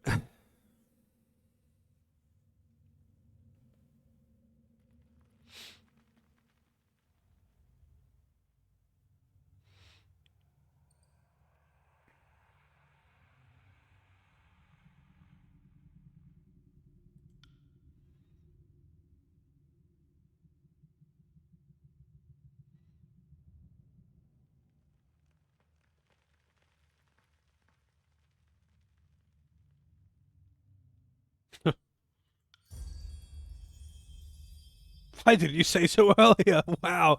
Hang on a second.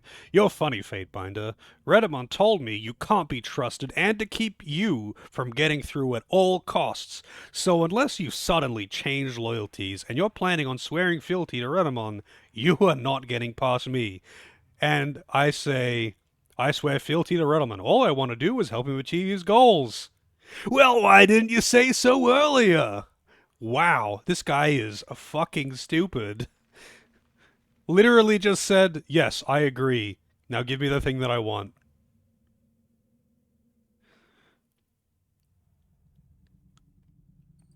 Brotherhood gained, behind a favor.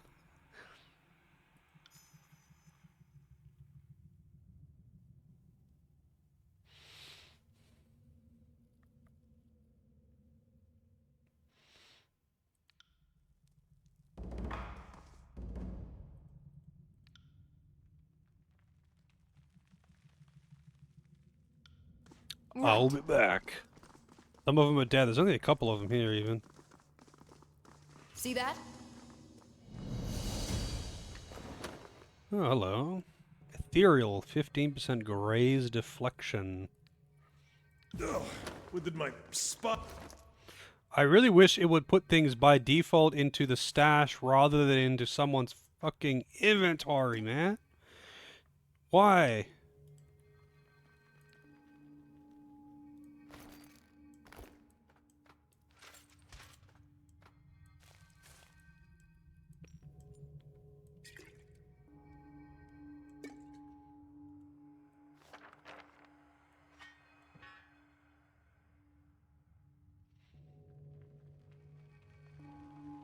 Oh, that's actually good. But that's two-handed. Mine was made of iron. Yeah, if you've got 1,000 viewers, dude, you're not monitoring that chat and reading every message. Dude, I've got 30 viewers and I still miss things all the time. Granted, I'm not very good at, like... I'm not actually very good at keeping up with chat. I'm worse than most. But, like... Well, actually, I wouldn't say I'm worse than most. I've seen many streamers that are far worse than me for keeping up with chat. But it's hard to keep up with chat when playing a game. It's hard to keep up with chat when you're playing a game. I barely do, and I stop playing to interact with chat all the time. Can't do that. Better not get bigger. I mean, I would always be happy to get more viewership. And I mean, I slowly am growing as a streamer. The viewership slowly goes up. It was a year ago that I had, like, I don't know, maybe an average of 20. But now I've got an average of 30. Huge gains. And, you know, I love to see it. It means that I'm entertaining enough for people to want to stick around.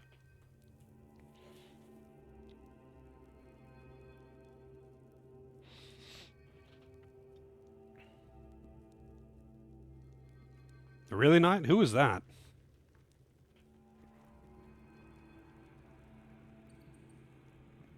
For me, it depends on the game. Some games I can really easily read chat while playing, but then others I can't. It really depends on what I'm doing. So, like, if I'm playing, say, this guy, or Retro Island Gaming, I never really watched that guy. Like, some games, it's easy. What I'm doing, like, FF14, I can easily read chat while playing. But if I'm playing this, like, I have to read when I'm playing this. I can't read two different things at the same time. So, like, obviously, I'm not going to be able to read chat a lot of the time when I'm playing this. I miss message. I mean, I would like to say that I catch most messages, but, like, I do so sometimes by stopping what I'm doing, and sometimes I still miss messages. Like, frequently enough, I miss messages. See that? Sorry, I can't.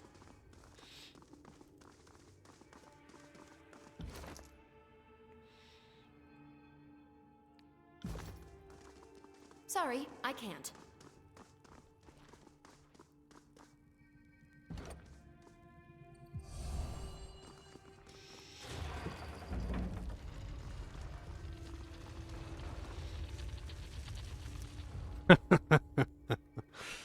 I mean, I do occasionally choose to ignore messages, but it's pretty rare. It's usually just like some random shit from someone who is obviously trolling, or like things that were clearly just posted to be contentious or something, you know.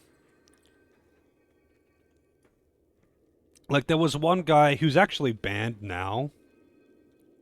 There's one guy though that used to come in, you know, every few weeks and he'd be like, "Hey, is this emulated?" And he would pretend to be new every time. But he'd be like, "Hey, is this emulated?" And I'm just like, "No, no. This is real hardware for real." And he'd be like, "Really? Because it seems like it's emulated." And I'm like, "Yes, it's emulated." And he's like, "Didn't you know that emulation is piracy and illegal?" And it's like, "No, it's actually not. You see, I got this ISO from my own PS1 disc." And then he's like, "No, no, emulation's illegal." And it's like, you know, emulation actually isn't illegal, and you're a fucking idiot. Then anyway, then he would leave, and he would do this like he did this like 5 times or something. And he'd just come in and be like, "Hey, is this emulated? Is this emulated? Emulated?" I'm in danger. A lot of Nintendo dudes are like that. Evil Blankenfish with the raid. Yeah, I don't know. I just banned him. Like, it's whatever, I guess. It's like, okay, you're a very dedicated troll. It's like that guy who comes in and is like, "Is this live or a recording?" Emulated. How's it going, Samato and Evil Blankenfish? Welcome in, raiders. Thank you very much for the raid. How is the legending of the mana-ing? The manification? Is this live or a repeat? Yep. I don't know. There's a few of them out there like that. I feel like sometimes they're just joking, but that guy seemed too serious to be joking, and he just kept doing it. And I'm like, you know, after like 3 times, I was like, "Dude, why do you always ask this? Like, why do you always come in and ask this?" And he's like, "What do you mean? I've never been here before." It's like, yeah, okay, dude. Okay, dude. It's good. Made a crappy golem. By crappy, do you mean not very good? Or do you mean, like, what it's made of? It is literally the Turdmobile. And you're slapping people with a turd-based golem. Because, you know, I've seen golems of many kinds. Steel golems, iron golems, flesh golems, rock golems, mud golems. But I have not seen a poop golem before. And I feel like it would be pretty good. If you could make a mud golem, I reckon a poop golem would be really effective because people would be horrified to fight that kind of thing.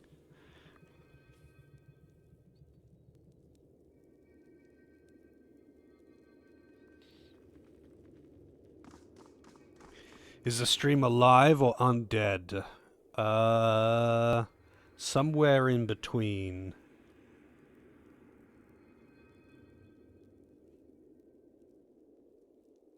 Did I find the poo demon in Wrath of the Righteous? Oh, maybe. I don't remember. I did a lot in that game. I did most of the side quests. There was not much that I missed. Is this stream AI? I would hope that AI is smarter than I am.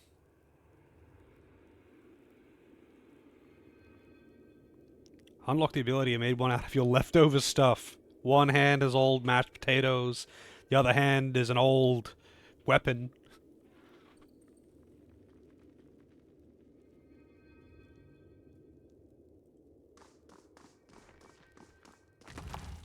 I mean, yeah, I'm sure some people would be all about it if they have got that, that poop fetish. But I hope that's not most of them. I think most people are not into that kind of thing. That's not bad, I guess.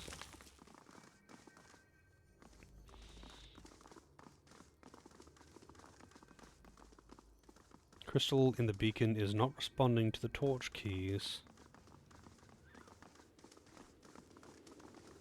So that can cross.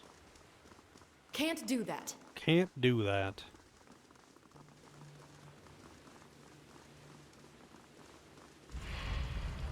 Brackish, foul-smelling water pours from these spouts and disappears away into nothingness. Nocticula's hot. Which one's that again? That's the leader of the underworld place, right?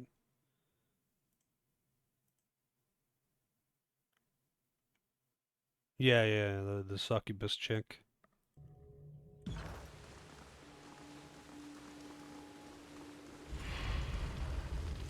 Can't do that. Can't or won't?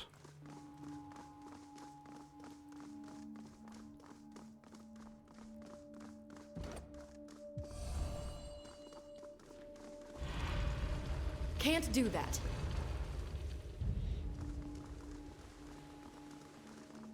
I just want one of the Interesting.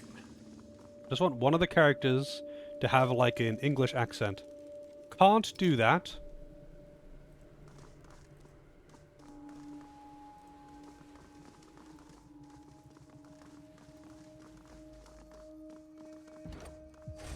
Come at me, grave Come at me, bro. meat. Too old for this. Well struck. I got it. Can't do that. Yeah, I did cause that mess. Actually, I want a Scottish You character. little shit. I want a Scottish character. I could bend that apart. Sigil of Terratus. Plus 10 control grave light. I don't even know what that is.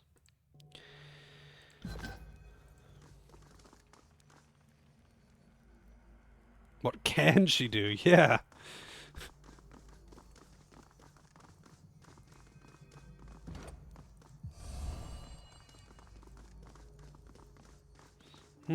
I guess I need another torchlight thing to get down there. And I get the feeling that I'm going to get it up here.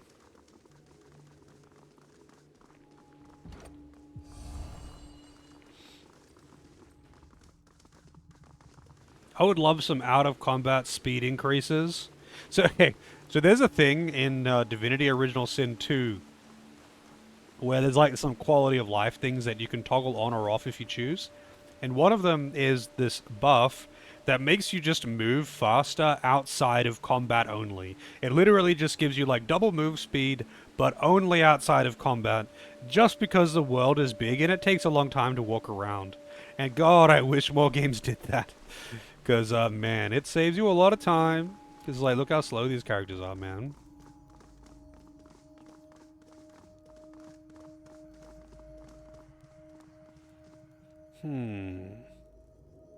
Unless I'm coming back through here.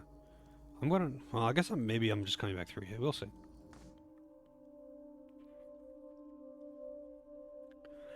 What's all this, then? Baldur's Gate, one of Baldur's Gate's protagonists was randomly super British? Really? Who? Do you know who? Alright, what's this then?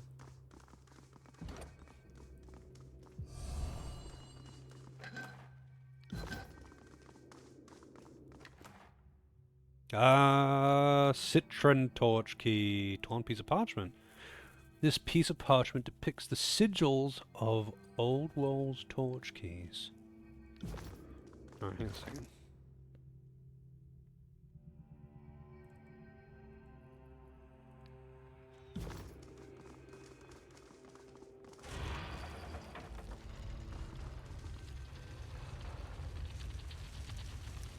Oh, it's just a voice so you can pick Sorry, your main guy. I can't. Okay. Another battle. I'm starting to think we're bad at making friends.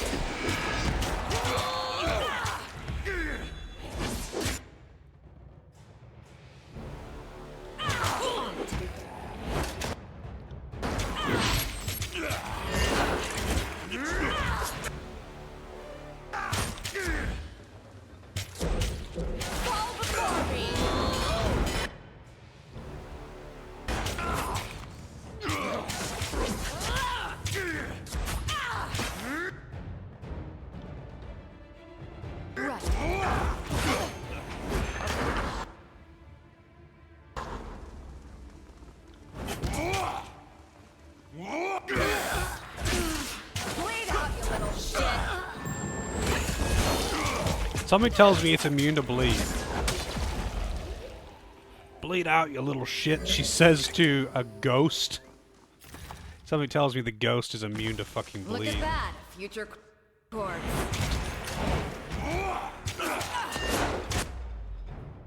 Bleed out, you little shit. Finished.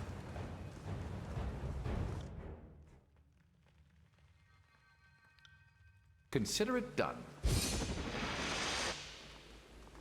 I feel like these other two are also gonna break. Guess not.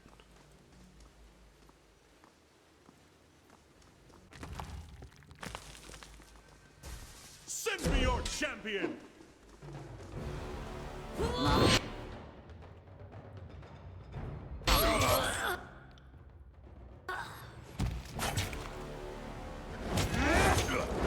On it. Sorry, I can't. Come and face my iron. Blown out by your ass.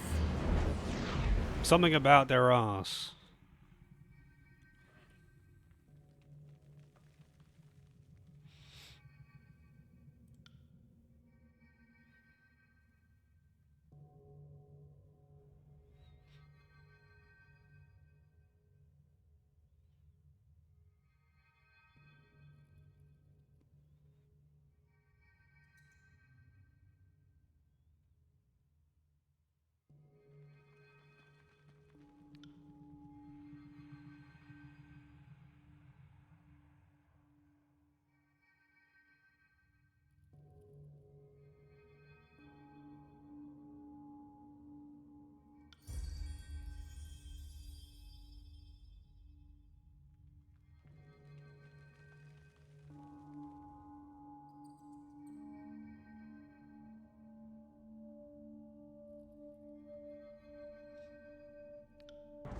So Trouble they, is afoot. oh, so they didn't get a torch key.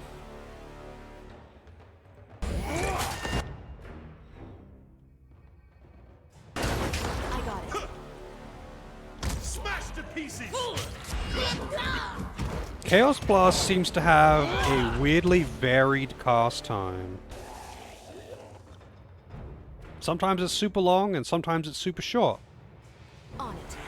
That's how it's done.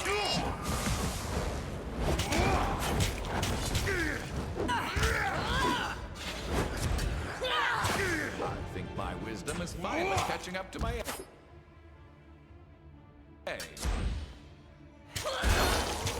Immune to Mage Fire. Shit, what aren't you immune to?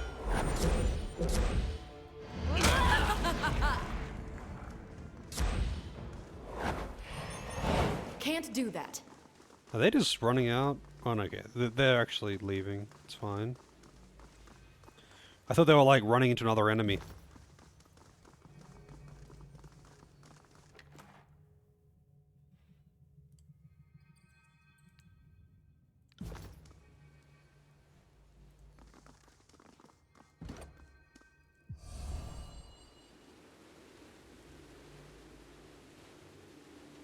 Okay, so I'm gonna have to try the torch keys with Will do. each one. Some of them are gonna give me enemies, and some of Can't them are do gonna that. open paths. But I don't mind extra enemies because that's free experience. Spotted something.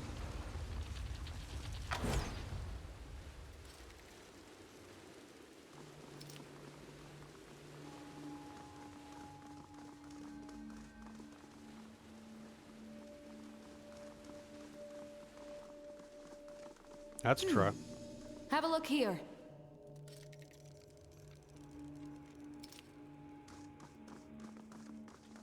I like that the traps are actually visible. Like, before you detect them, like, if you are paying attention and just looking, you can see traps. You can see them on the ground. Apprentice Garrick. Or Gaza.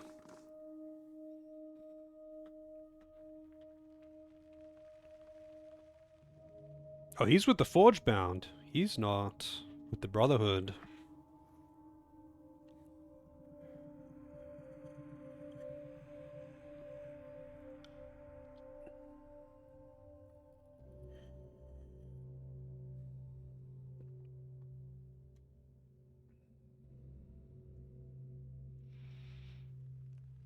Also, I gotta keep an eye on the time.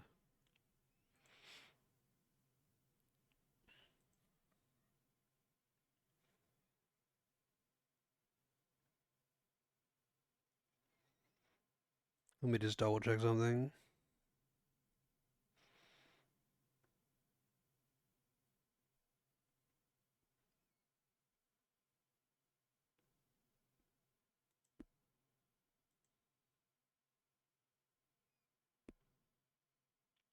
Yeah, reclears today. Usually we do it Tuesday, but one of the dudes was working, so we got to do it tonight instead, which is fine. That just means I'm starting it at my normal stream end time. That's all.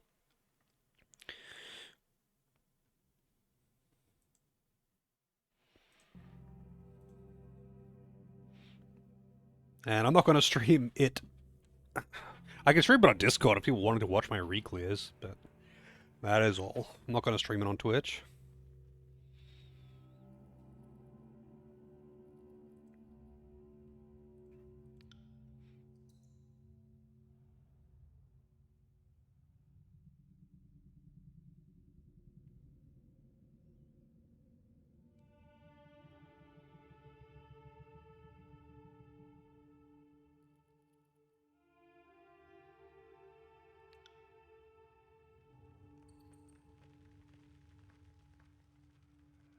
Hmm. That's interesting information.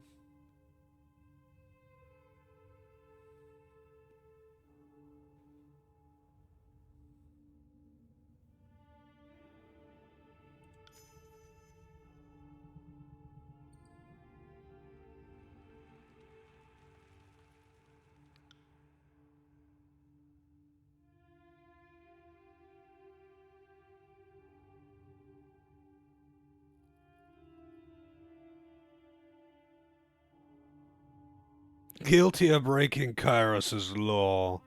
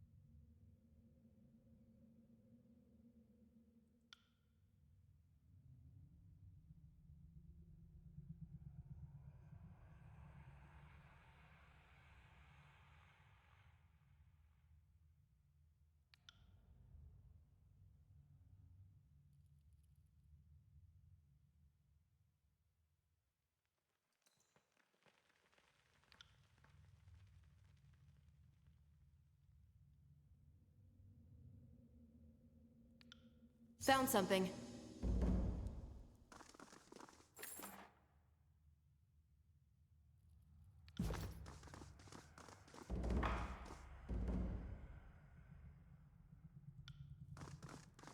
Oh, maybe I could help him. But no, apparently not.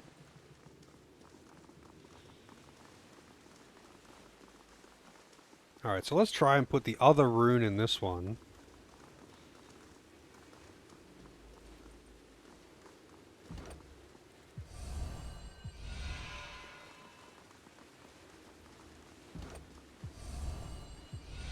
So it just does nothing.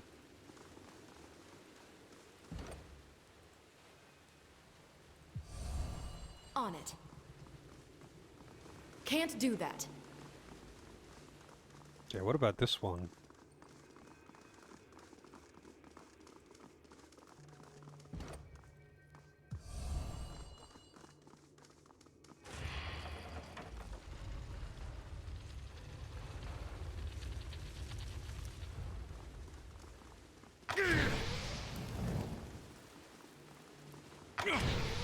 Dude, I'm trying to fucking disarm the trap.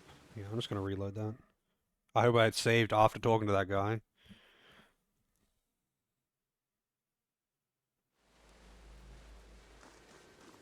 Okay, I saved before doing that then. Actually, you know what? Before I do that, I'm going to go into here.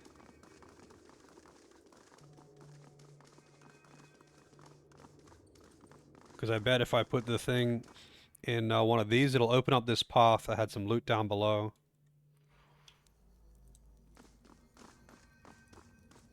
Labyrinthian dungeons. We love them. I actually do really like dungeons like this, though. It's actually one of my favorite kinds, with lots of paths and ways to open it up and explore and find goodies. Everyone likes goodies.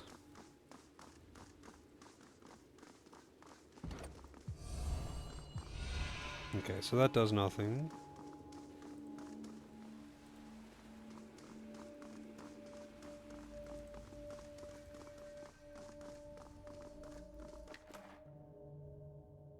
Moonstone. No, it also does nothing. How do I get down? Like, they could obviously just hop down this ledge. It's like, dude, okay, it's a Can't fairly do that. big. It's like, what, gonna be like a meter Can't and a do half that. or something. But, like, you could climb down that ledge without getting hurt, and you could climb up that ledge without needing a Can't ladder. do that. 50 gold! Hey man, 50 gold wouldn't be half bad right about now.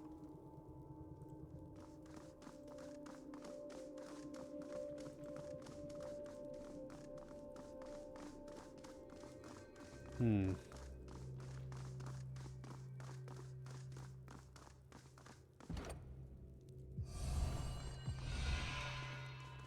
Nothing. And this one's unresponsive.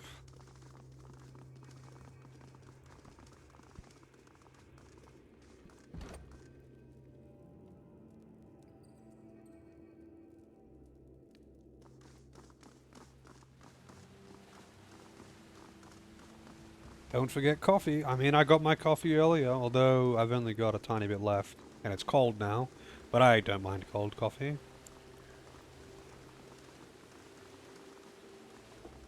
And now I have none left.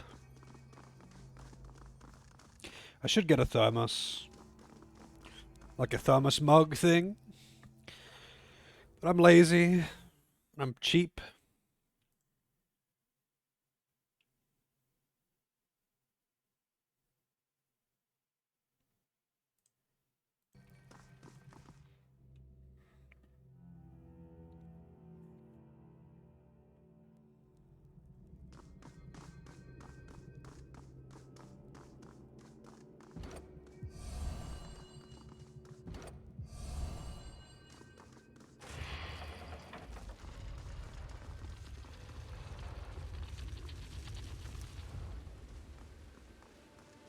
I'd say that's worth a second glance.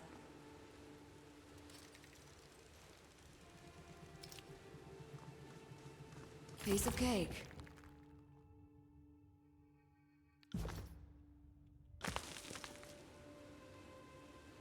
Worn down and faded rune embedded in the... Lantry's Voice of Ages talent is required to learn this rune. Lantry's Voice of Ages talent?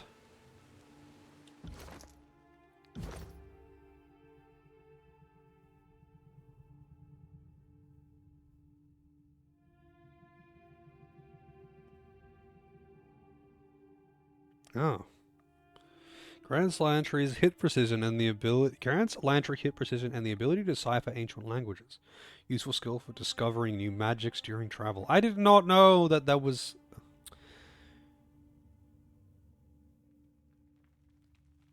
If I knew that, I would have put points into that.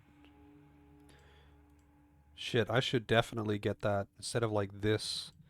Well, what does Gift of Moments do?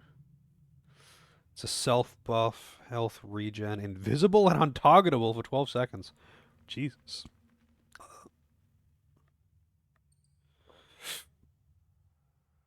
That is pretty good, but I gotta get these, I think.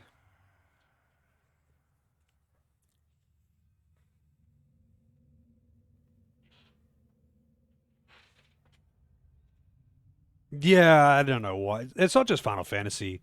Final Fantasy is pretty notorious for it, but like, Yeah, it's not just Final Fantasy that does that, huh? How they're just like, hey, yeah, congratulations, you are 50 minutes into a game, 50 hours into a game, your character's got like 5,000 HP, and you just got a potion that heals 200.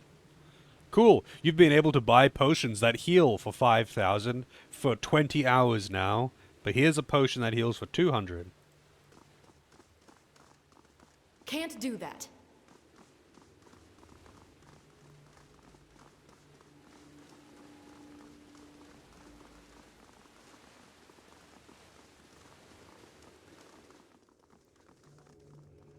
Why doesn't that guy just make a run for it?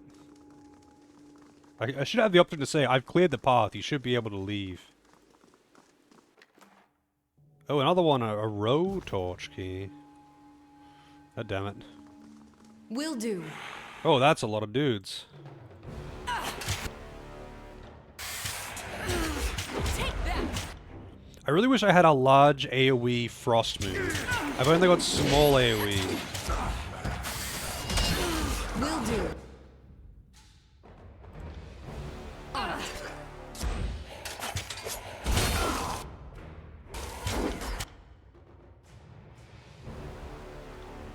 As you command. That's how it's fucking done! They never had a chance. Pity you won't enjoy this as much as I do.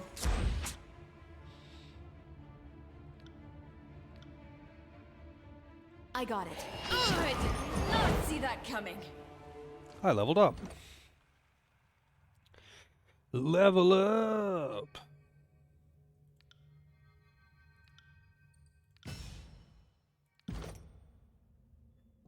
That's how it's fucking done. You know, the more I have Verse around, the more I like her. I like her style. Bow mastery, throne mastery.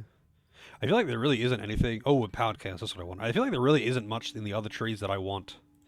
So Empowered Chaos now makes that AoE that I've been doing also do a pushback, and also random status. Poisoned, petrified, paralyzed, frozen, degenerating, asleep, stunned, frightened. I can turn people into degenerates. That's my true superpower. Will do.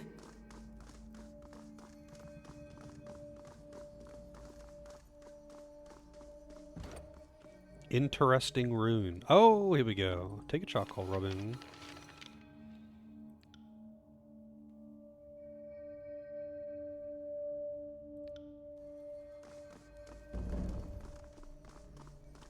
Alright, so this is the one. Where was the other one?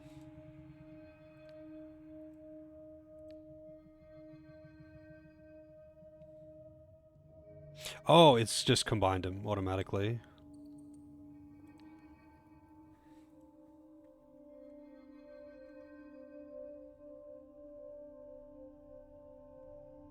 So I'm gonna need more. More!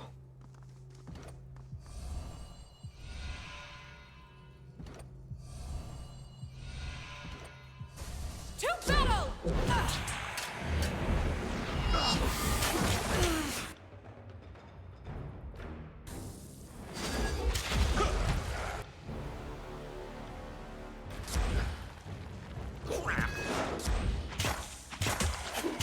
Are you afraid of death, worm? That one fucking hurt!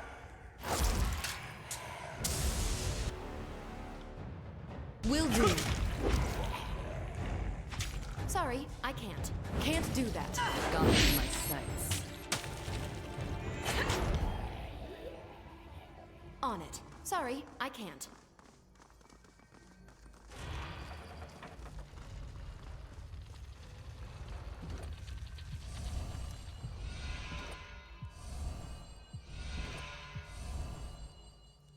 Why did that one Sorry, not break I open? can't. And what does that other button do?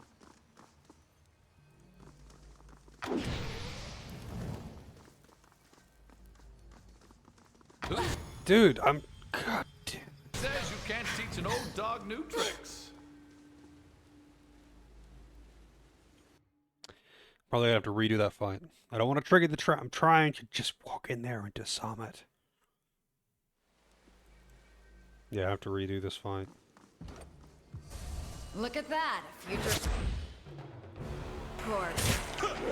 Who says you can't teach an old dog new tricks?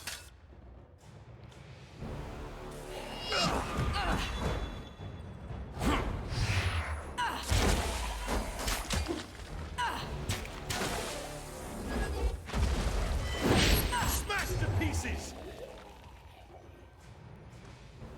That's how it's fucking done.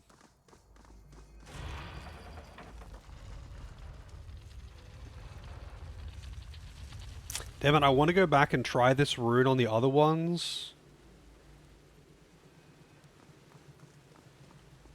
Found something.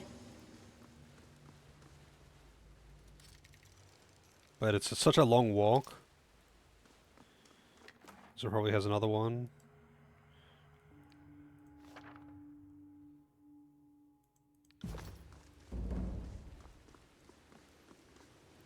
Return to Garrick.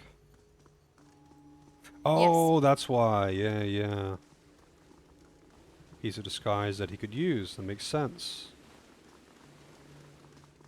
What is he gonna give me?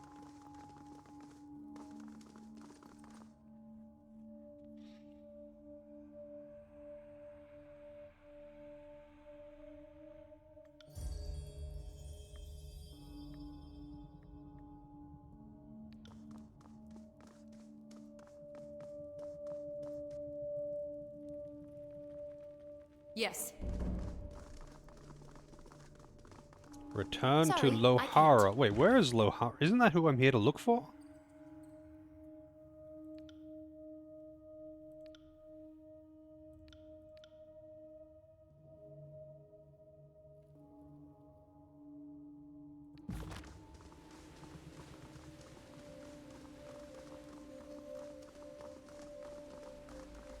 So I'm gonna need another rune.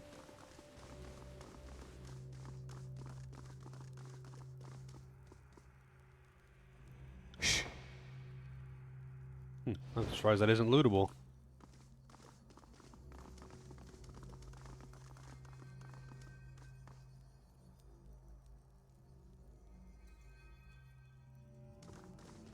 There's definitely gonna be some fights in here for getting these wrong. I am a shield wall unto myself!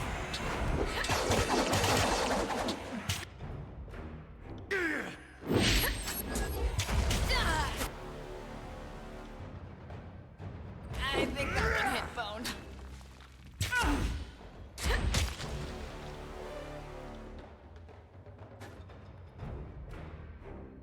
On.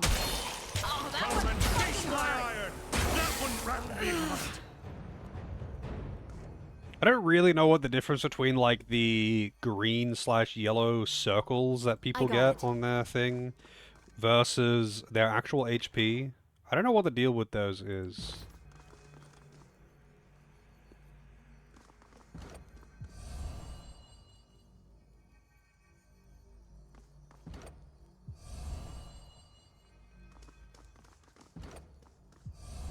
I want to get these Come wrong at me, grave meat. because I want the experience. On it.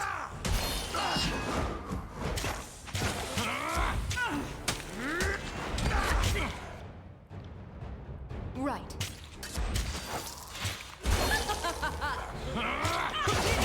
As much as I do.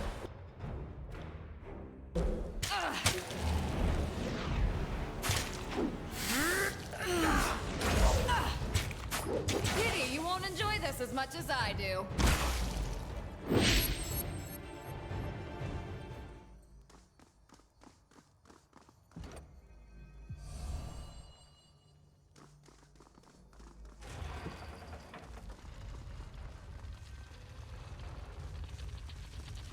I don't get the option to intentionally do the other ones wrong now to fight those extra things.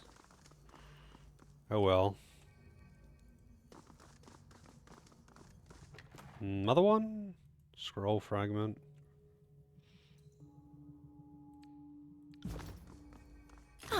Got it.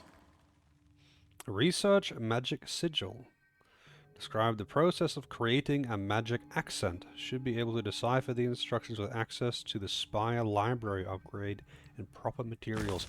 I don't know how to upgrade my Spire in that regard. I know how I can hire people to come to the Spire, but I don't know how to actually do upgrades to the Spire. New items since last visit. Like, if anyone knows how this works, feel free to tell me everything. Because, like, I don't know how to add a library or whatever. It hasn't told me anything about that. Sorry, I can't.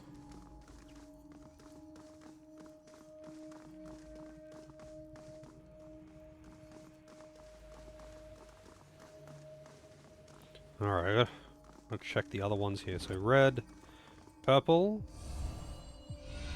nothing, yellow, also nothing. Red is how I got through. But there's another button here and I don't know how to fucking activate it. I want to go back to the previous ones because there's some rooms back there that I haven't done. I guess for what it's worth. I can see if I get another one and then I just come back through here. Just don't want to do excess backtrack just because it takes so long to walk around.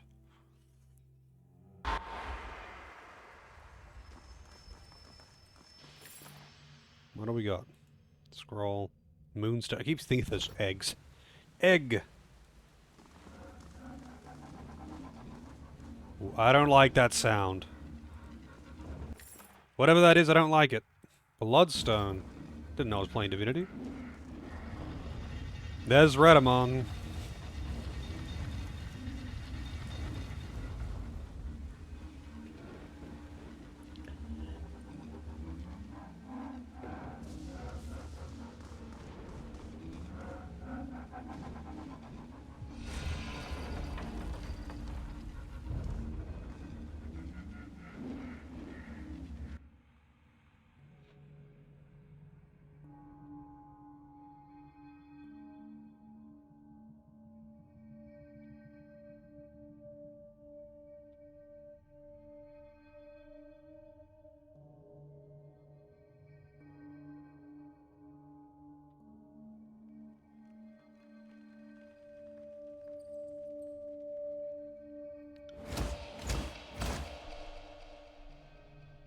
One of his men? There's only one person here.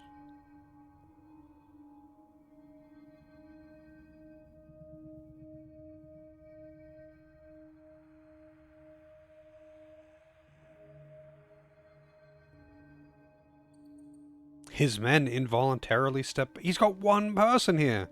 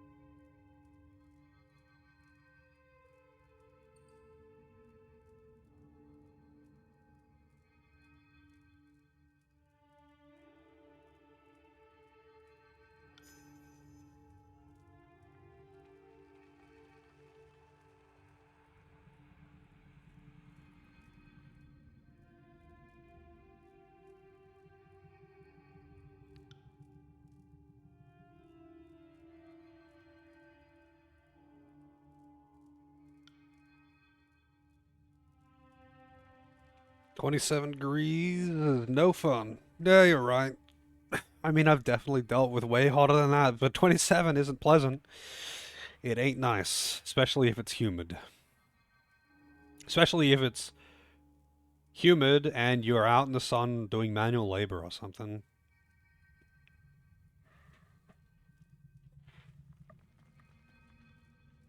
Although I can only imagine it's much worse for someone who is, like, accustomed to much, much colder temperatures, right? It's like down here in Victoria, um, it's not particularly cold, right? It gets cold in the middle of winter, but it's pretty commonly like 10 to 15 degrees or whatever, which is not particularly cold. But where I'm from, temperatures below 20 don't exist. So yeah, it feels pretty chilly. Enjoy your walk though.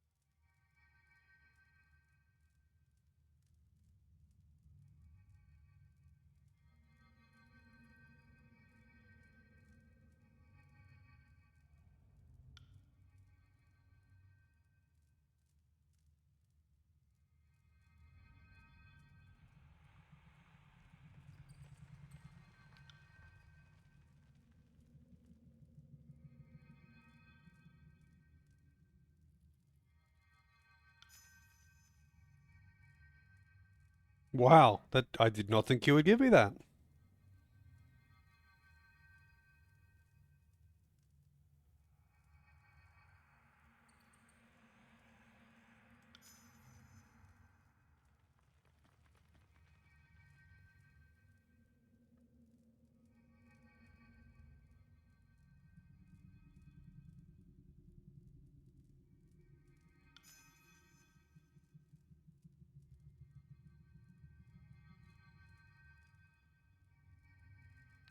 Send me your champion! Alright, so who's this? Just a regular raider. He's just just a dude.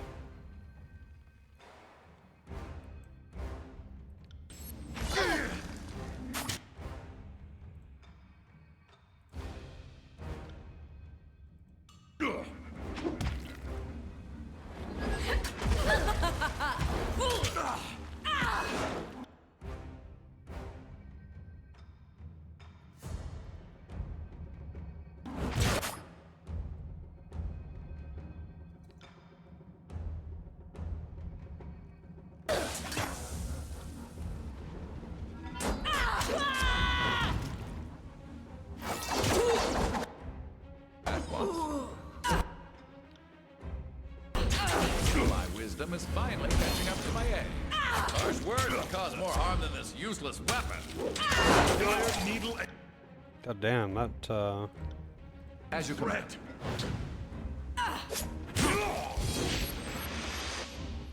Damn thing couldn't pierce cloth. Nicely done. Omit that from the record. stunned. Will do. Damn thing couldn't pierce cloth. Surrendered.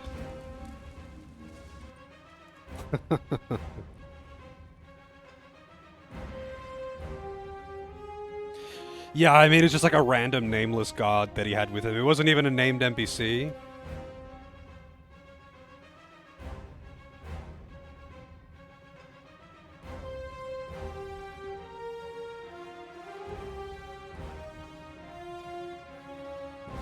Man, I want to save it to see.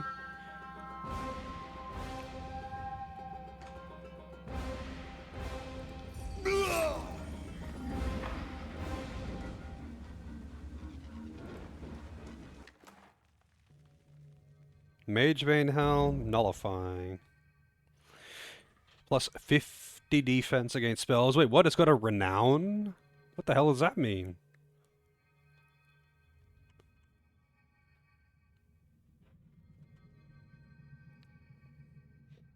A two-handed axe. Exquisite. Arcane Blast. On weapon crit. Free damage. And Emir Torch Key.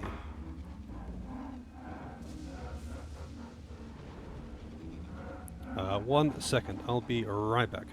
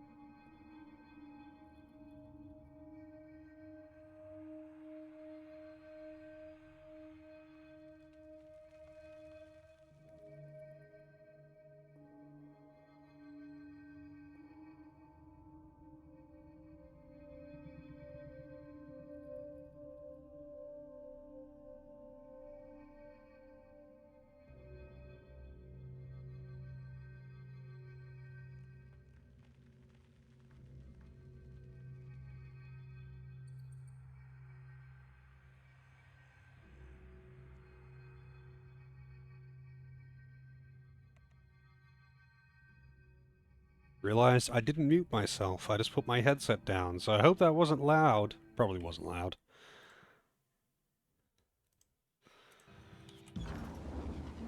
So I want to talk to this thing. Because he seems to be able to communicate with it. Can't do that.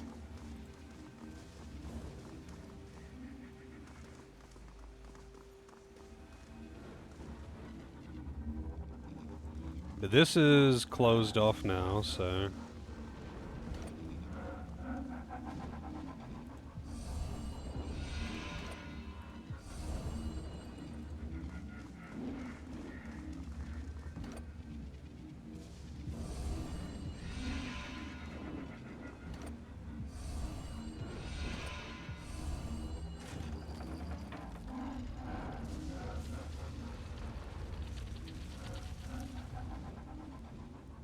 Well, that opens that door.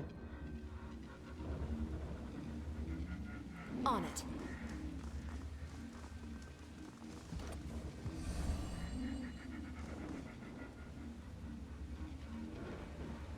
He's breaking free. Do I get to kill him now? I'm not here to make Oh yeah. Havoc. Barely injured.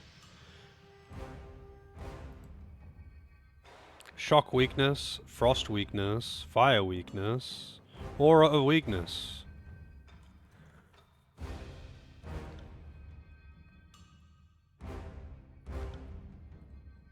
Friends.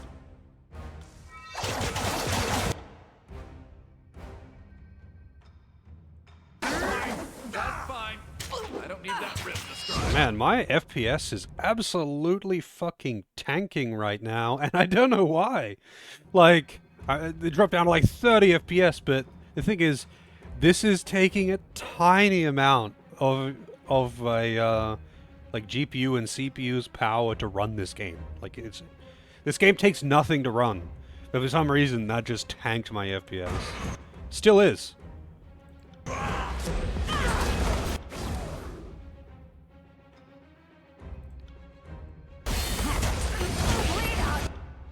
Await my signal. no. That was a success.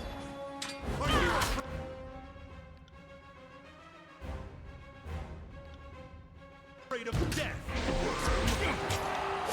Pity you won't enjoy this as much as I do. That is a lot of ads.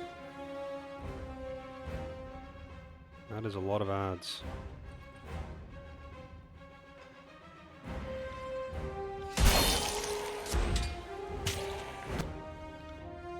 I'll take care. Smash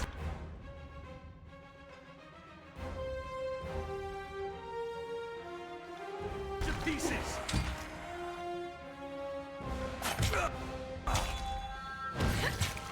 If I had kids, I'd be feeling that one.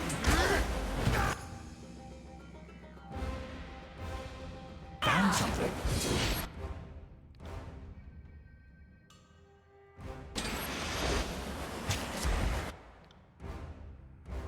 I got it.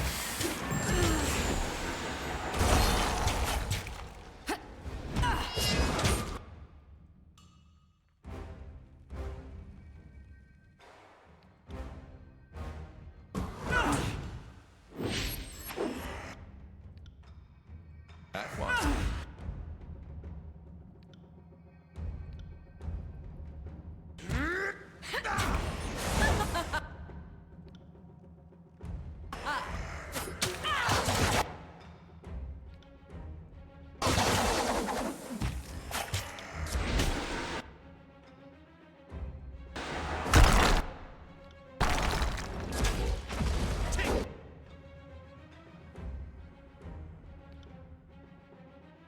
Me if you can. I'll take care.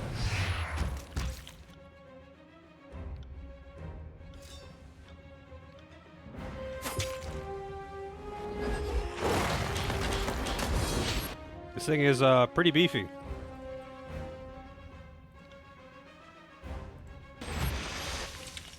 Oh, more ads. That's not built for this sort of violence. It's a hit. Pity you won't enjoy this as much as I do.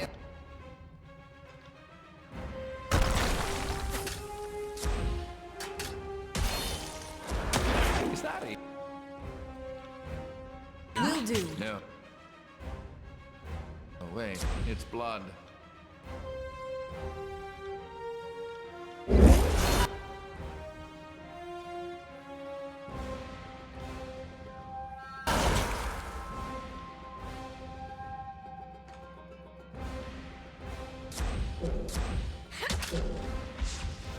Immune to prone. Wonderful.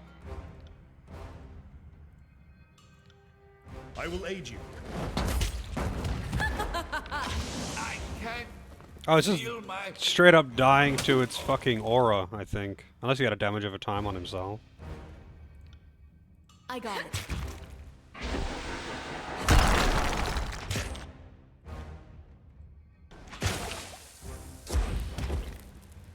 I'll tear your I need you to potion. I need you to Call potion. out by your ass.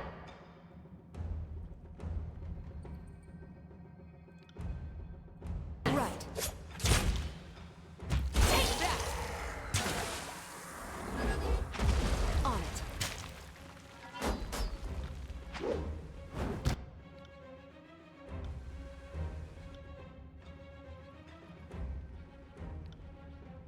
I will aid you.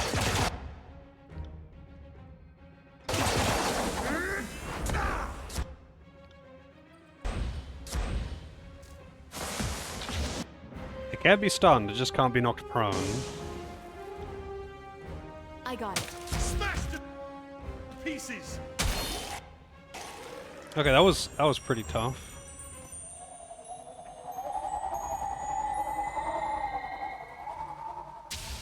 Are they all gonna shatter now? Yep. Good thing they didn't all open at the same time and attack me, huh? That wouldn't have been fun. What do we got? Tenderizer. It is a superior one-handed hammer with a 0.5% bonus damage for every 1% missing health. That is pretty fucking good, actually. It has no accuracy, but it does have armor penetration, and I am absolutely going to be giving that to him. And a recipe for a greater healing potion can be created with access to a Spire Infirmary. Cool. I got it.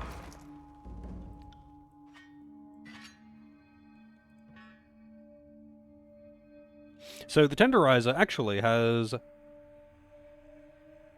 kind of low DPS, but it gets increased damage by being a lower HP.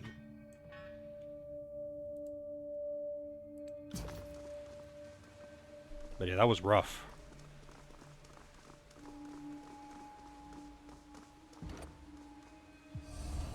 Better, faster, and stronger. Ding.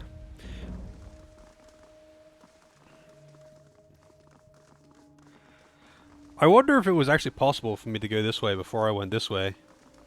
And fight all these. That sweet, sweet EXP, you know? I think it probably wouldn't have let me, though.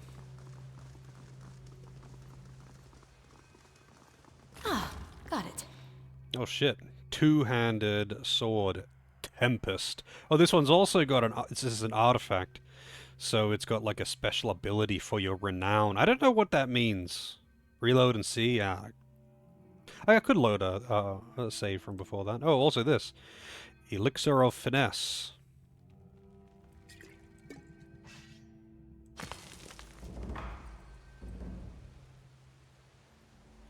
I mean, I'll quick save here. Load.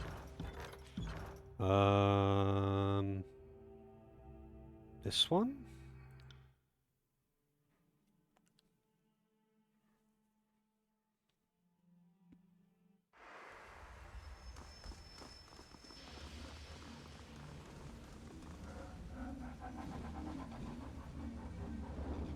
Yeah, I think it just railroaded me into walking over to him.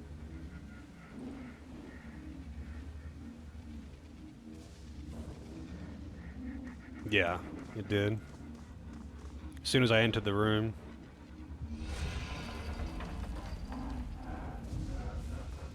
I can't even skip the cutscene. I can hit the reload button, the quick load.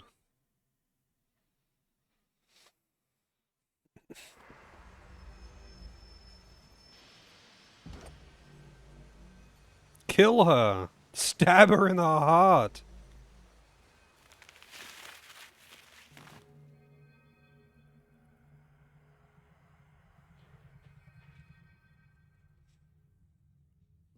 Couldn't do the other way. No, as soon as I entered the room, it just railroaded me into that, and I couldn't walk the other way. The path behind me was just where I came from.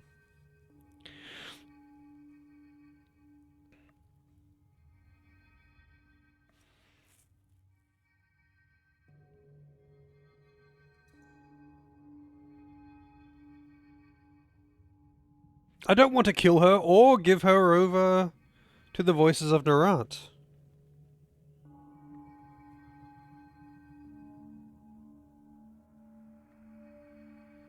This is what? This is fucking stupid. Well, I don't want to kill her, but I also don't want to hand her over to Narat.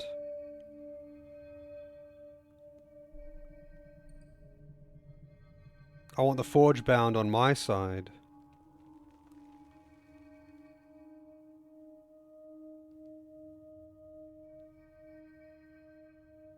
Make love to her. I want to not talk to her just yet. I might have to find a different reason to betray my alliance. Because I do not intend to stay with the chorus. I don't intend to stay with them. I made a hard save there, though.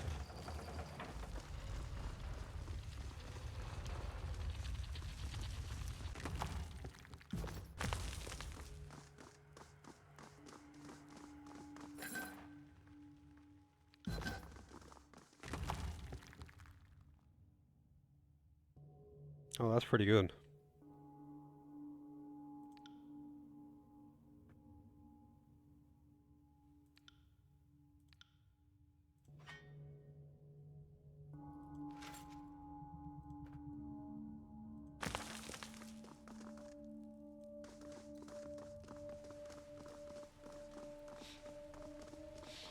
I might have to, like, mess around a bit.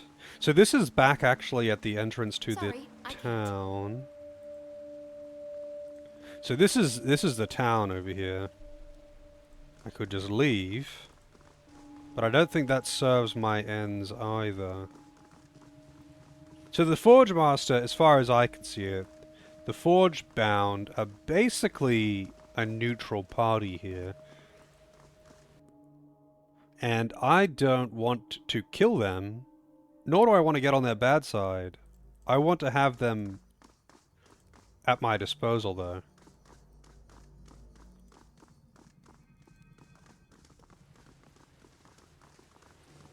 And if I hand them over to Narat, that's it. They're done. Like, there ain't no coming back. She will die.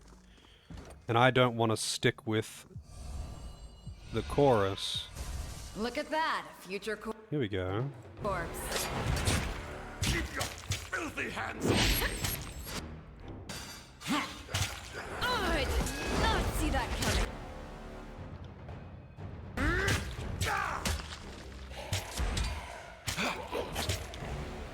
On it. Come and face my iron! On it.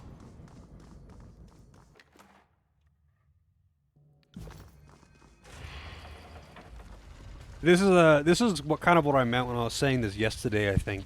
Like, I'm unsure of where I can draw the line of betraying allegiances and what I want to do and when the cutoff points are and stuff like Do you that. have eyes on this? Oh shit. Can't do that.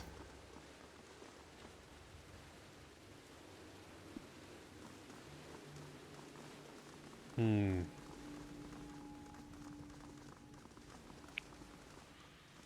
Alright, alright.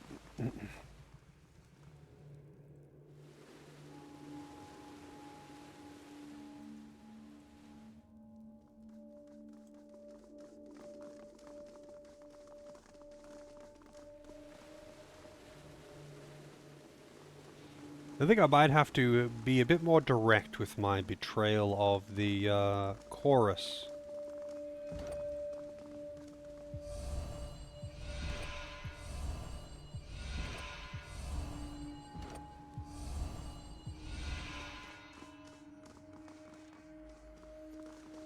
And by that I mean, I think I need to go to their camp and say fuck you Narat to his face. What was in here? Oh, camping supplies, right.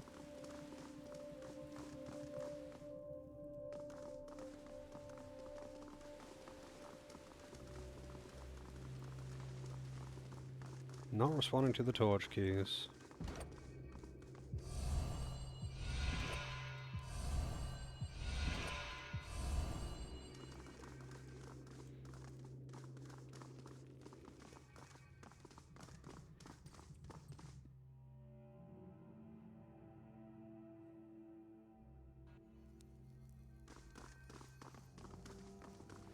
Can't do that.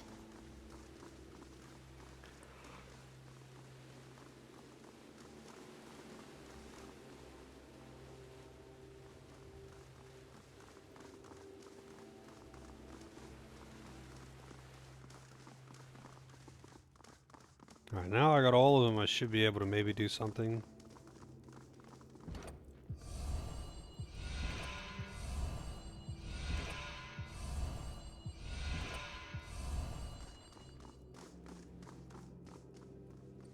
Because I want to get down there. I guess it's going to be this one.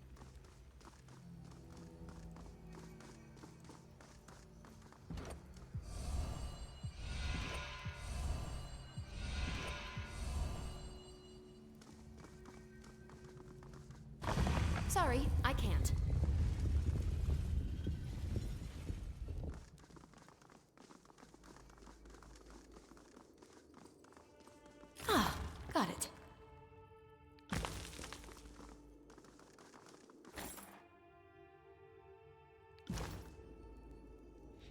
Body seems to belong to a poorly disguised horde member.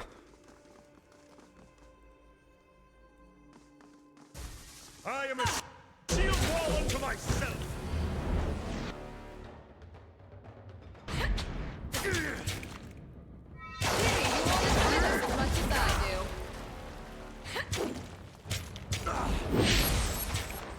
Take me. Will do. Pity you won't enjoy this as much as I do.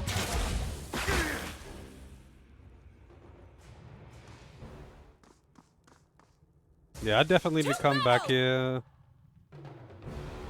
when I've got that talent. Definitely need to come back here when I have that Wisdom is talent. finally catching up to my age. Fall before me!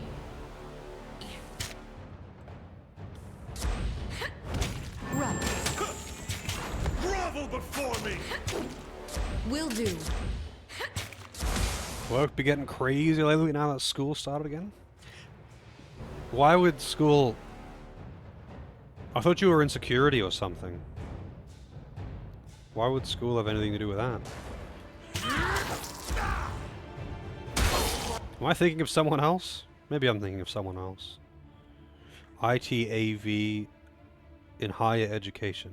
I don't know what ITAV is, but okay, it makes sense if you're in education. Take that!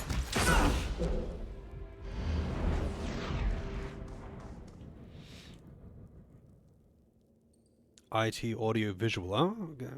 Interesting.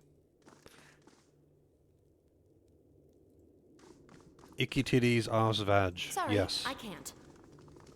Close. Sorry, I can't. Alright, so I need to like fucking respec him or something at this point. I'm pretty sure you can actually respec in this game though. I'm pretty sure you can. So what does this do? Just an attack. Oh, it does paralysis and spell breached. Interrupt. Valid weapons. Dual wield. Thrown weapons. One-handed weapons. Two-handed weapons. Can you just use any thrown weapons? I'm guessing you can, actually. I'm guessing you can. But yeah, I need to get, Lawmaster? No, it was... Voice of Age is this one. He needs one more level.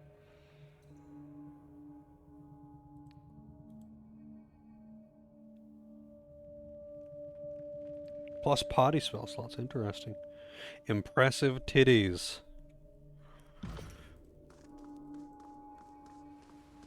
The most impressive titties here are Barrack.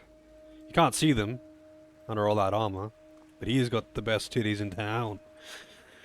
Anyway, I guess I might as well stop it here rather than trying to eke it out or eat before I do my raid, because normally I do my reclays on Tuesday. I got it. But yesterday we couldn't for whatever reason. I think someone was working or something like that. Most of my group is in Asia, so they're a bit behind me on the clock. But yeah, I am out for today. If anyone wanted to watch the reclays, just let me know. I can stream it on Discord. I just don't want to stream it on Twitch. A few people have asked in the past to watch my reclays, so I don't mind doing that, but I wouldn't just do it without being asked. But either way, I'm out for tonight. Have a good night, all that good stuff. Hopefully see you all next time. And by the way, tomorrow, well, it'll be tomorrow morning for me, in about 13 hours from now, Phoenix does a movie night thing on his Discord. I'm going to post in Discord about this. This is a reminder to everyone. But everyone's welcome to join in. I forget what we're watching. I forget what we're watching tomorrow. But it's midday for me, but it's evening for the Americans. 13 hours from now it would be. But it's just movie. I don't know what movie it is. You can ask Phoenix. You can look on his Discord. I'm gonna post I'll post a notification or whatever. 3 a.m. for you? Damn. Yeah, it's midday for me and it's evening for Americans, whatever time that is. I think like late evening, like 10 o'clock or something. For the Europeans, I'm afraid it might be a little bit early, but the offer is out there for anyone who would like to join. I mean, yeah, if it was up to me, I would have the movie night starting in about an hour from now, so I can be done with stream and chill and then watch a movie. But I'm not the one running it. I've considered running my own, but Phoenix is doing it, and he's picked a time, and I'm happy to do that one. And it's nice to just chill and watch a movie. But everyone's welcome to join. I'll post a link to his Discord in the TV and movies channel in my Discord. Again, like I did last time. But either way, hopefully see you all tomorrow, if not at the movie thing, or elsewhere on Twitch, or whatever else. But stay tyrannical. And have a good day, morning, evening, whatever is appropriate to your time zone. And hopefully you do not have the headaches that I have. Have a good one.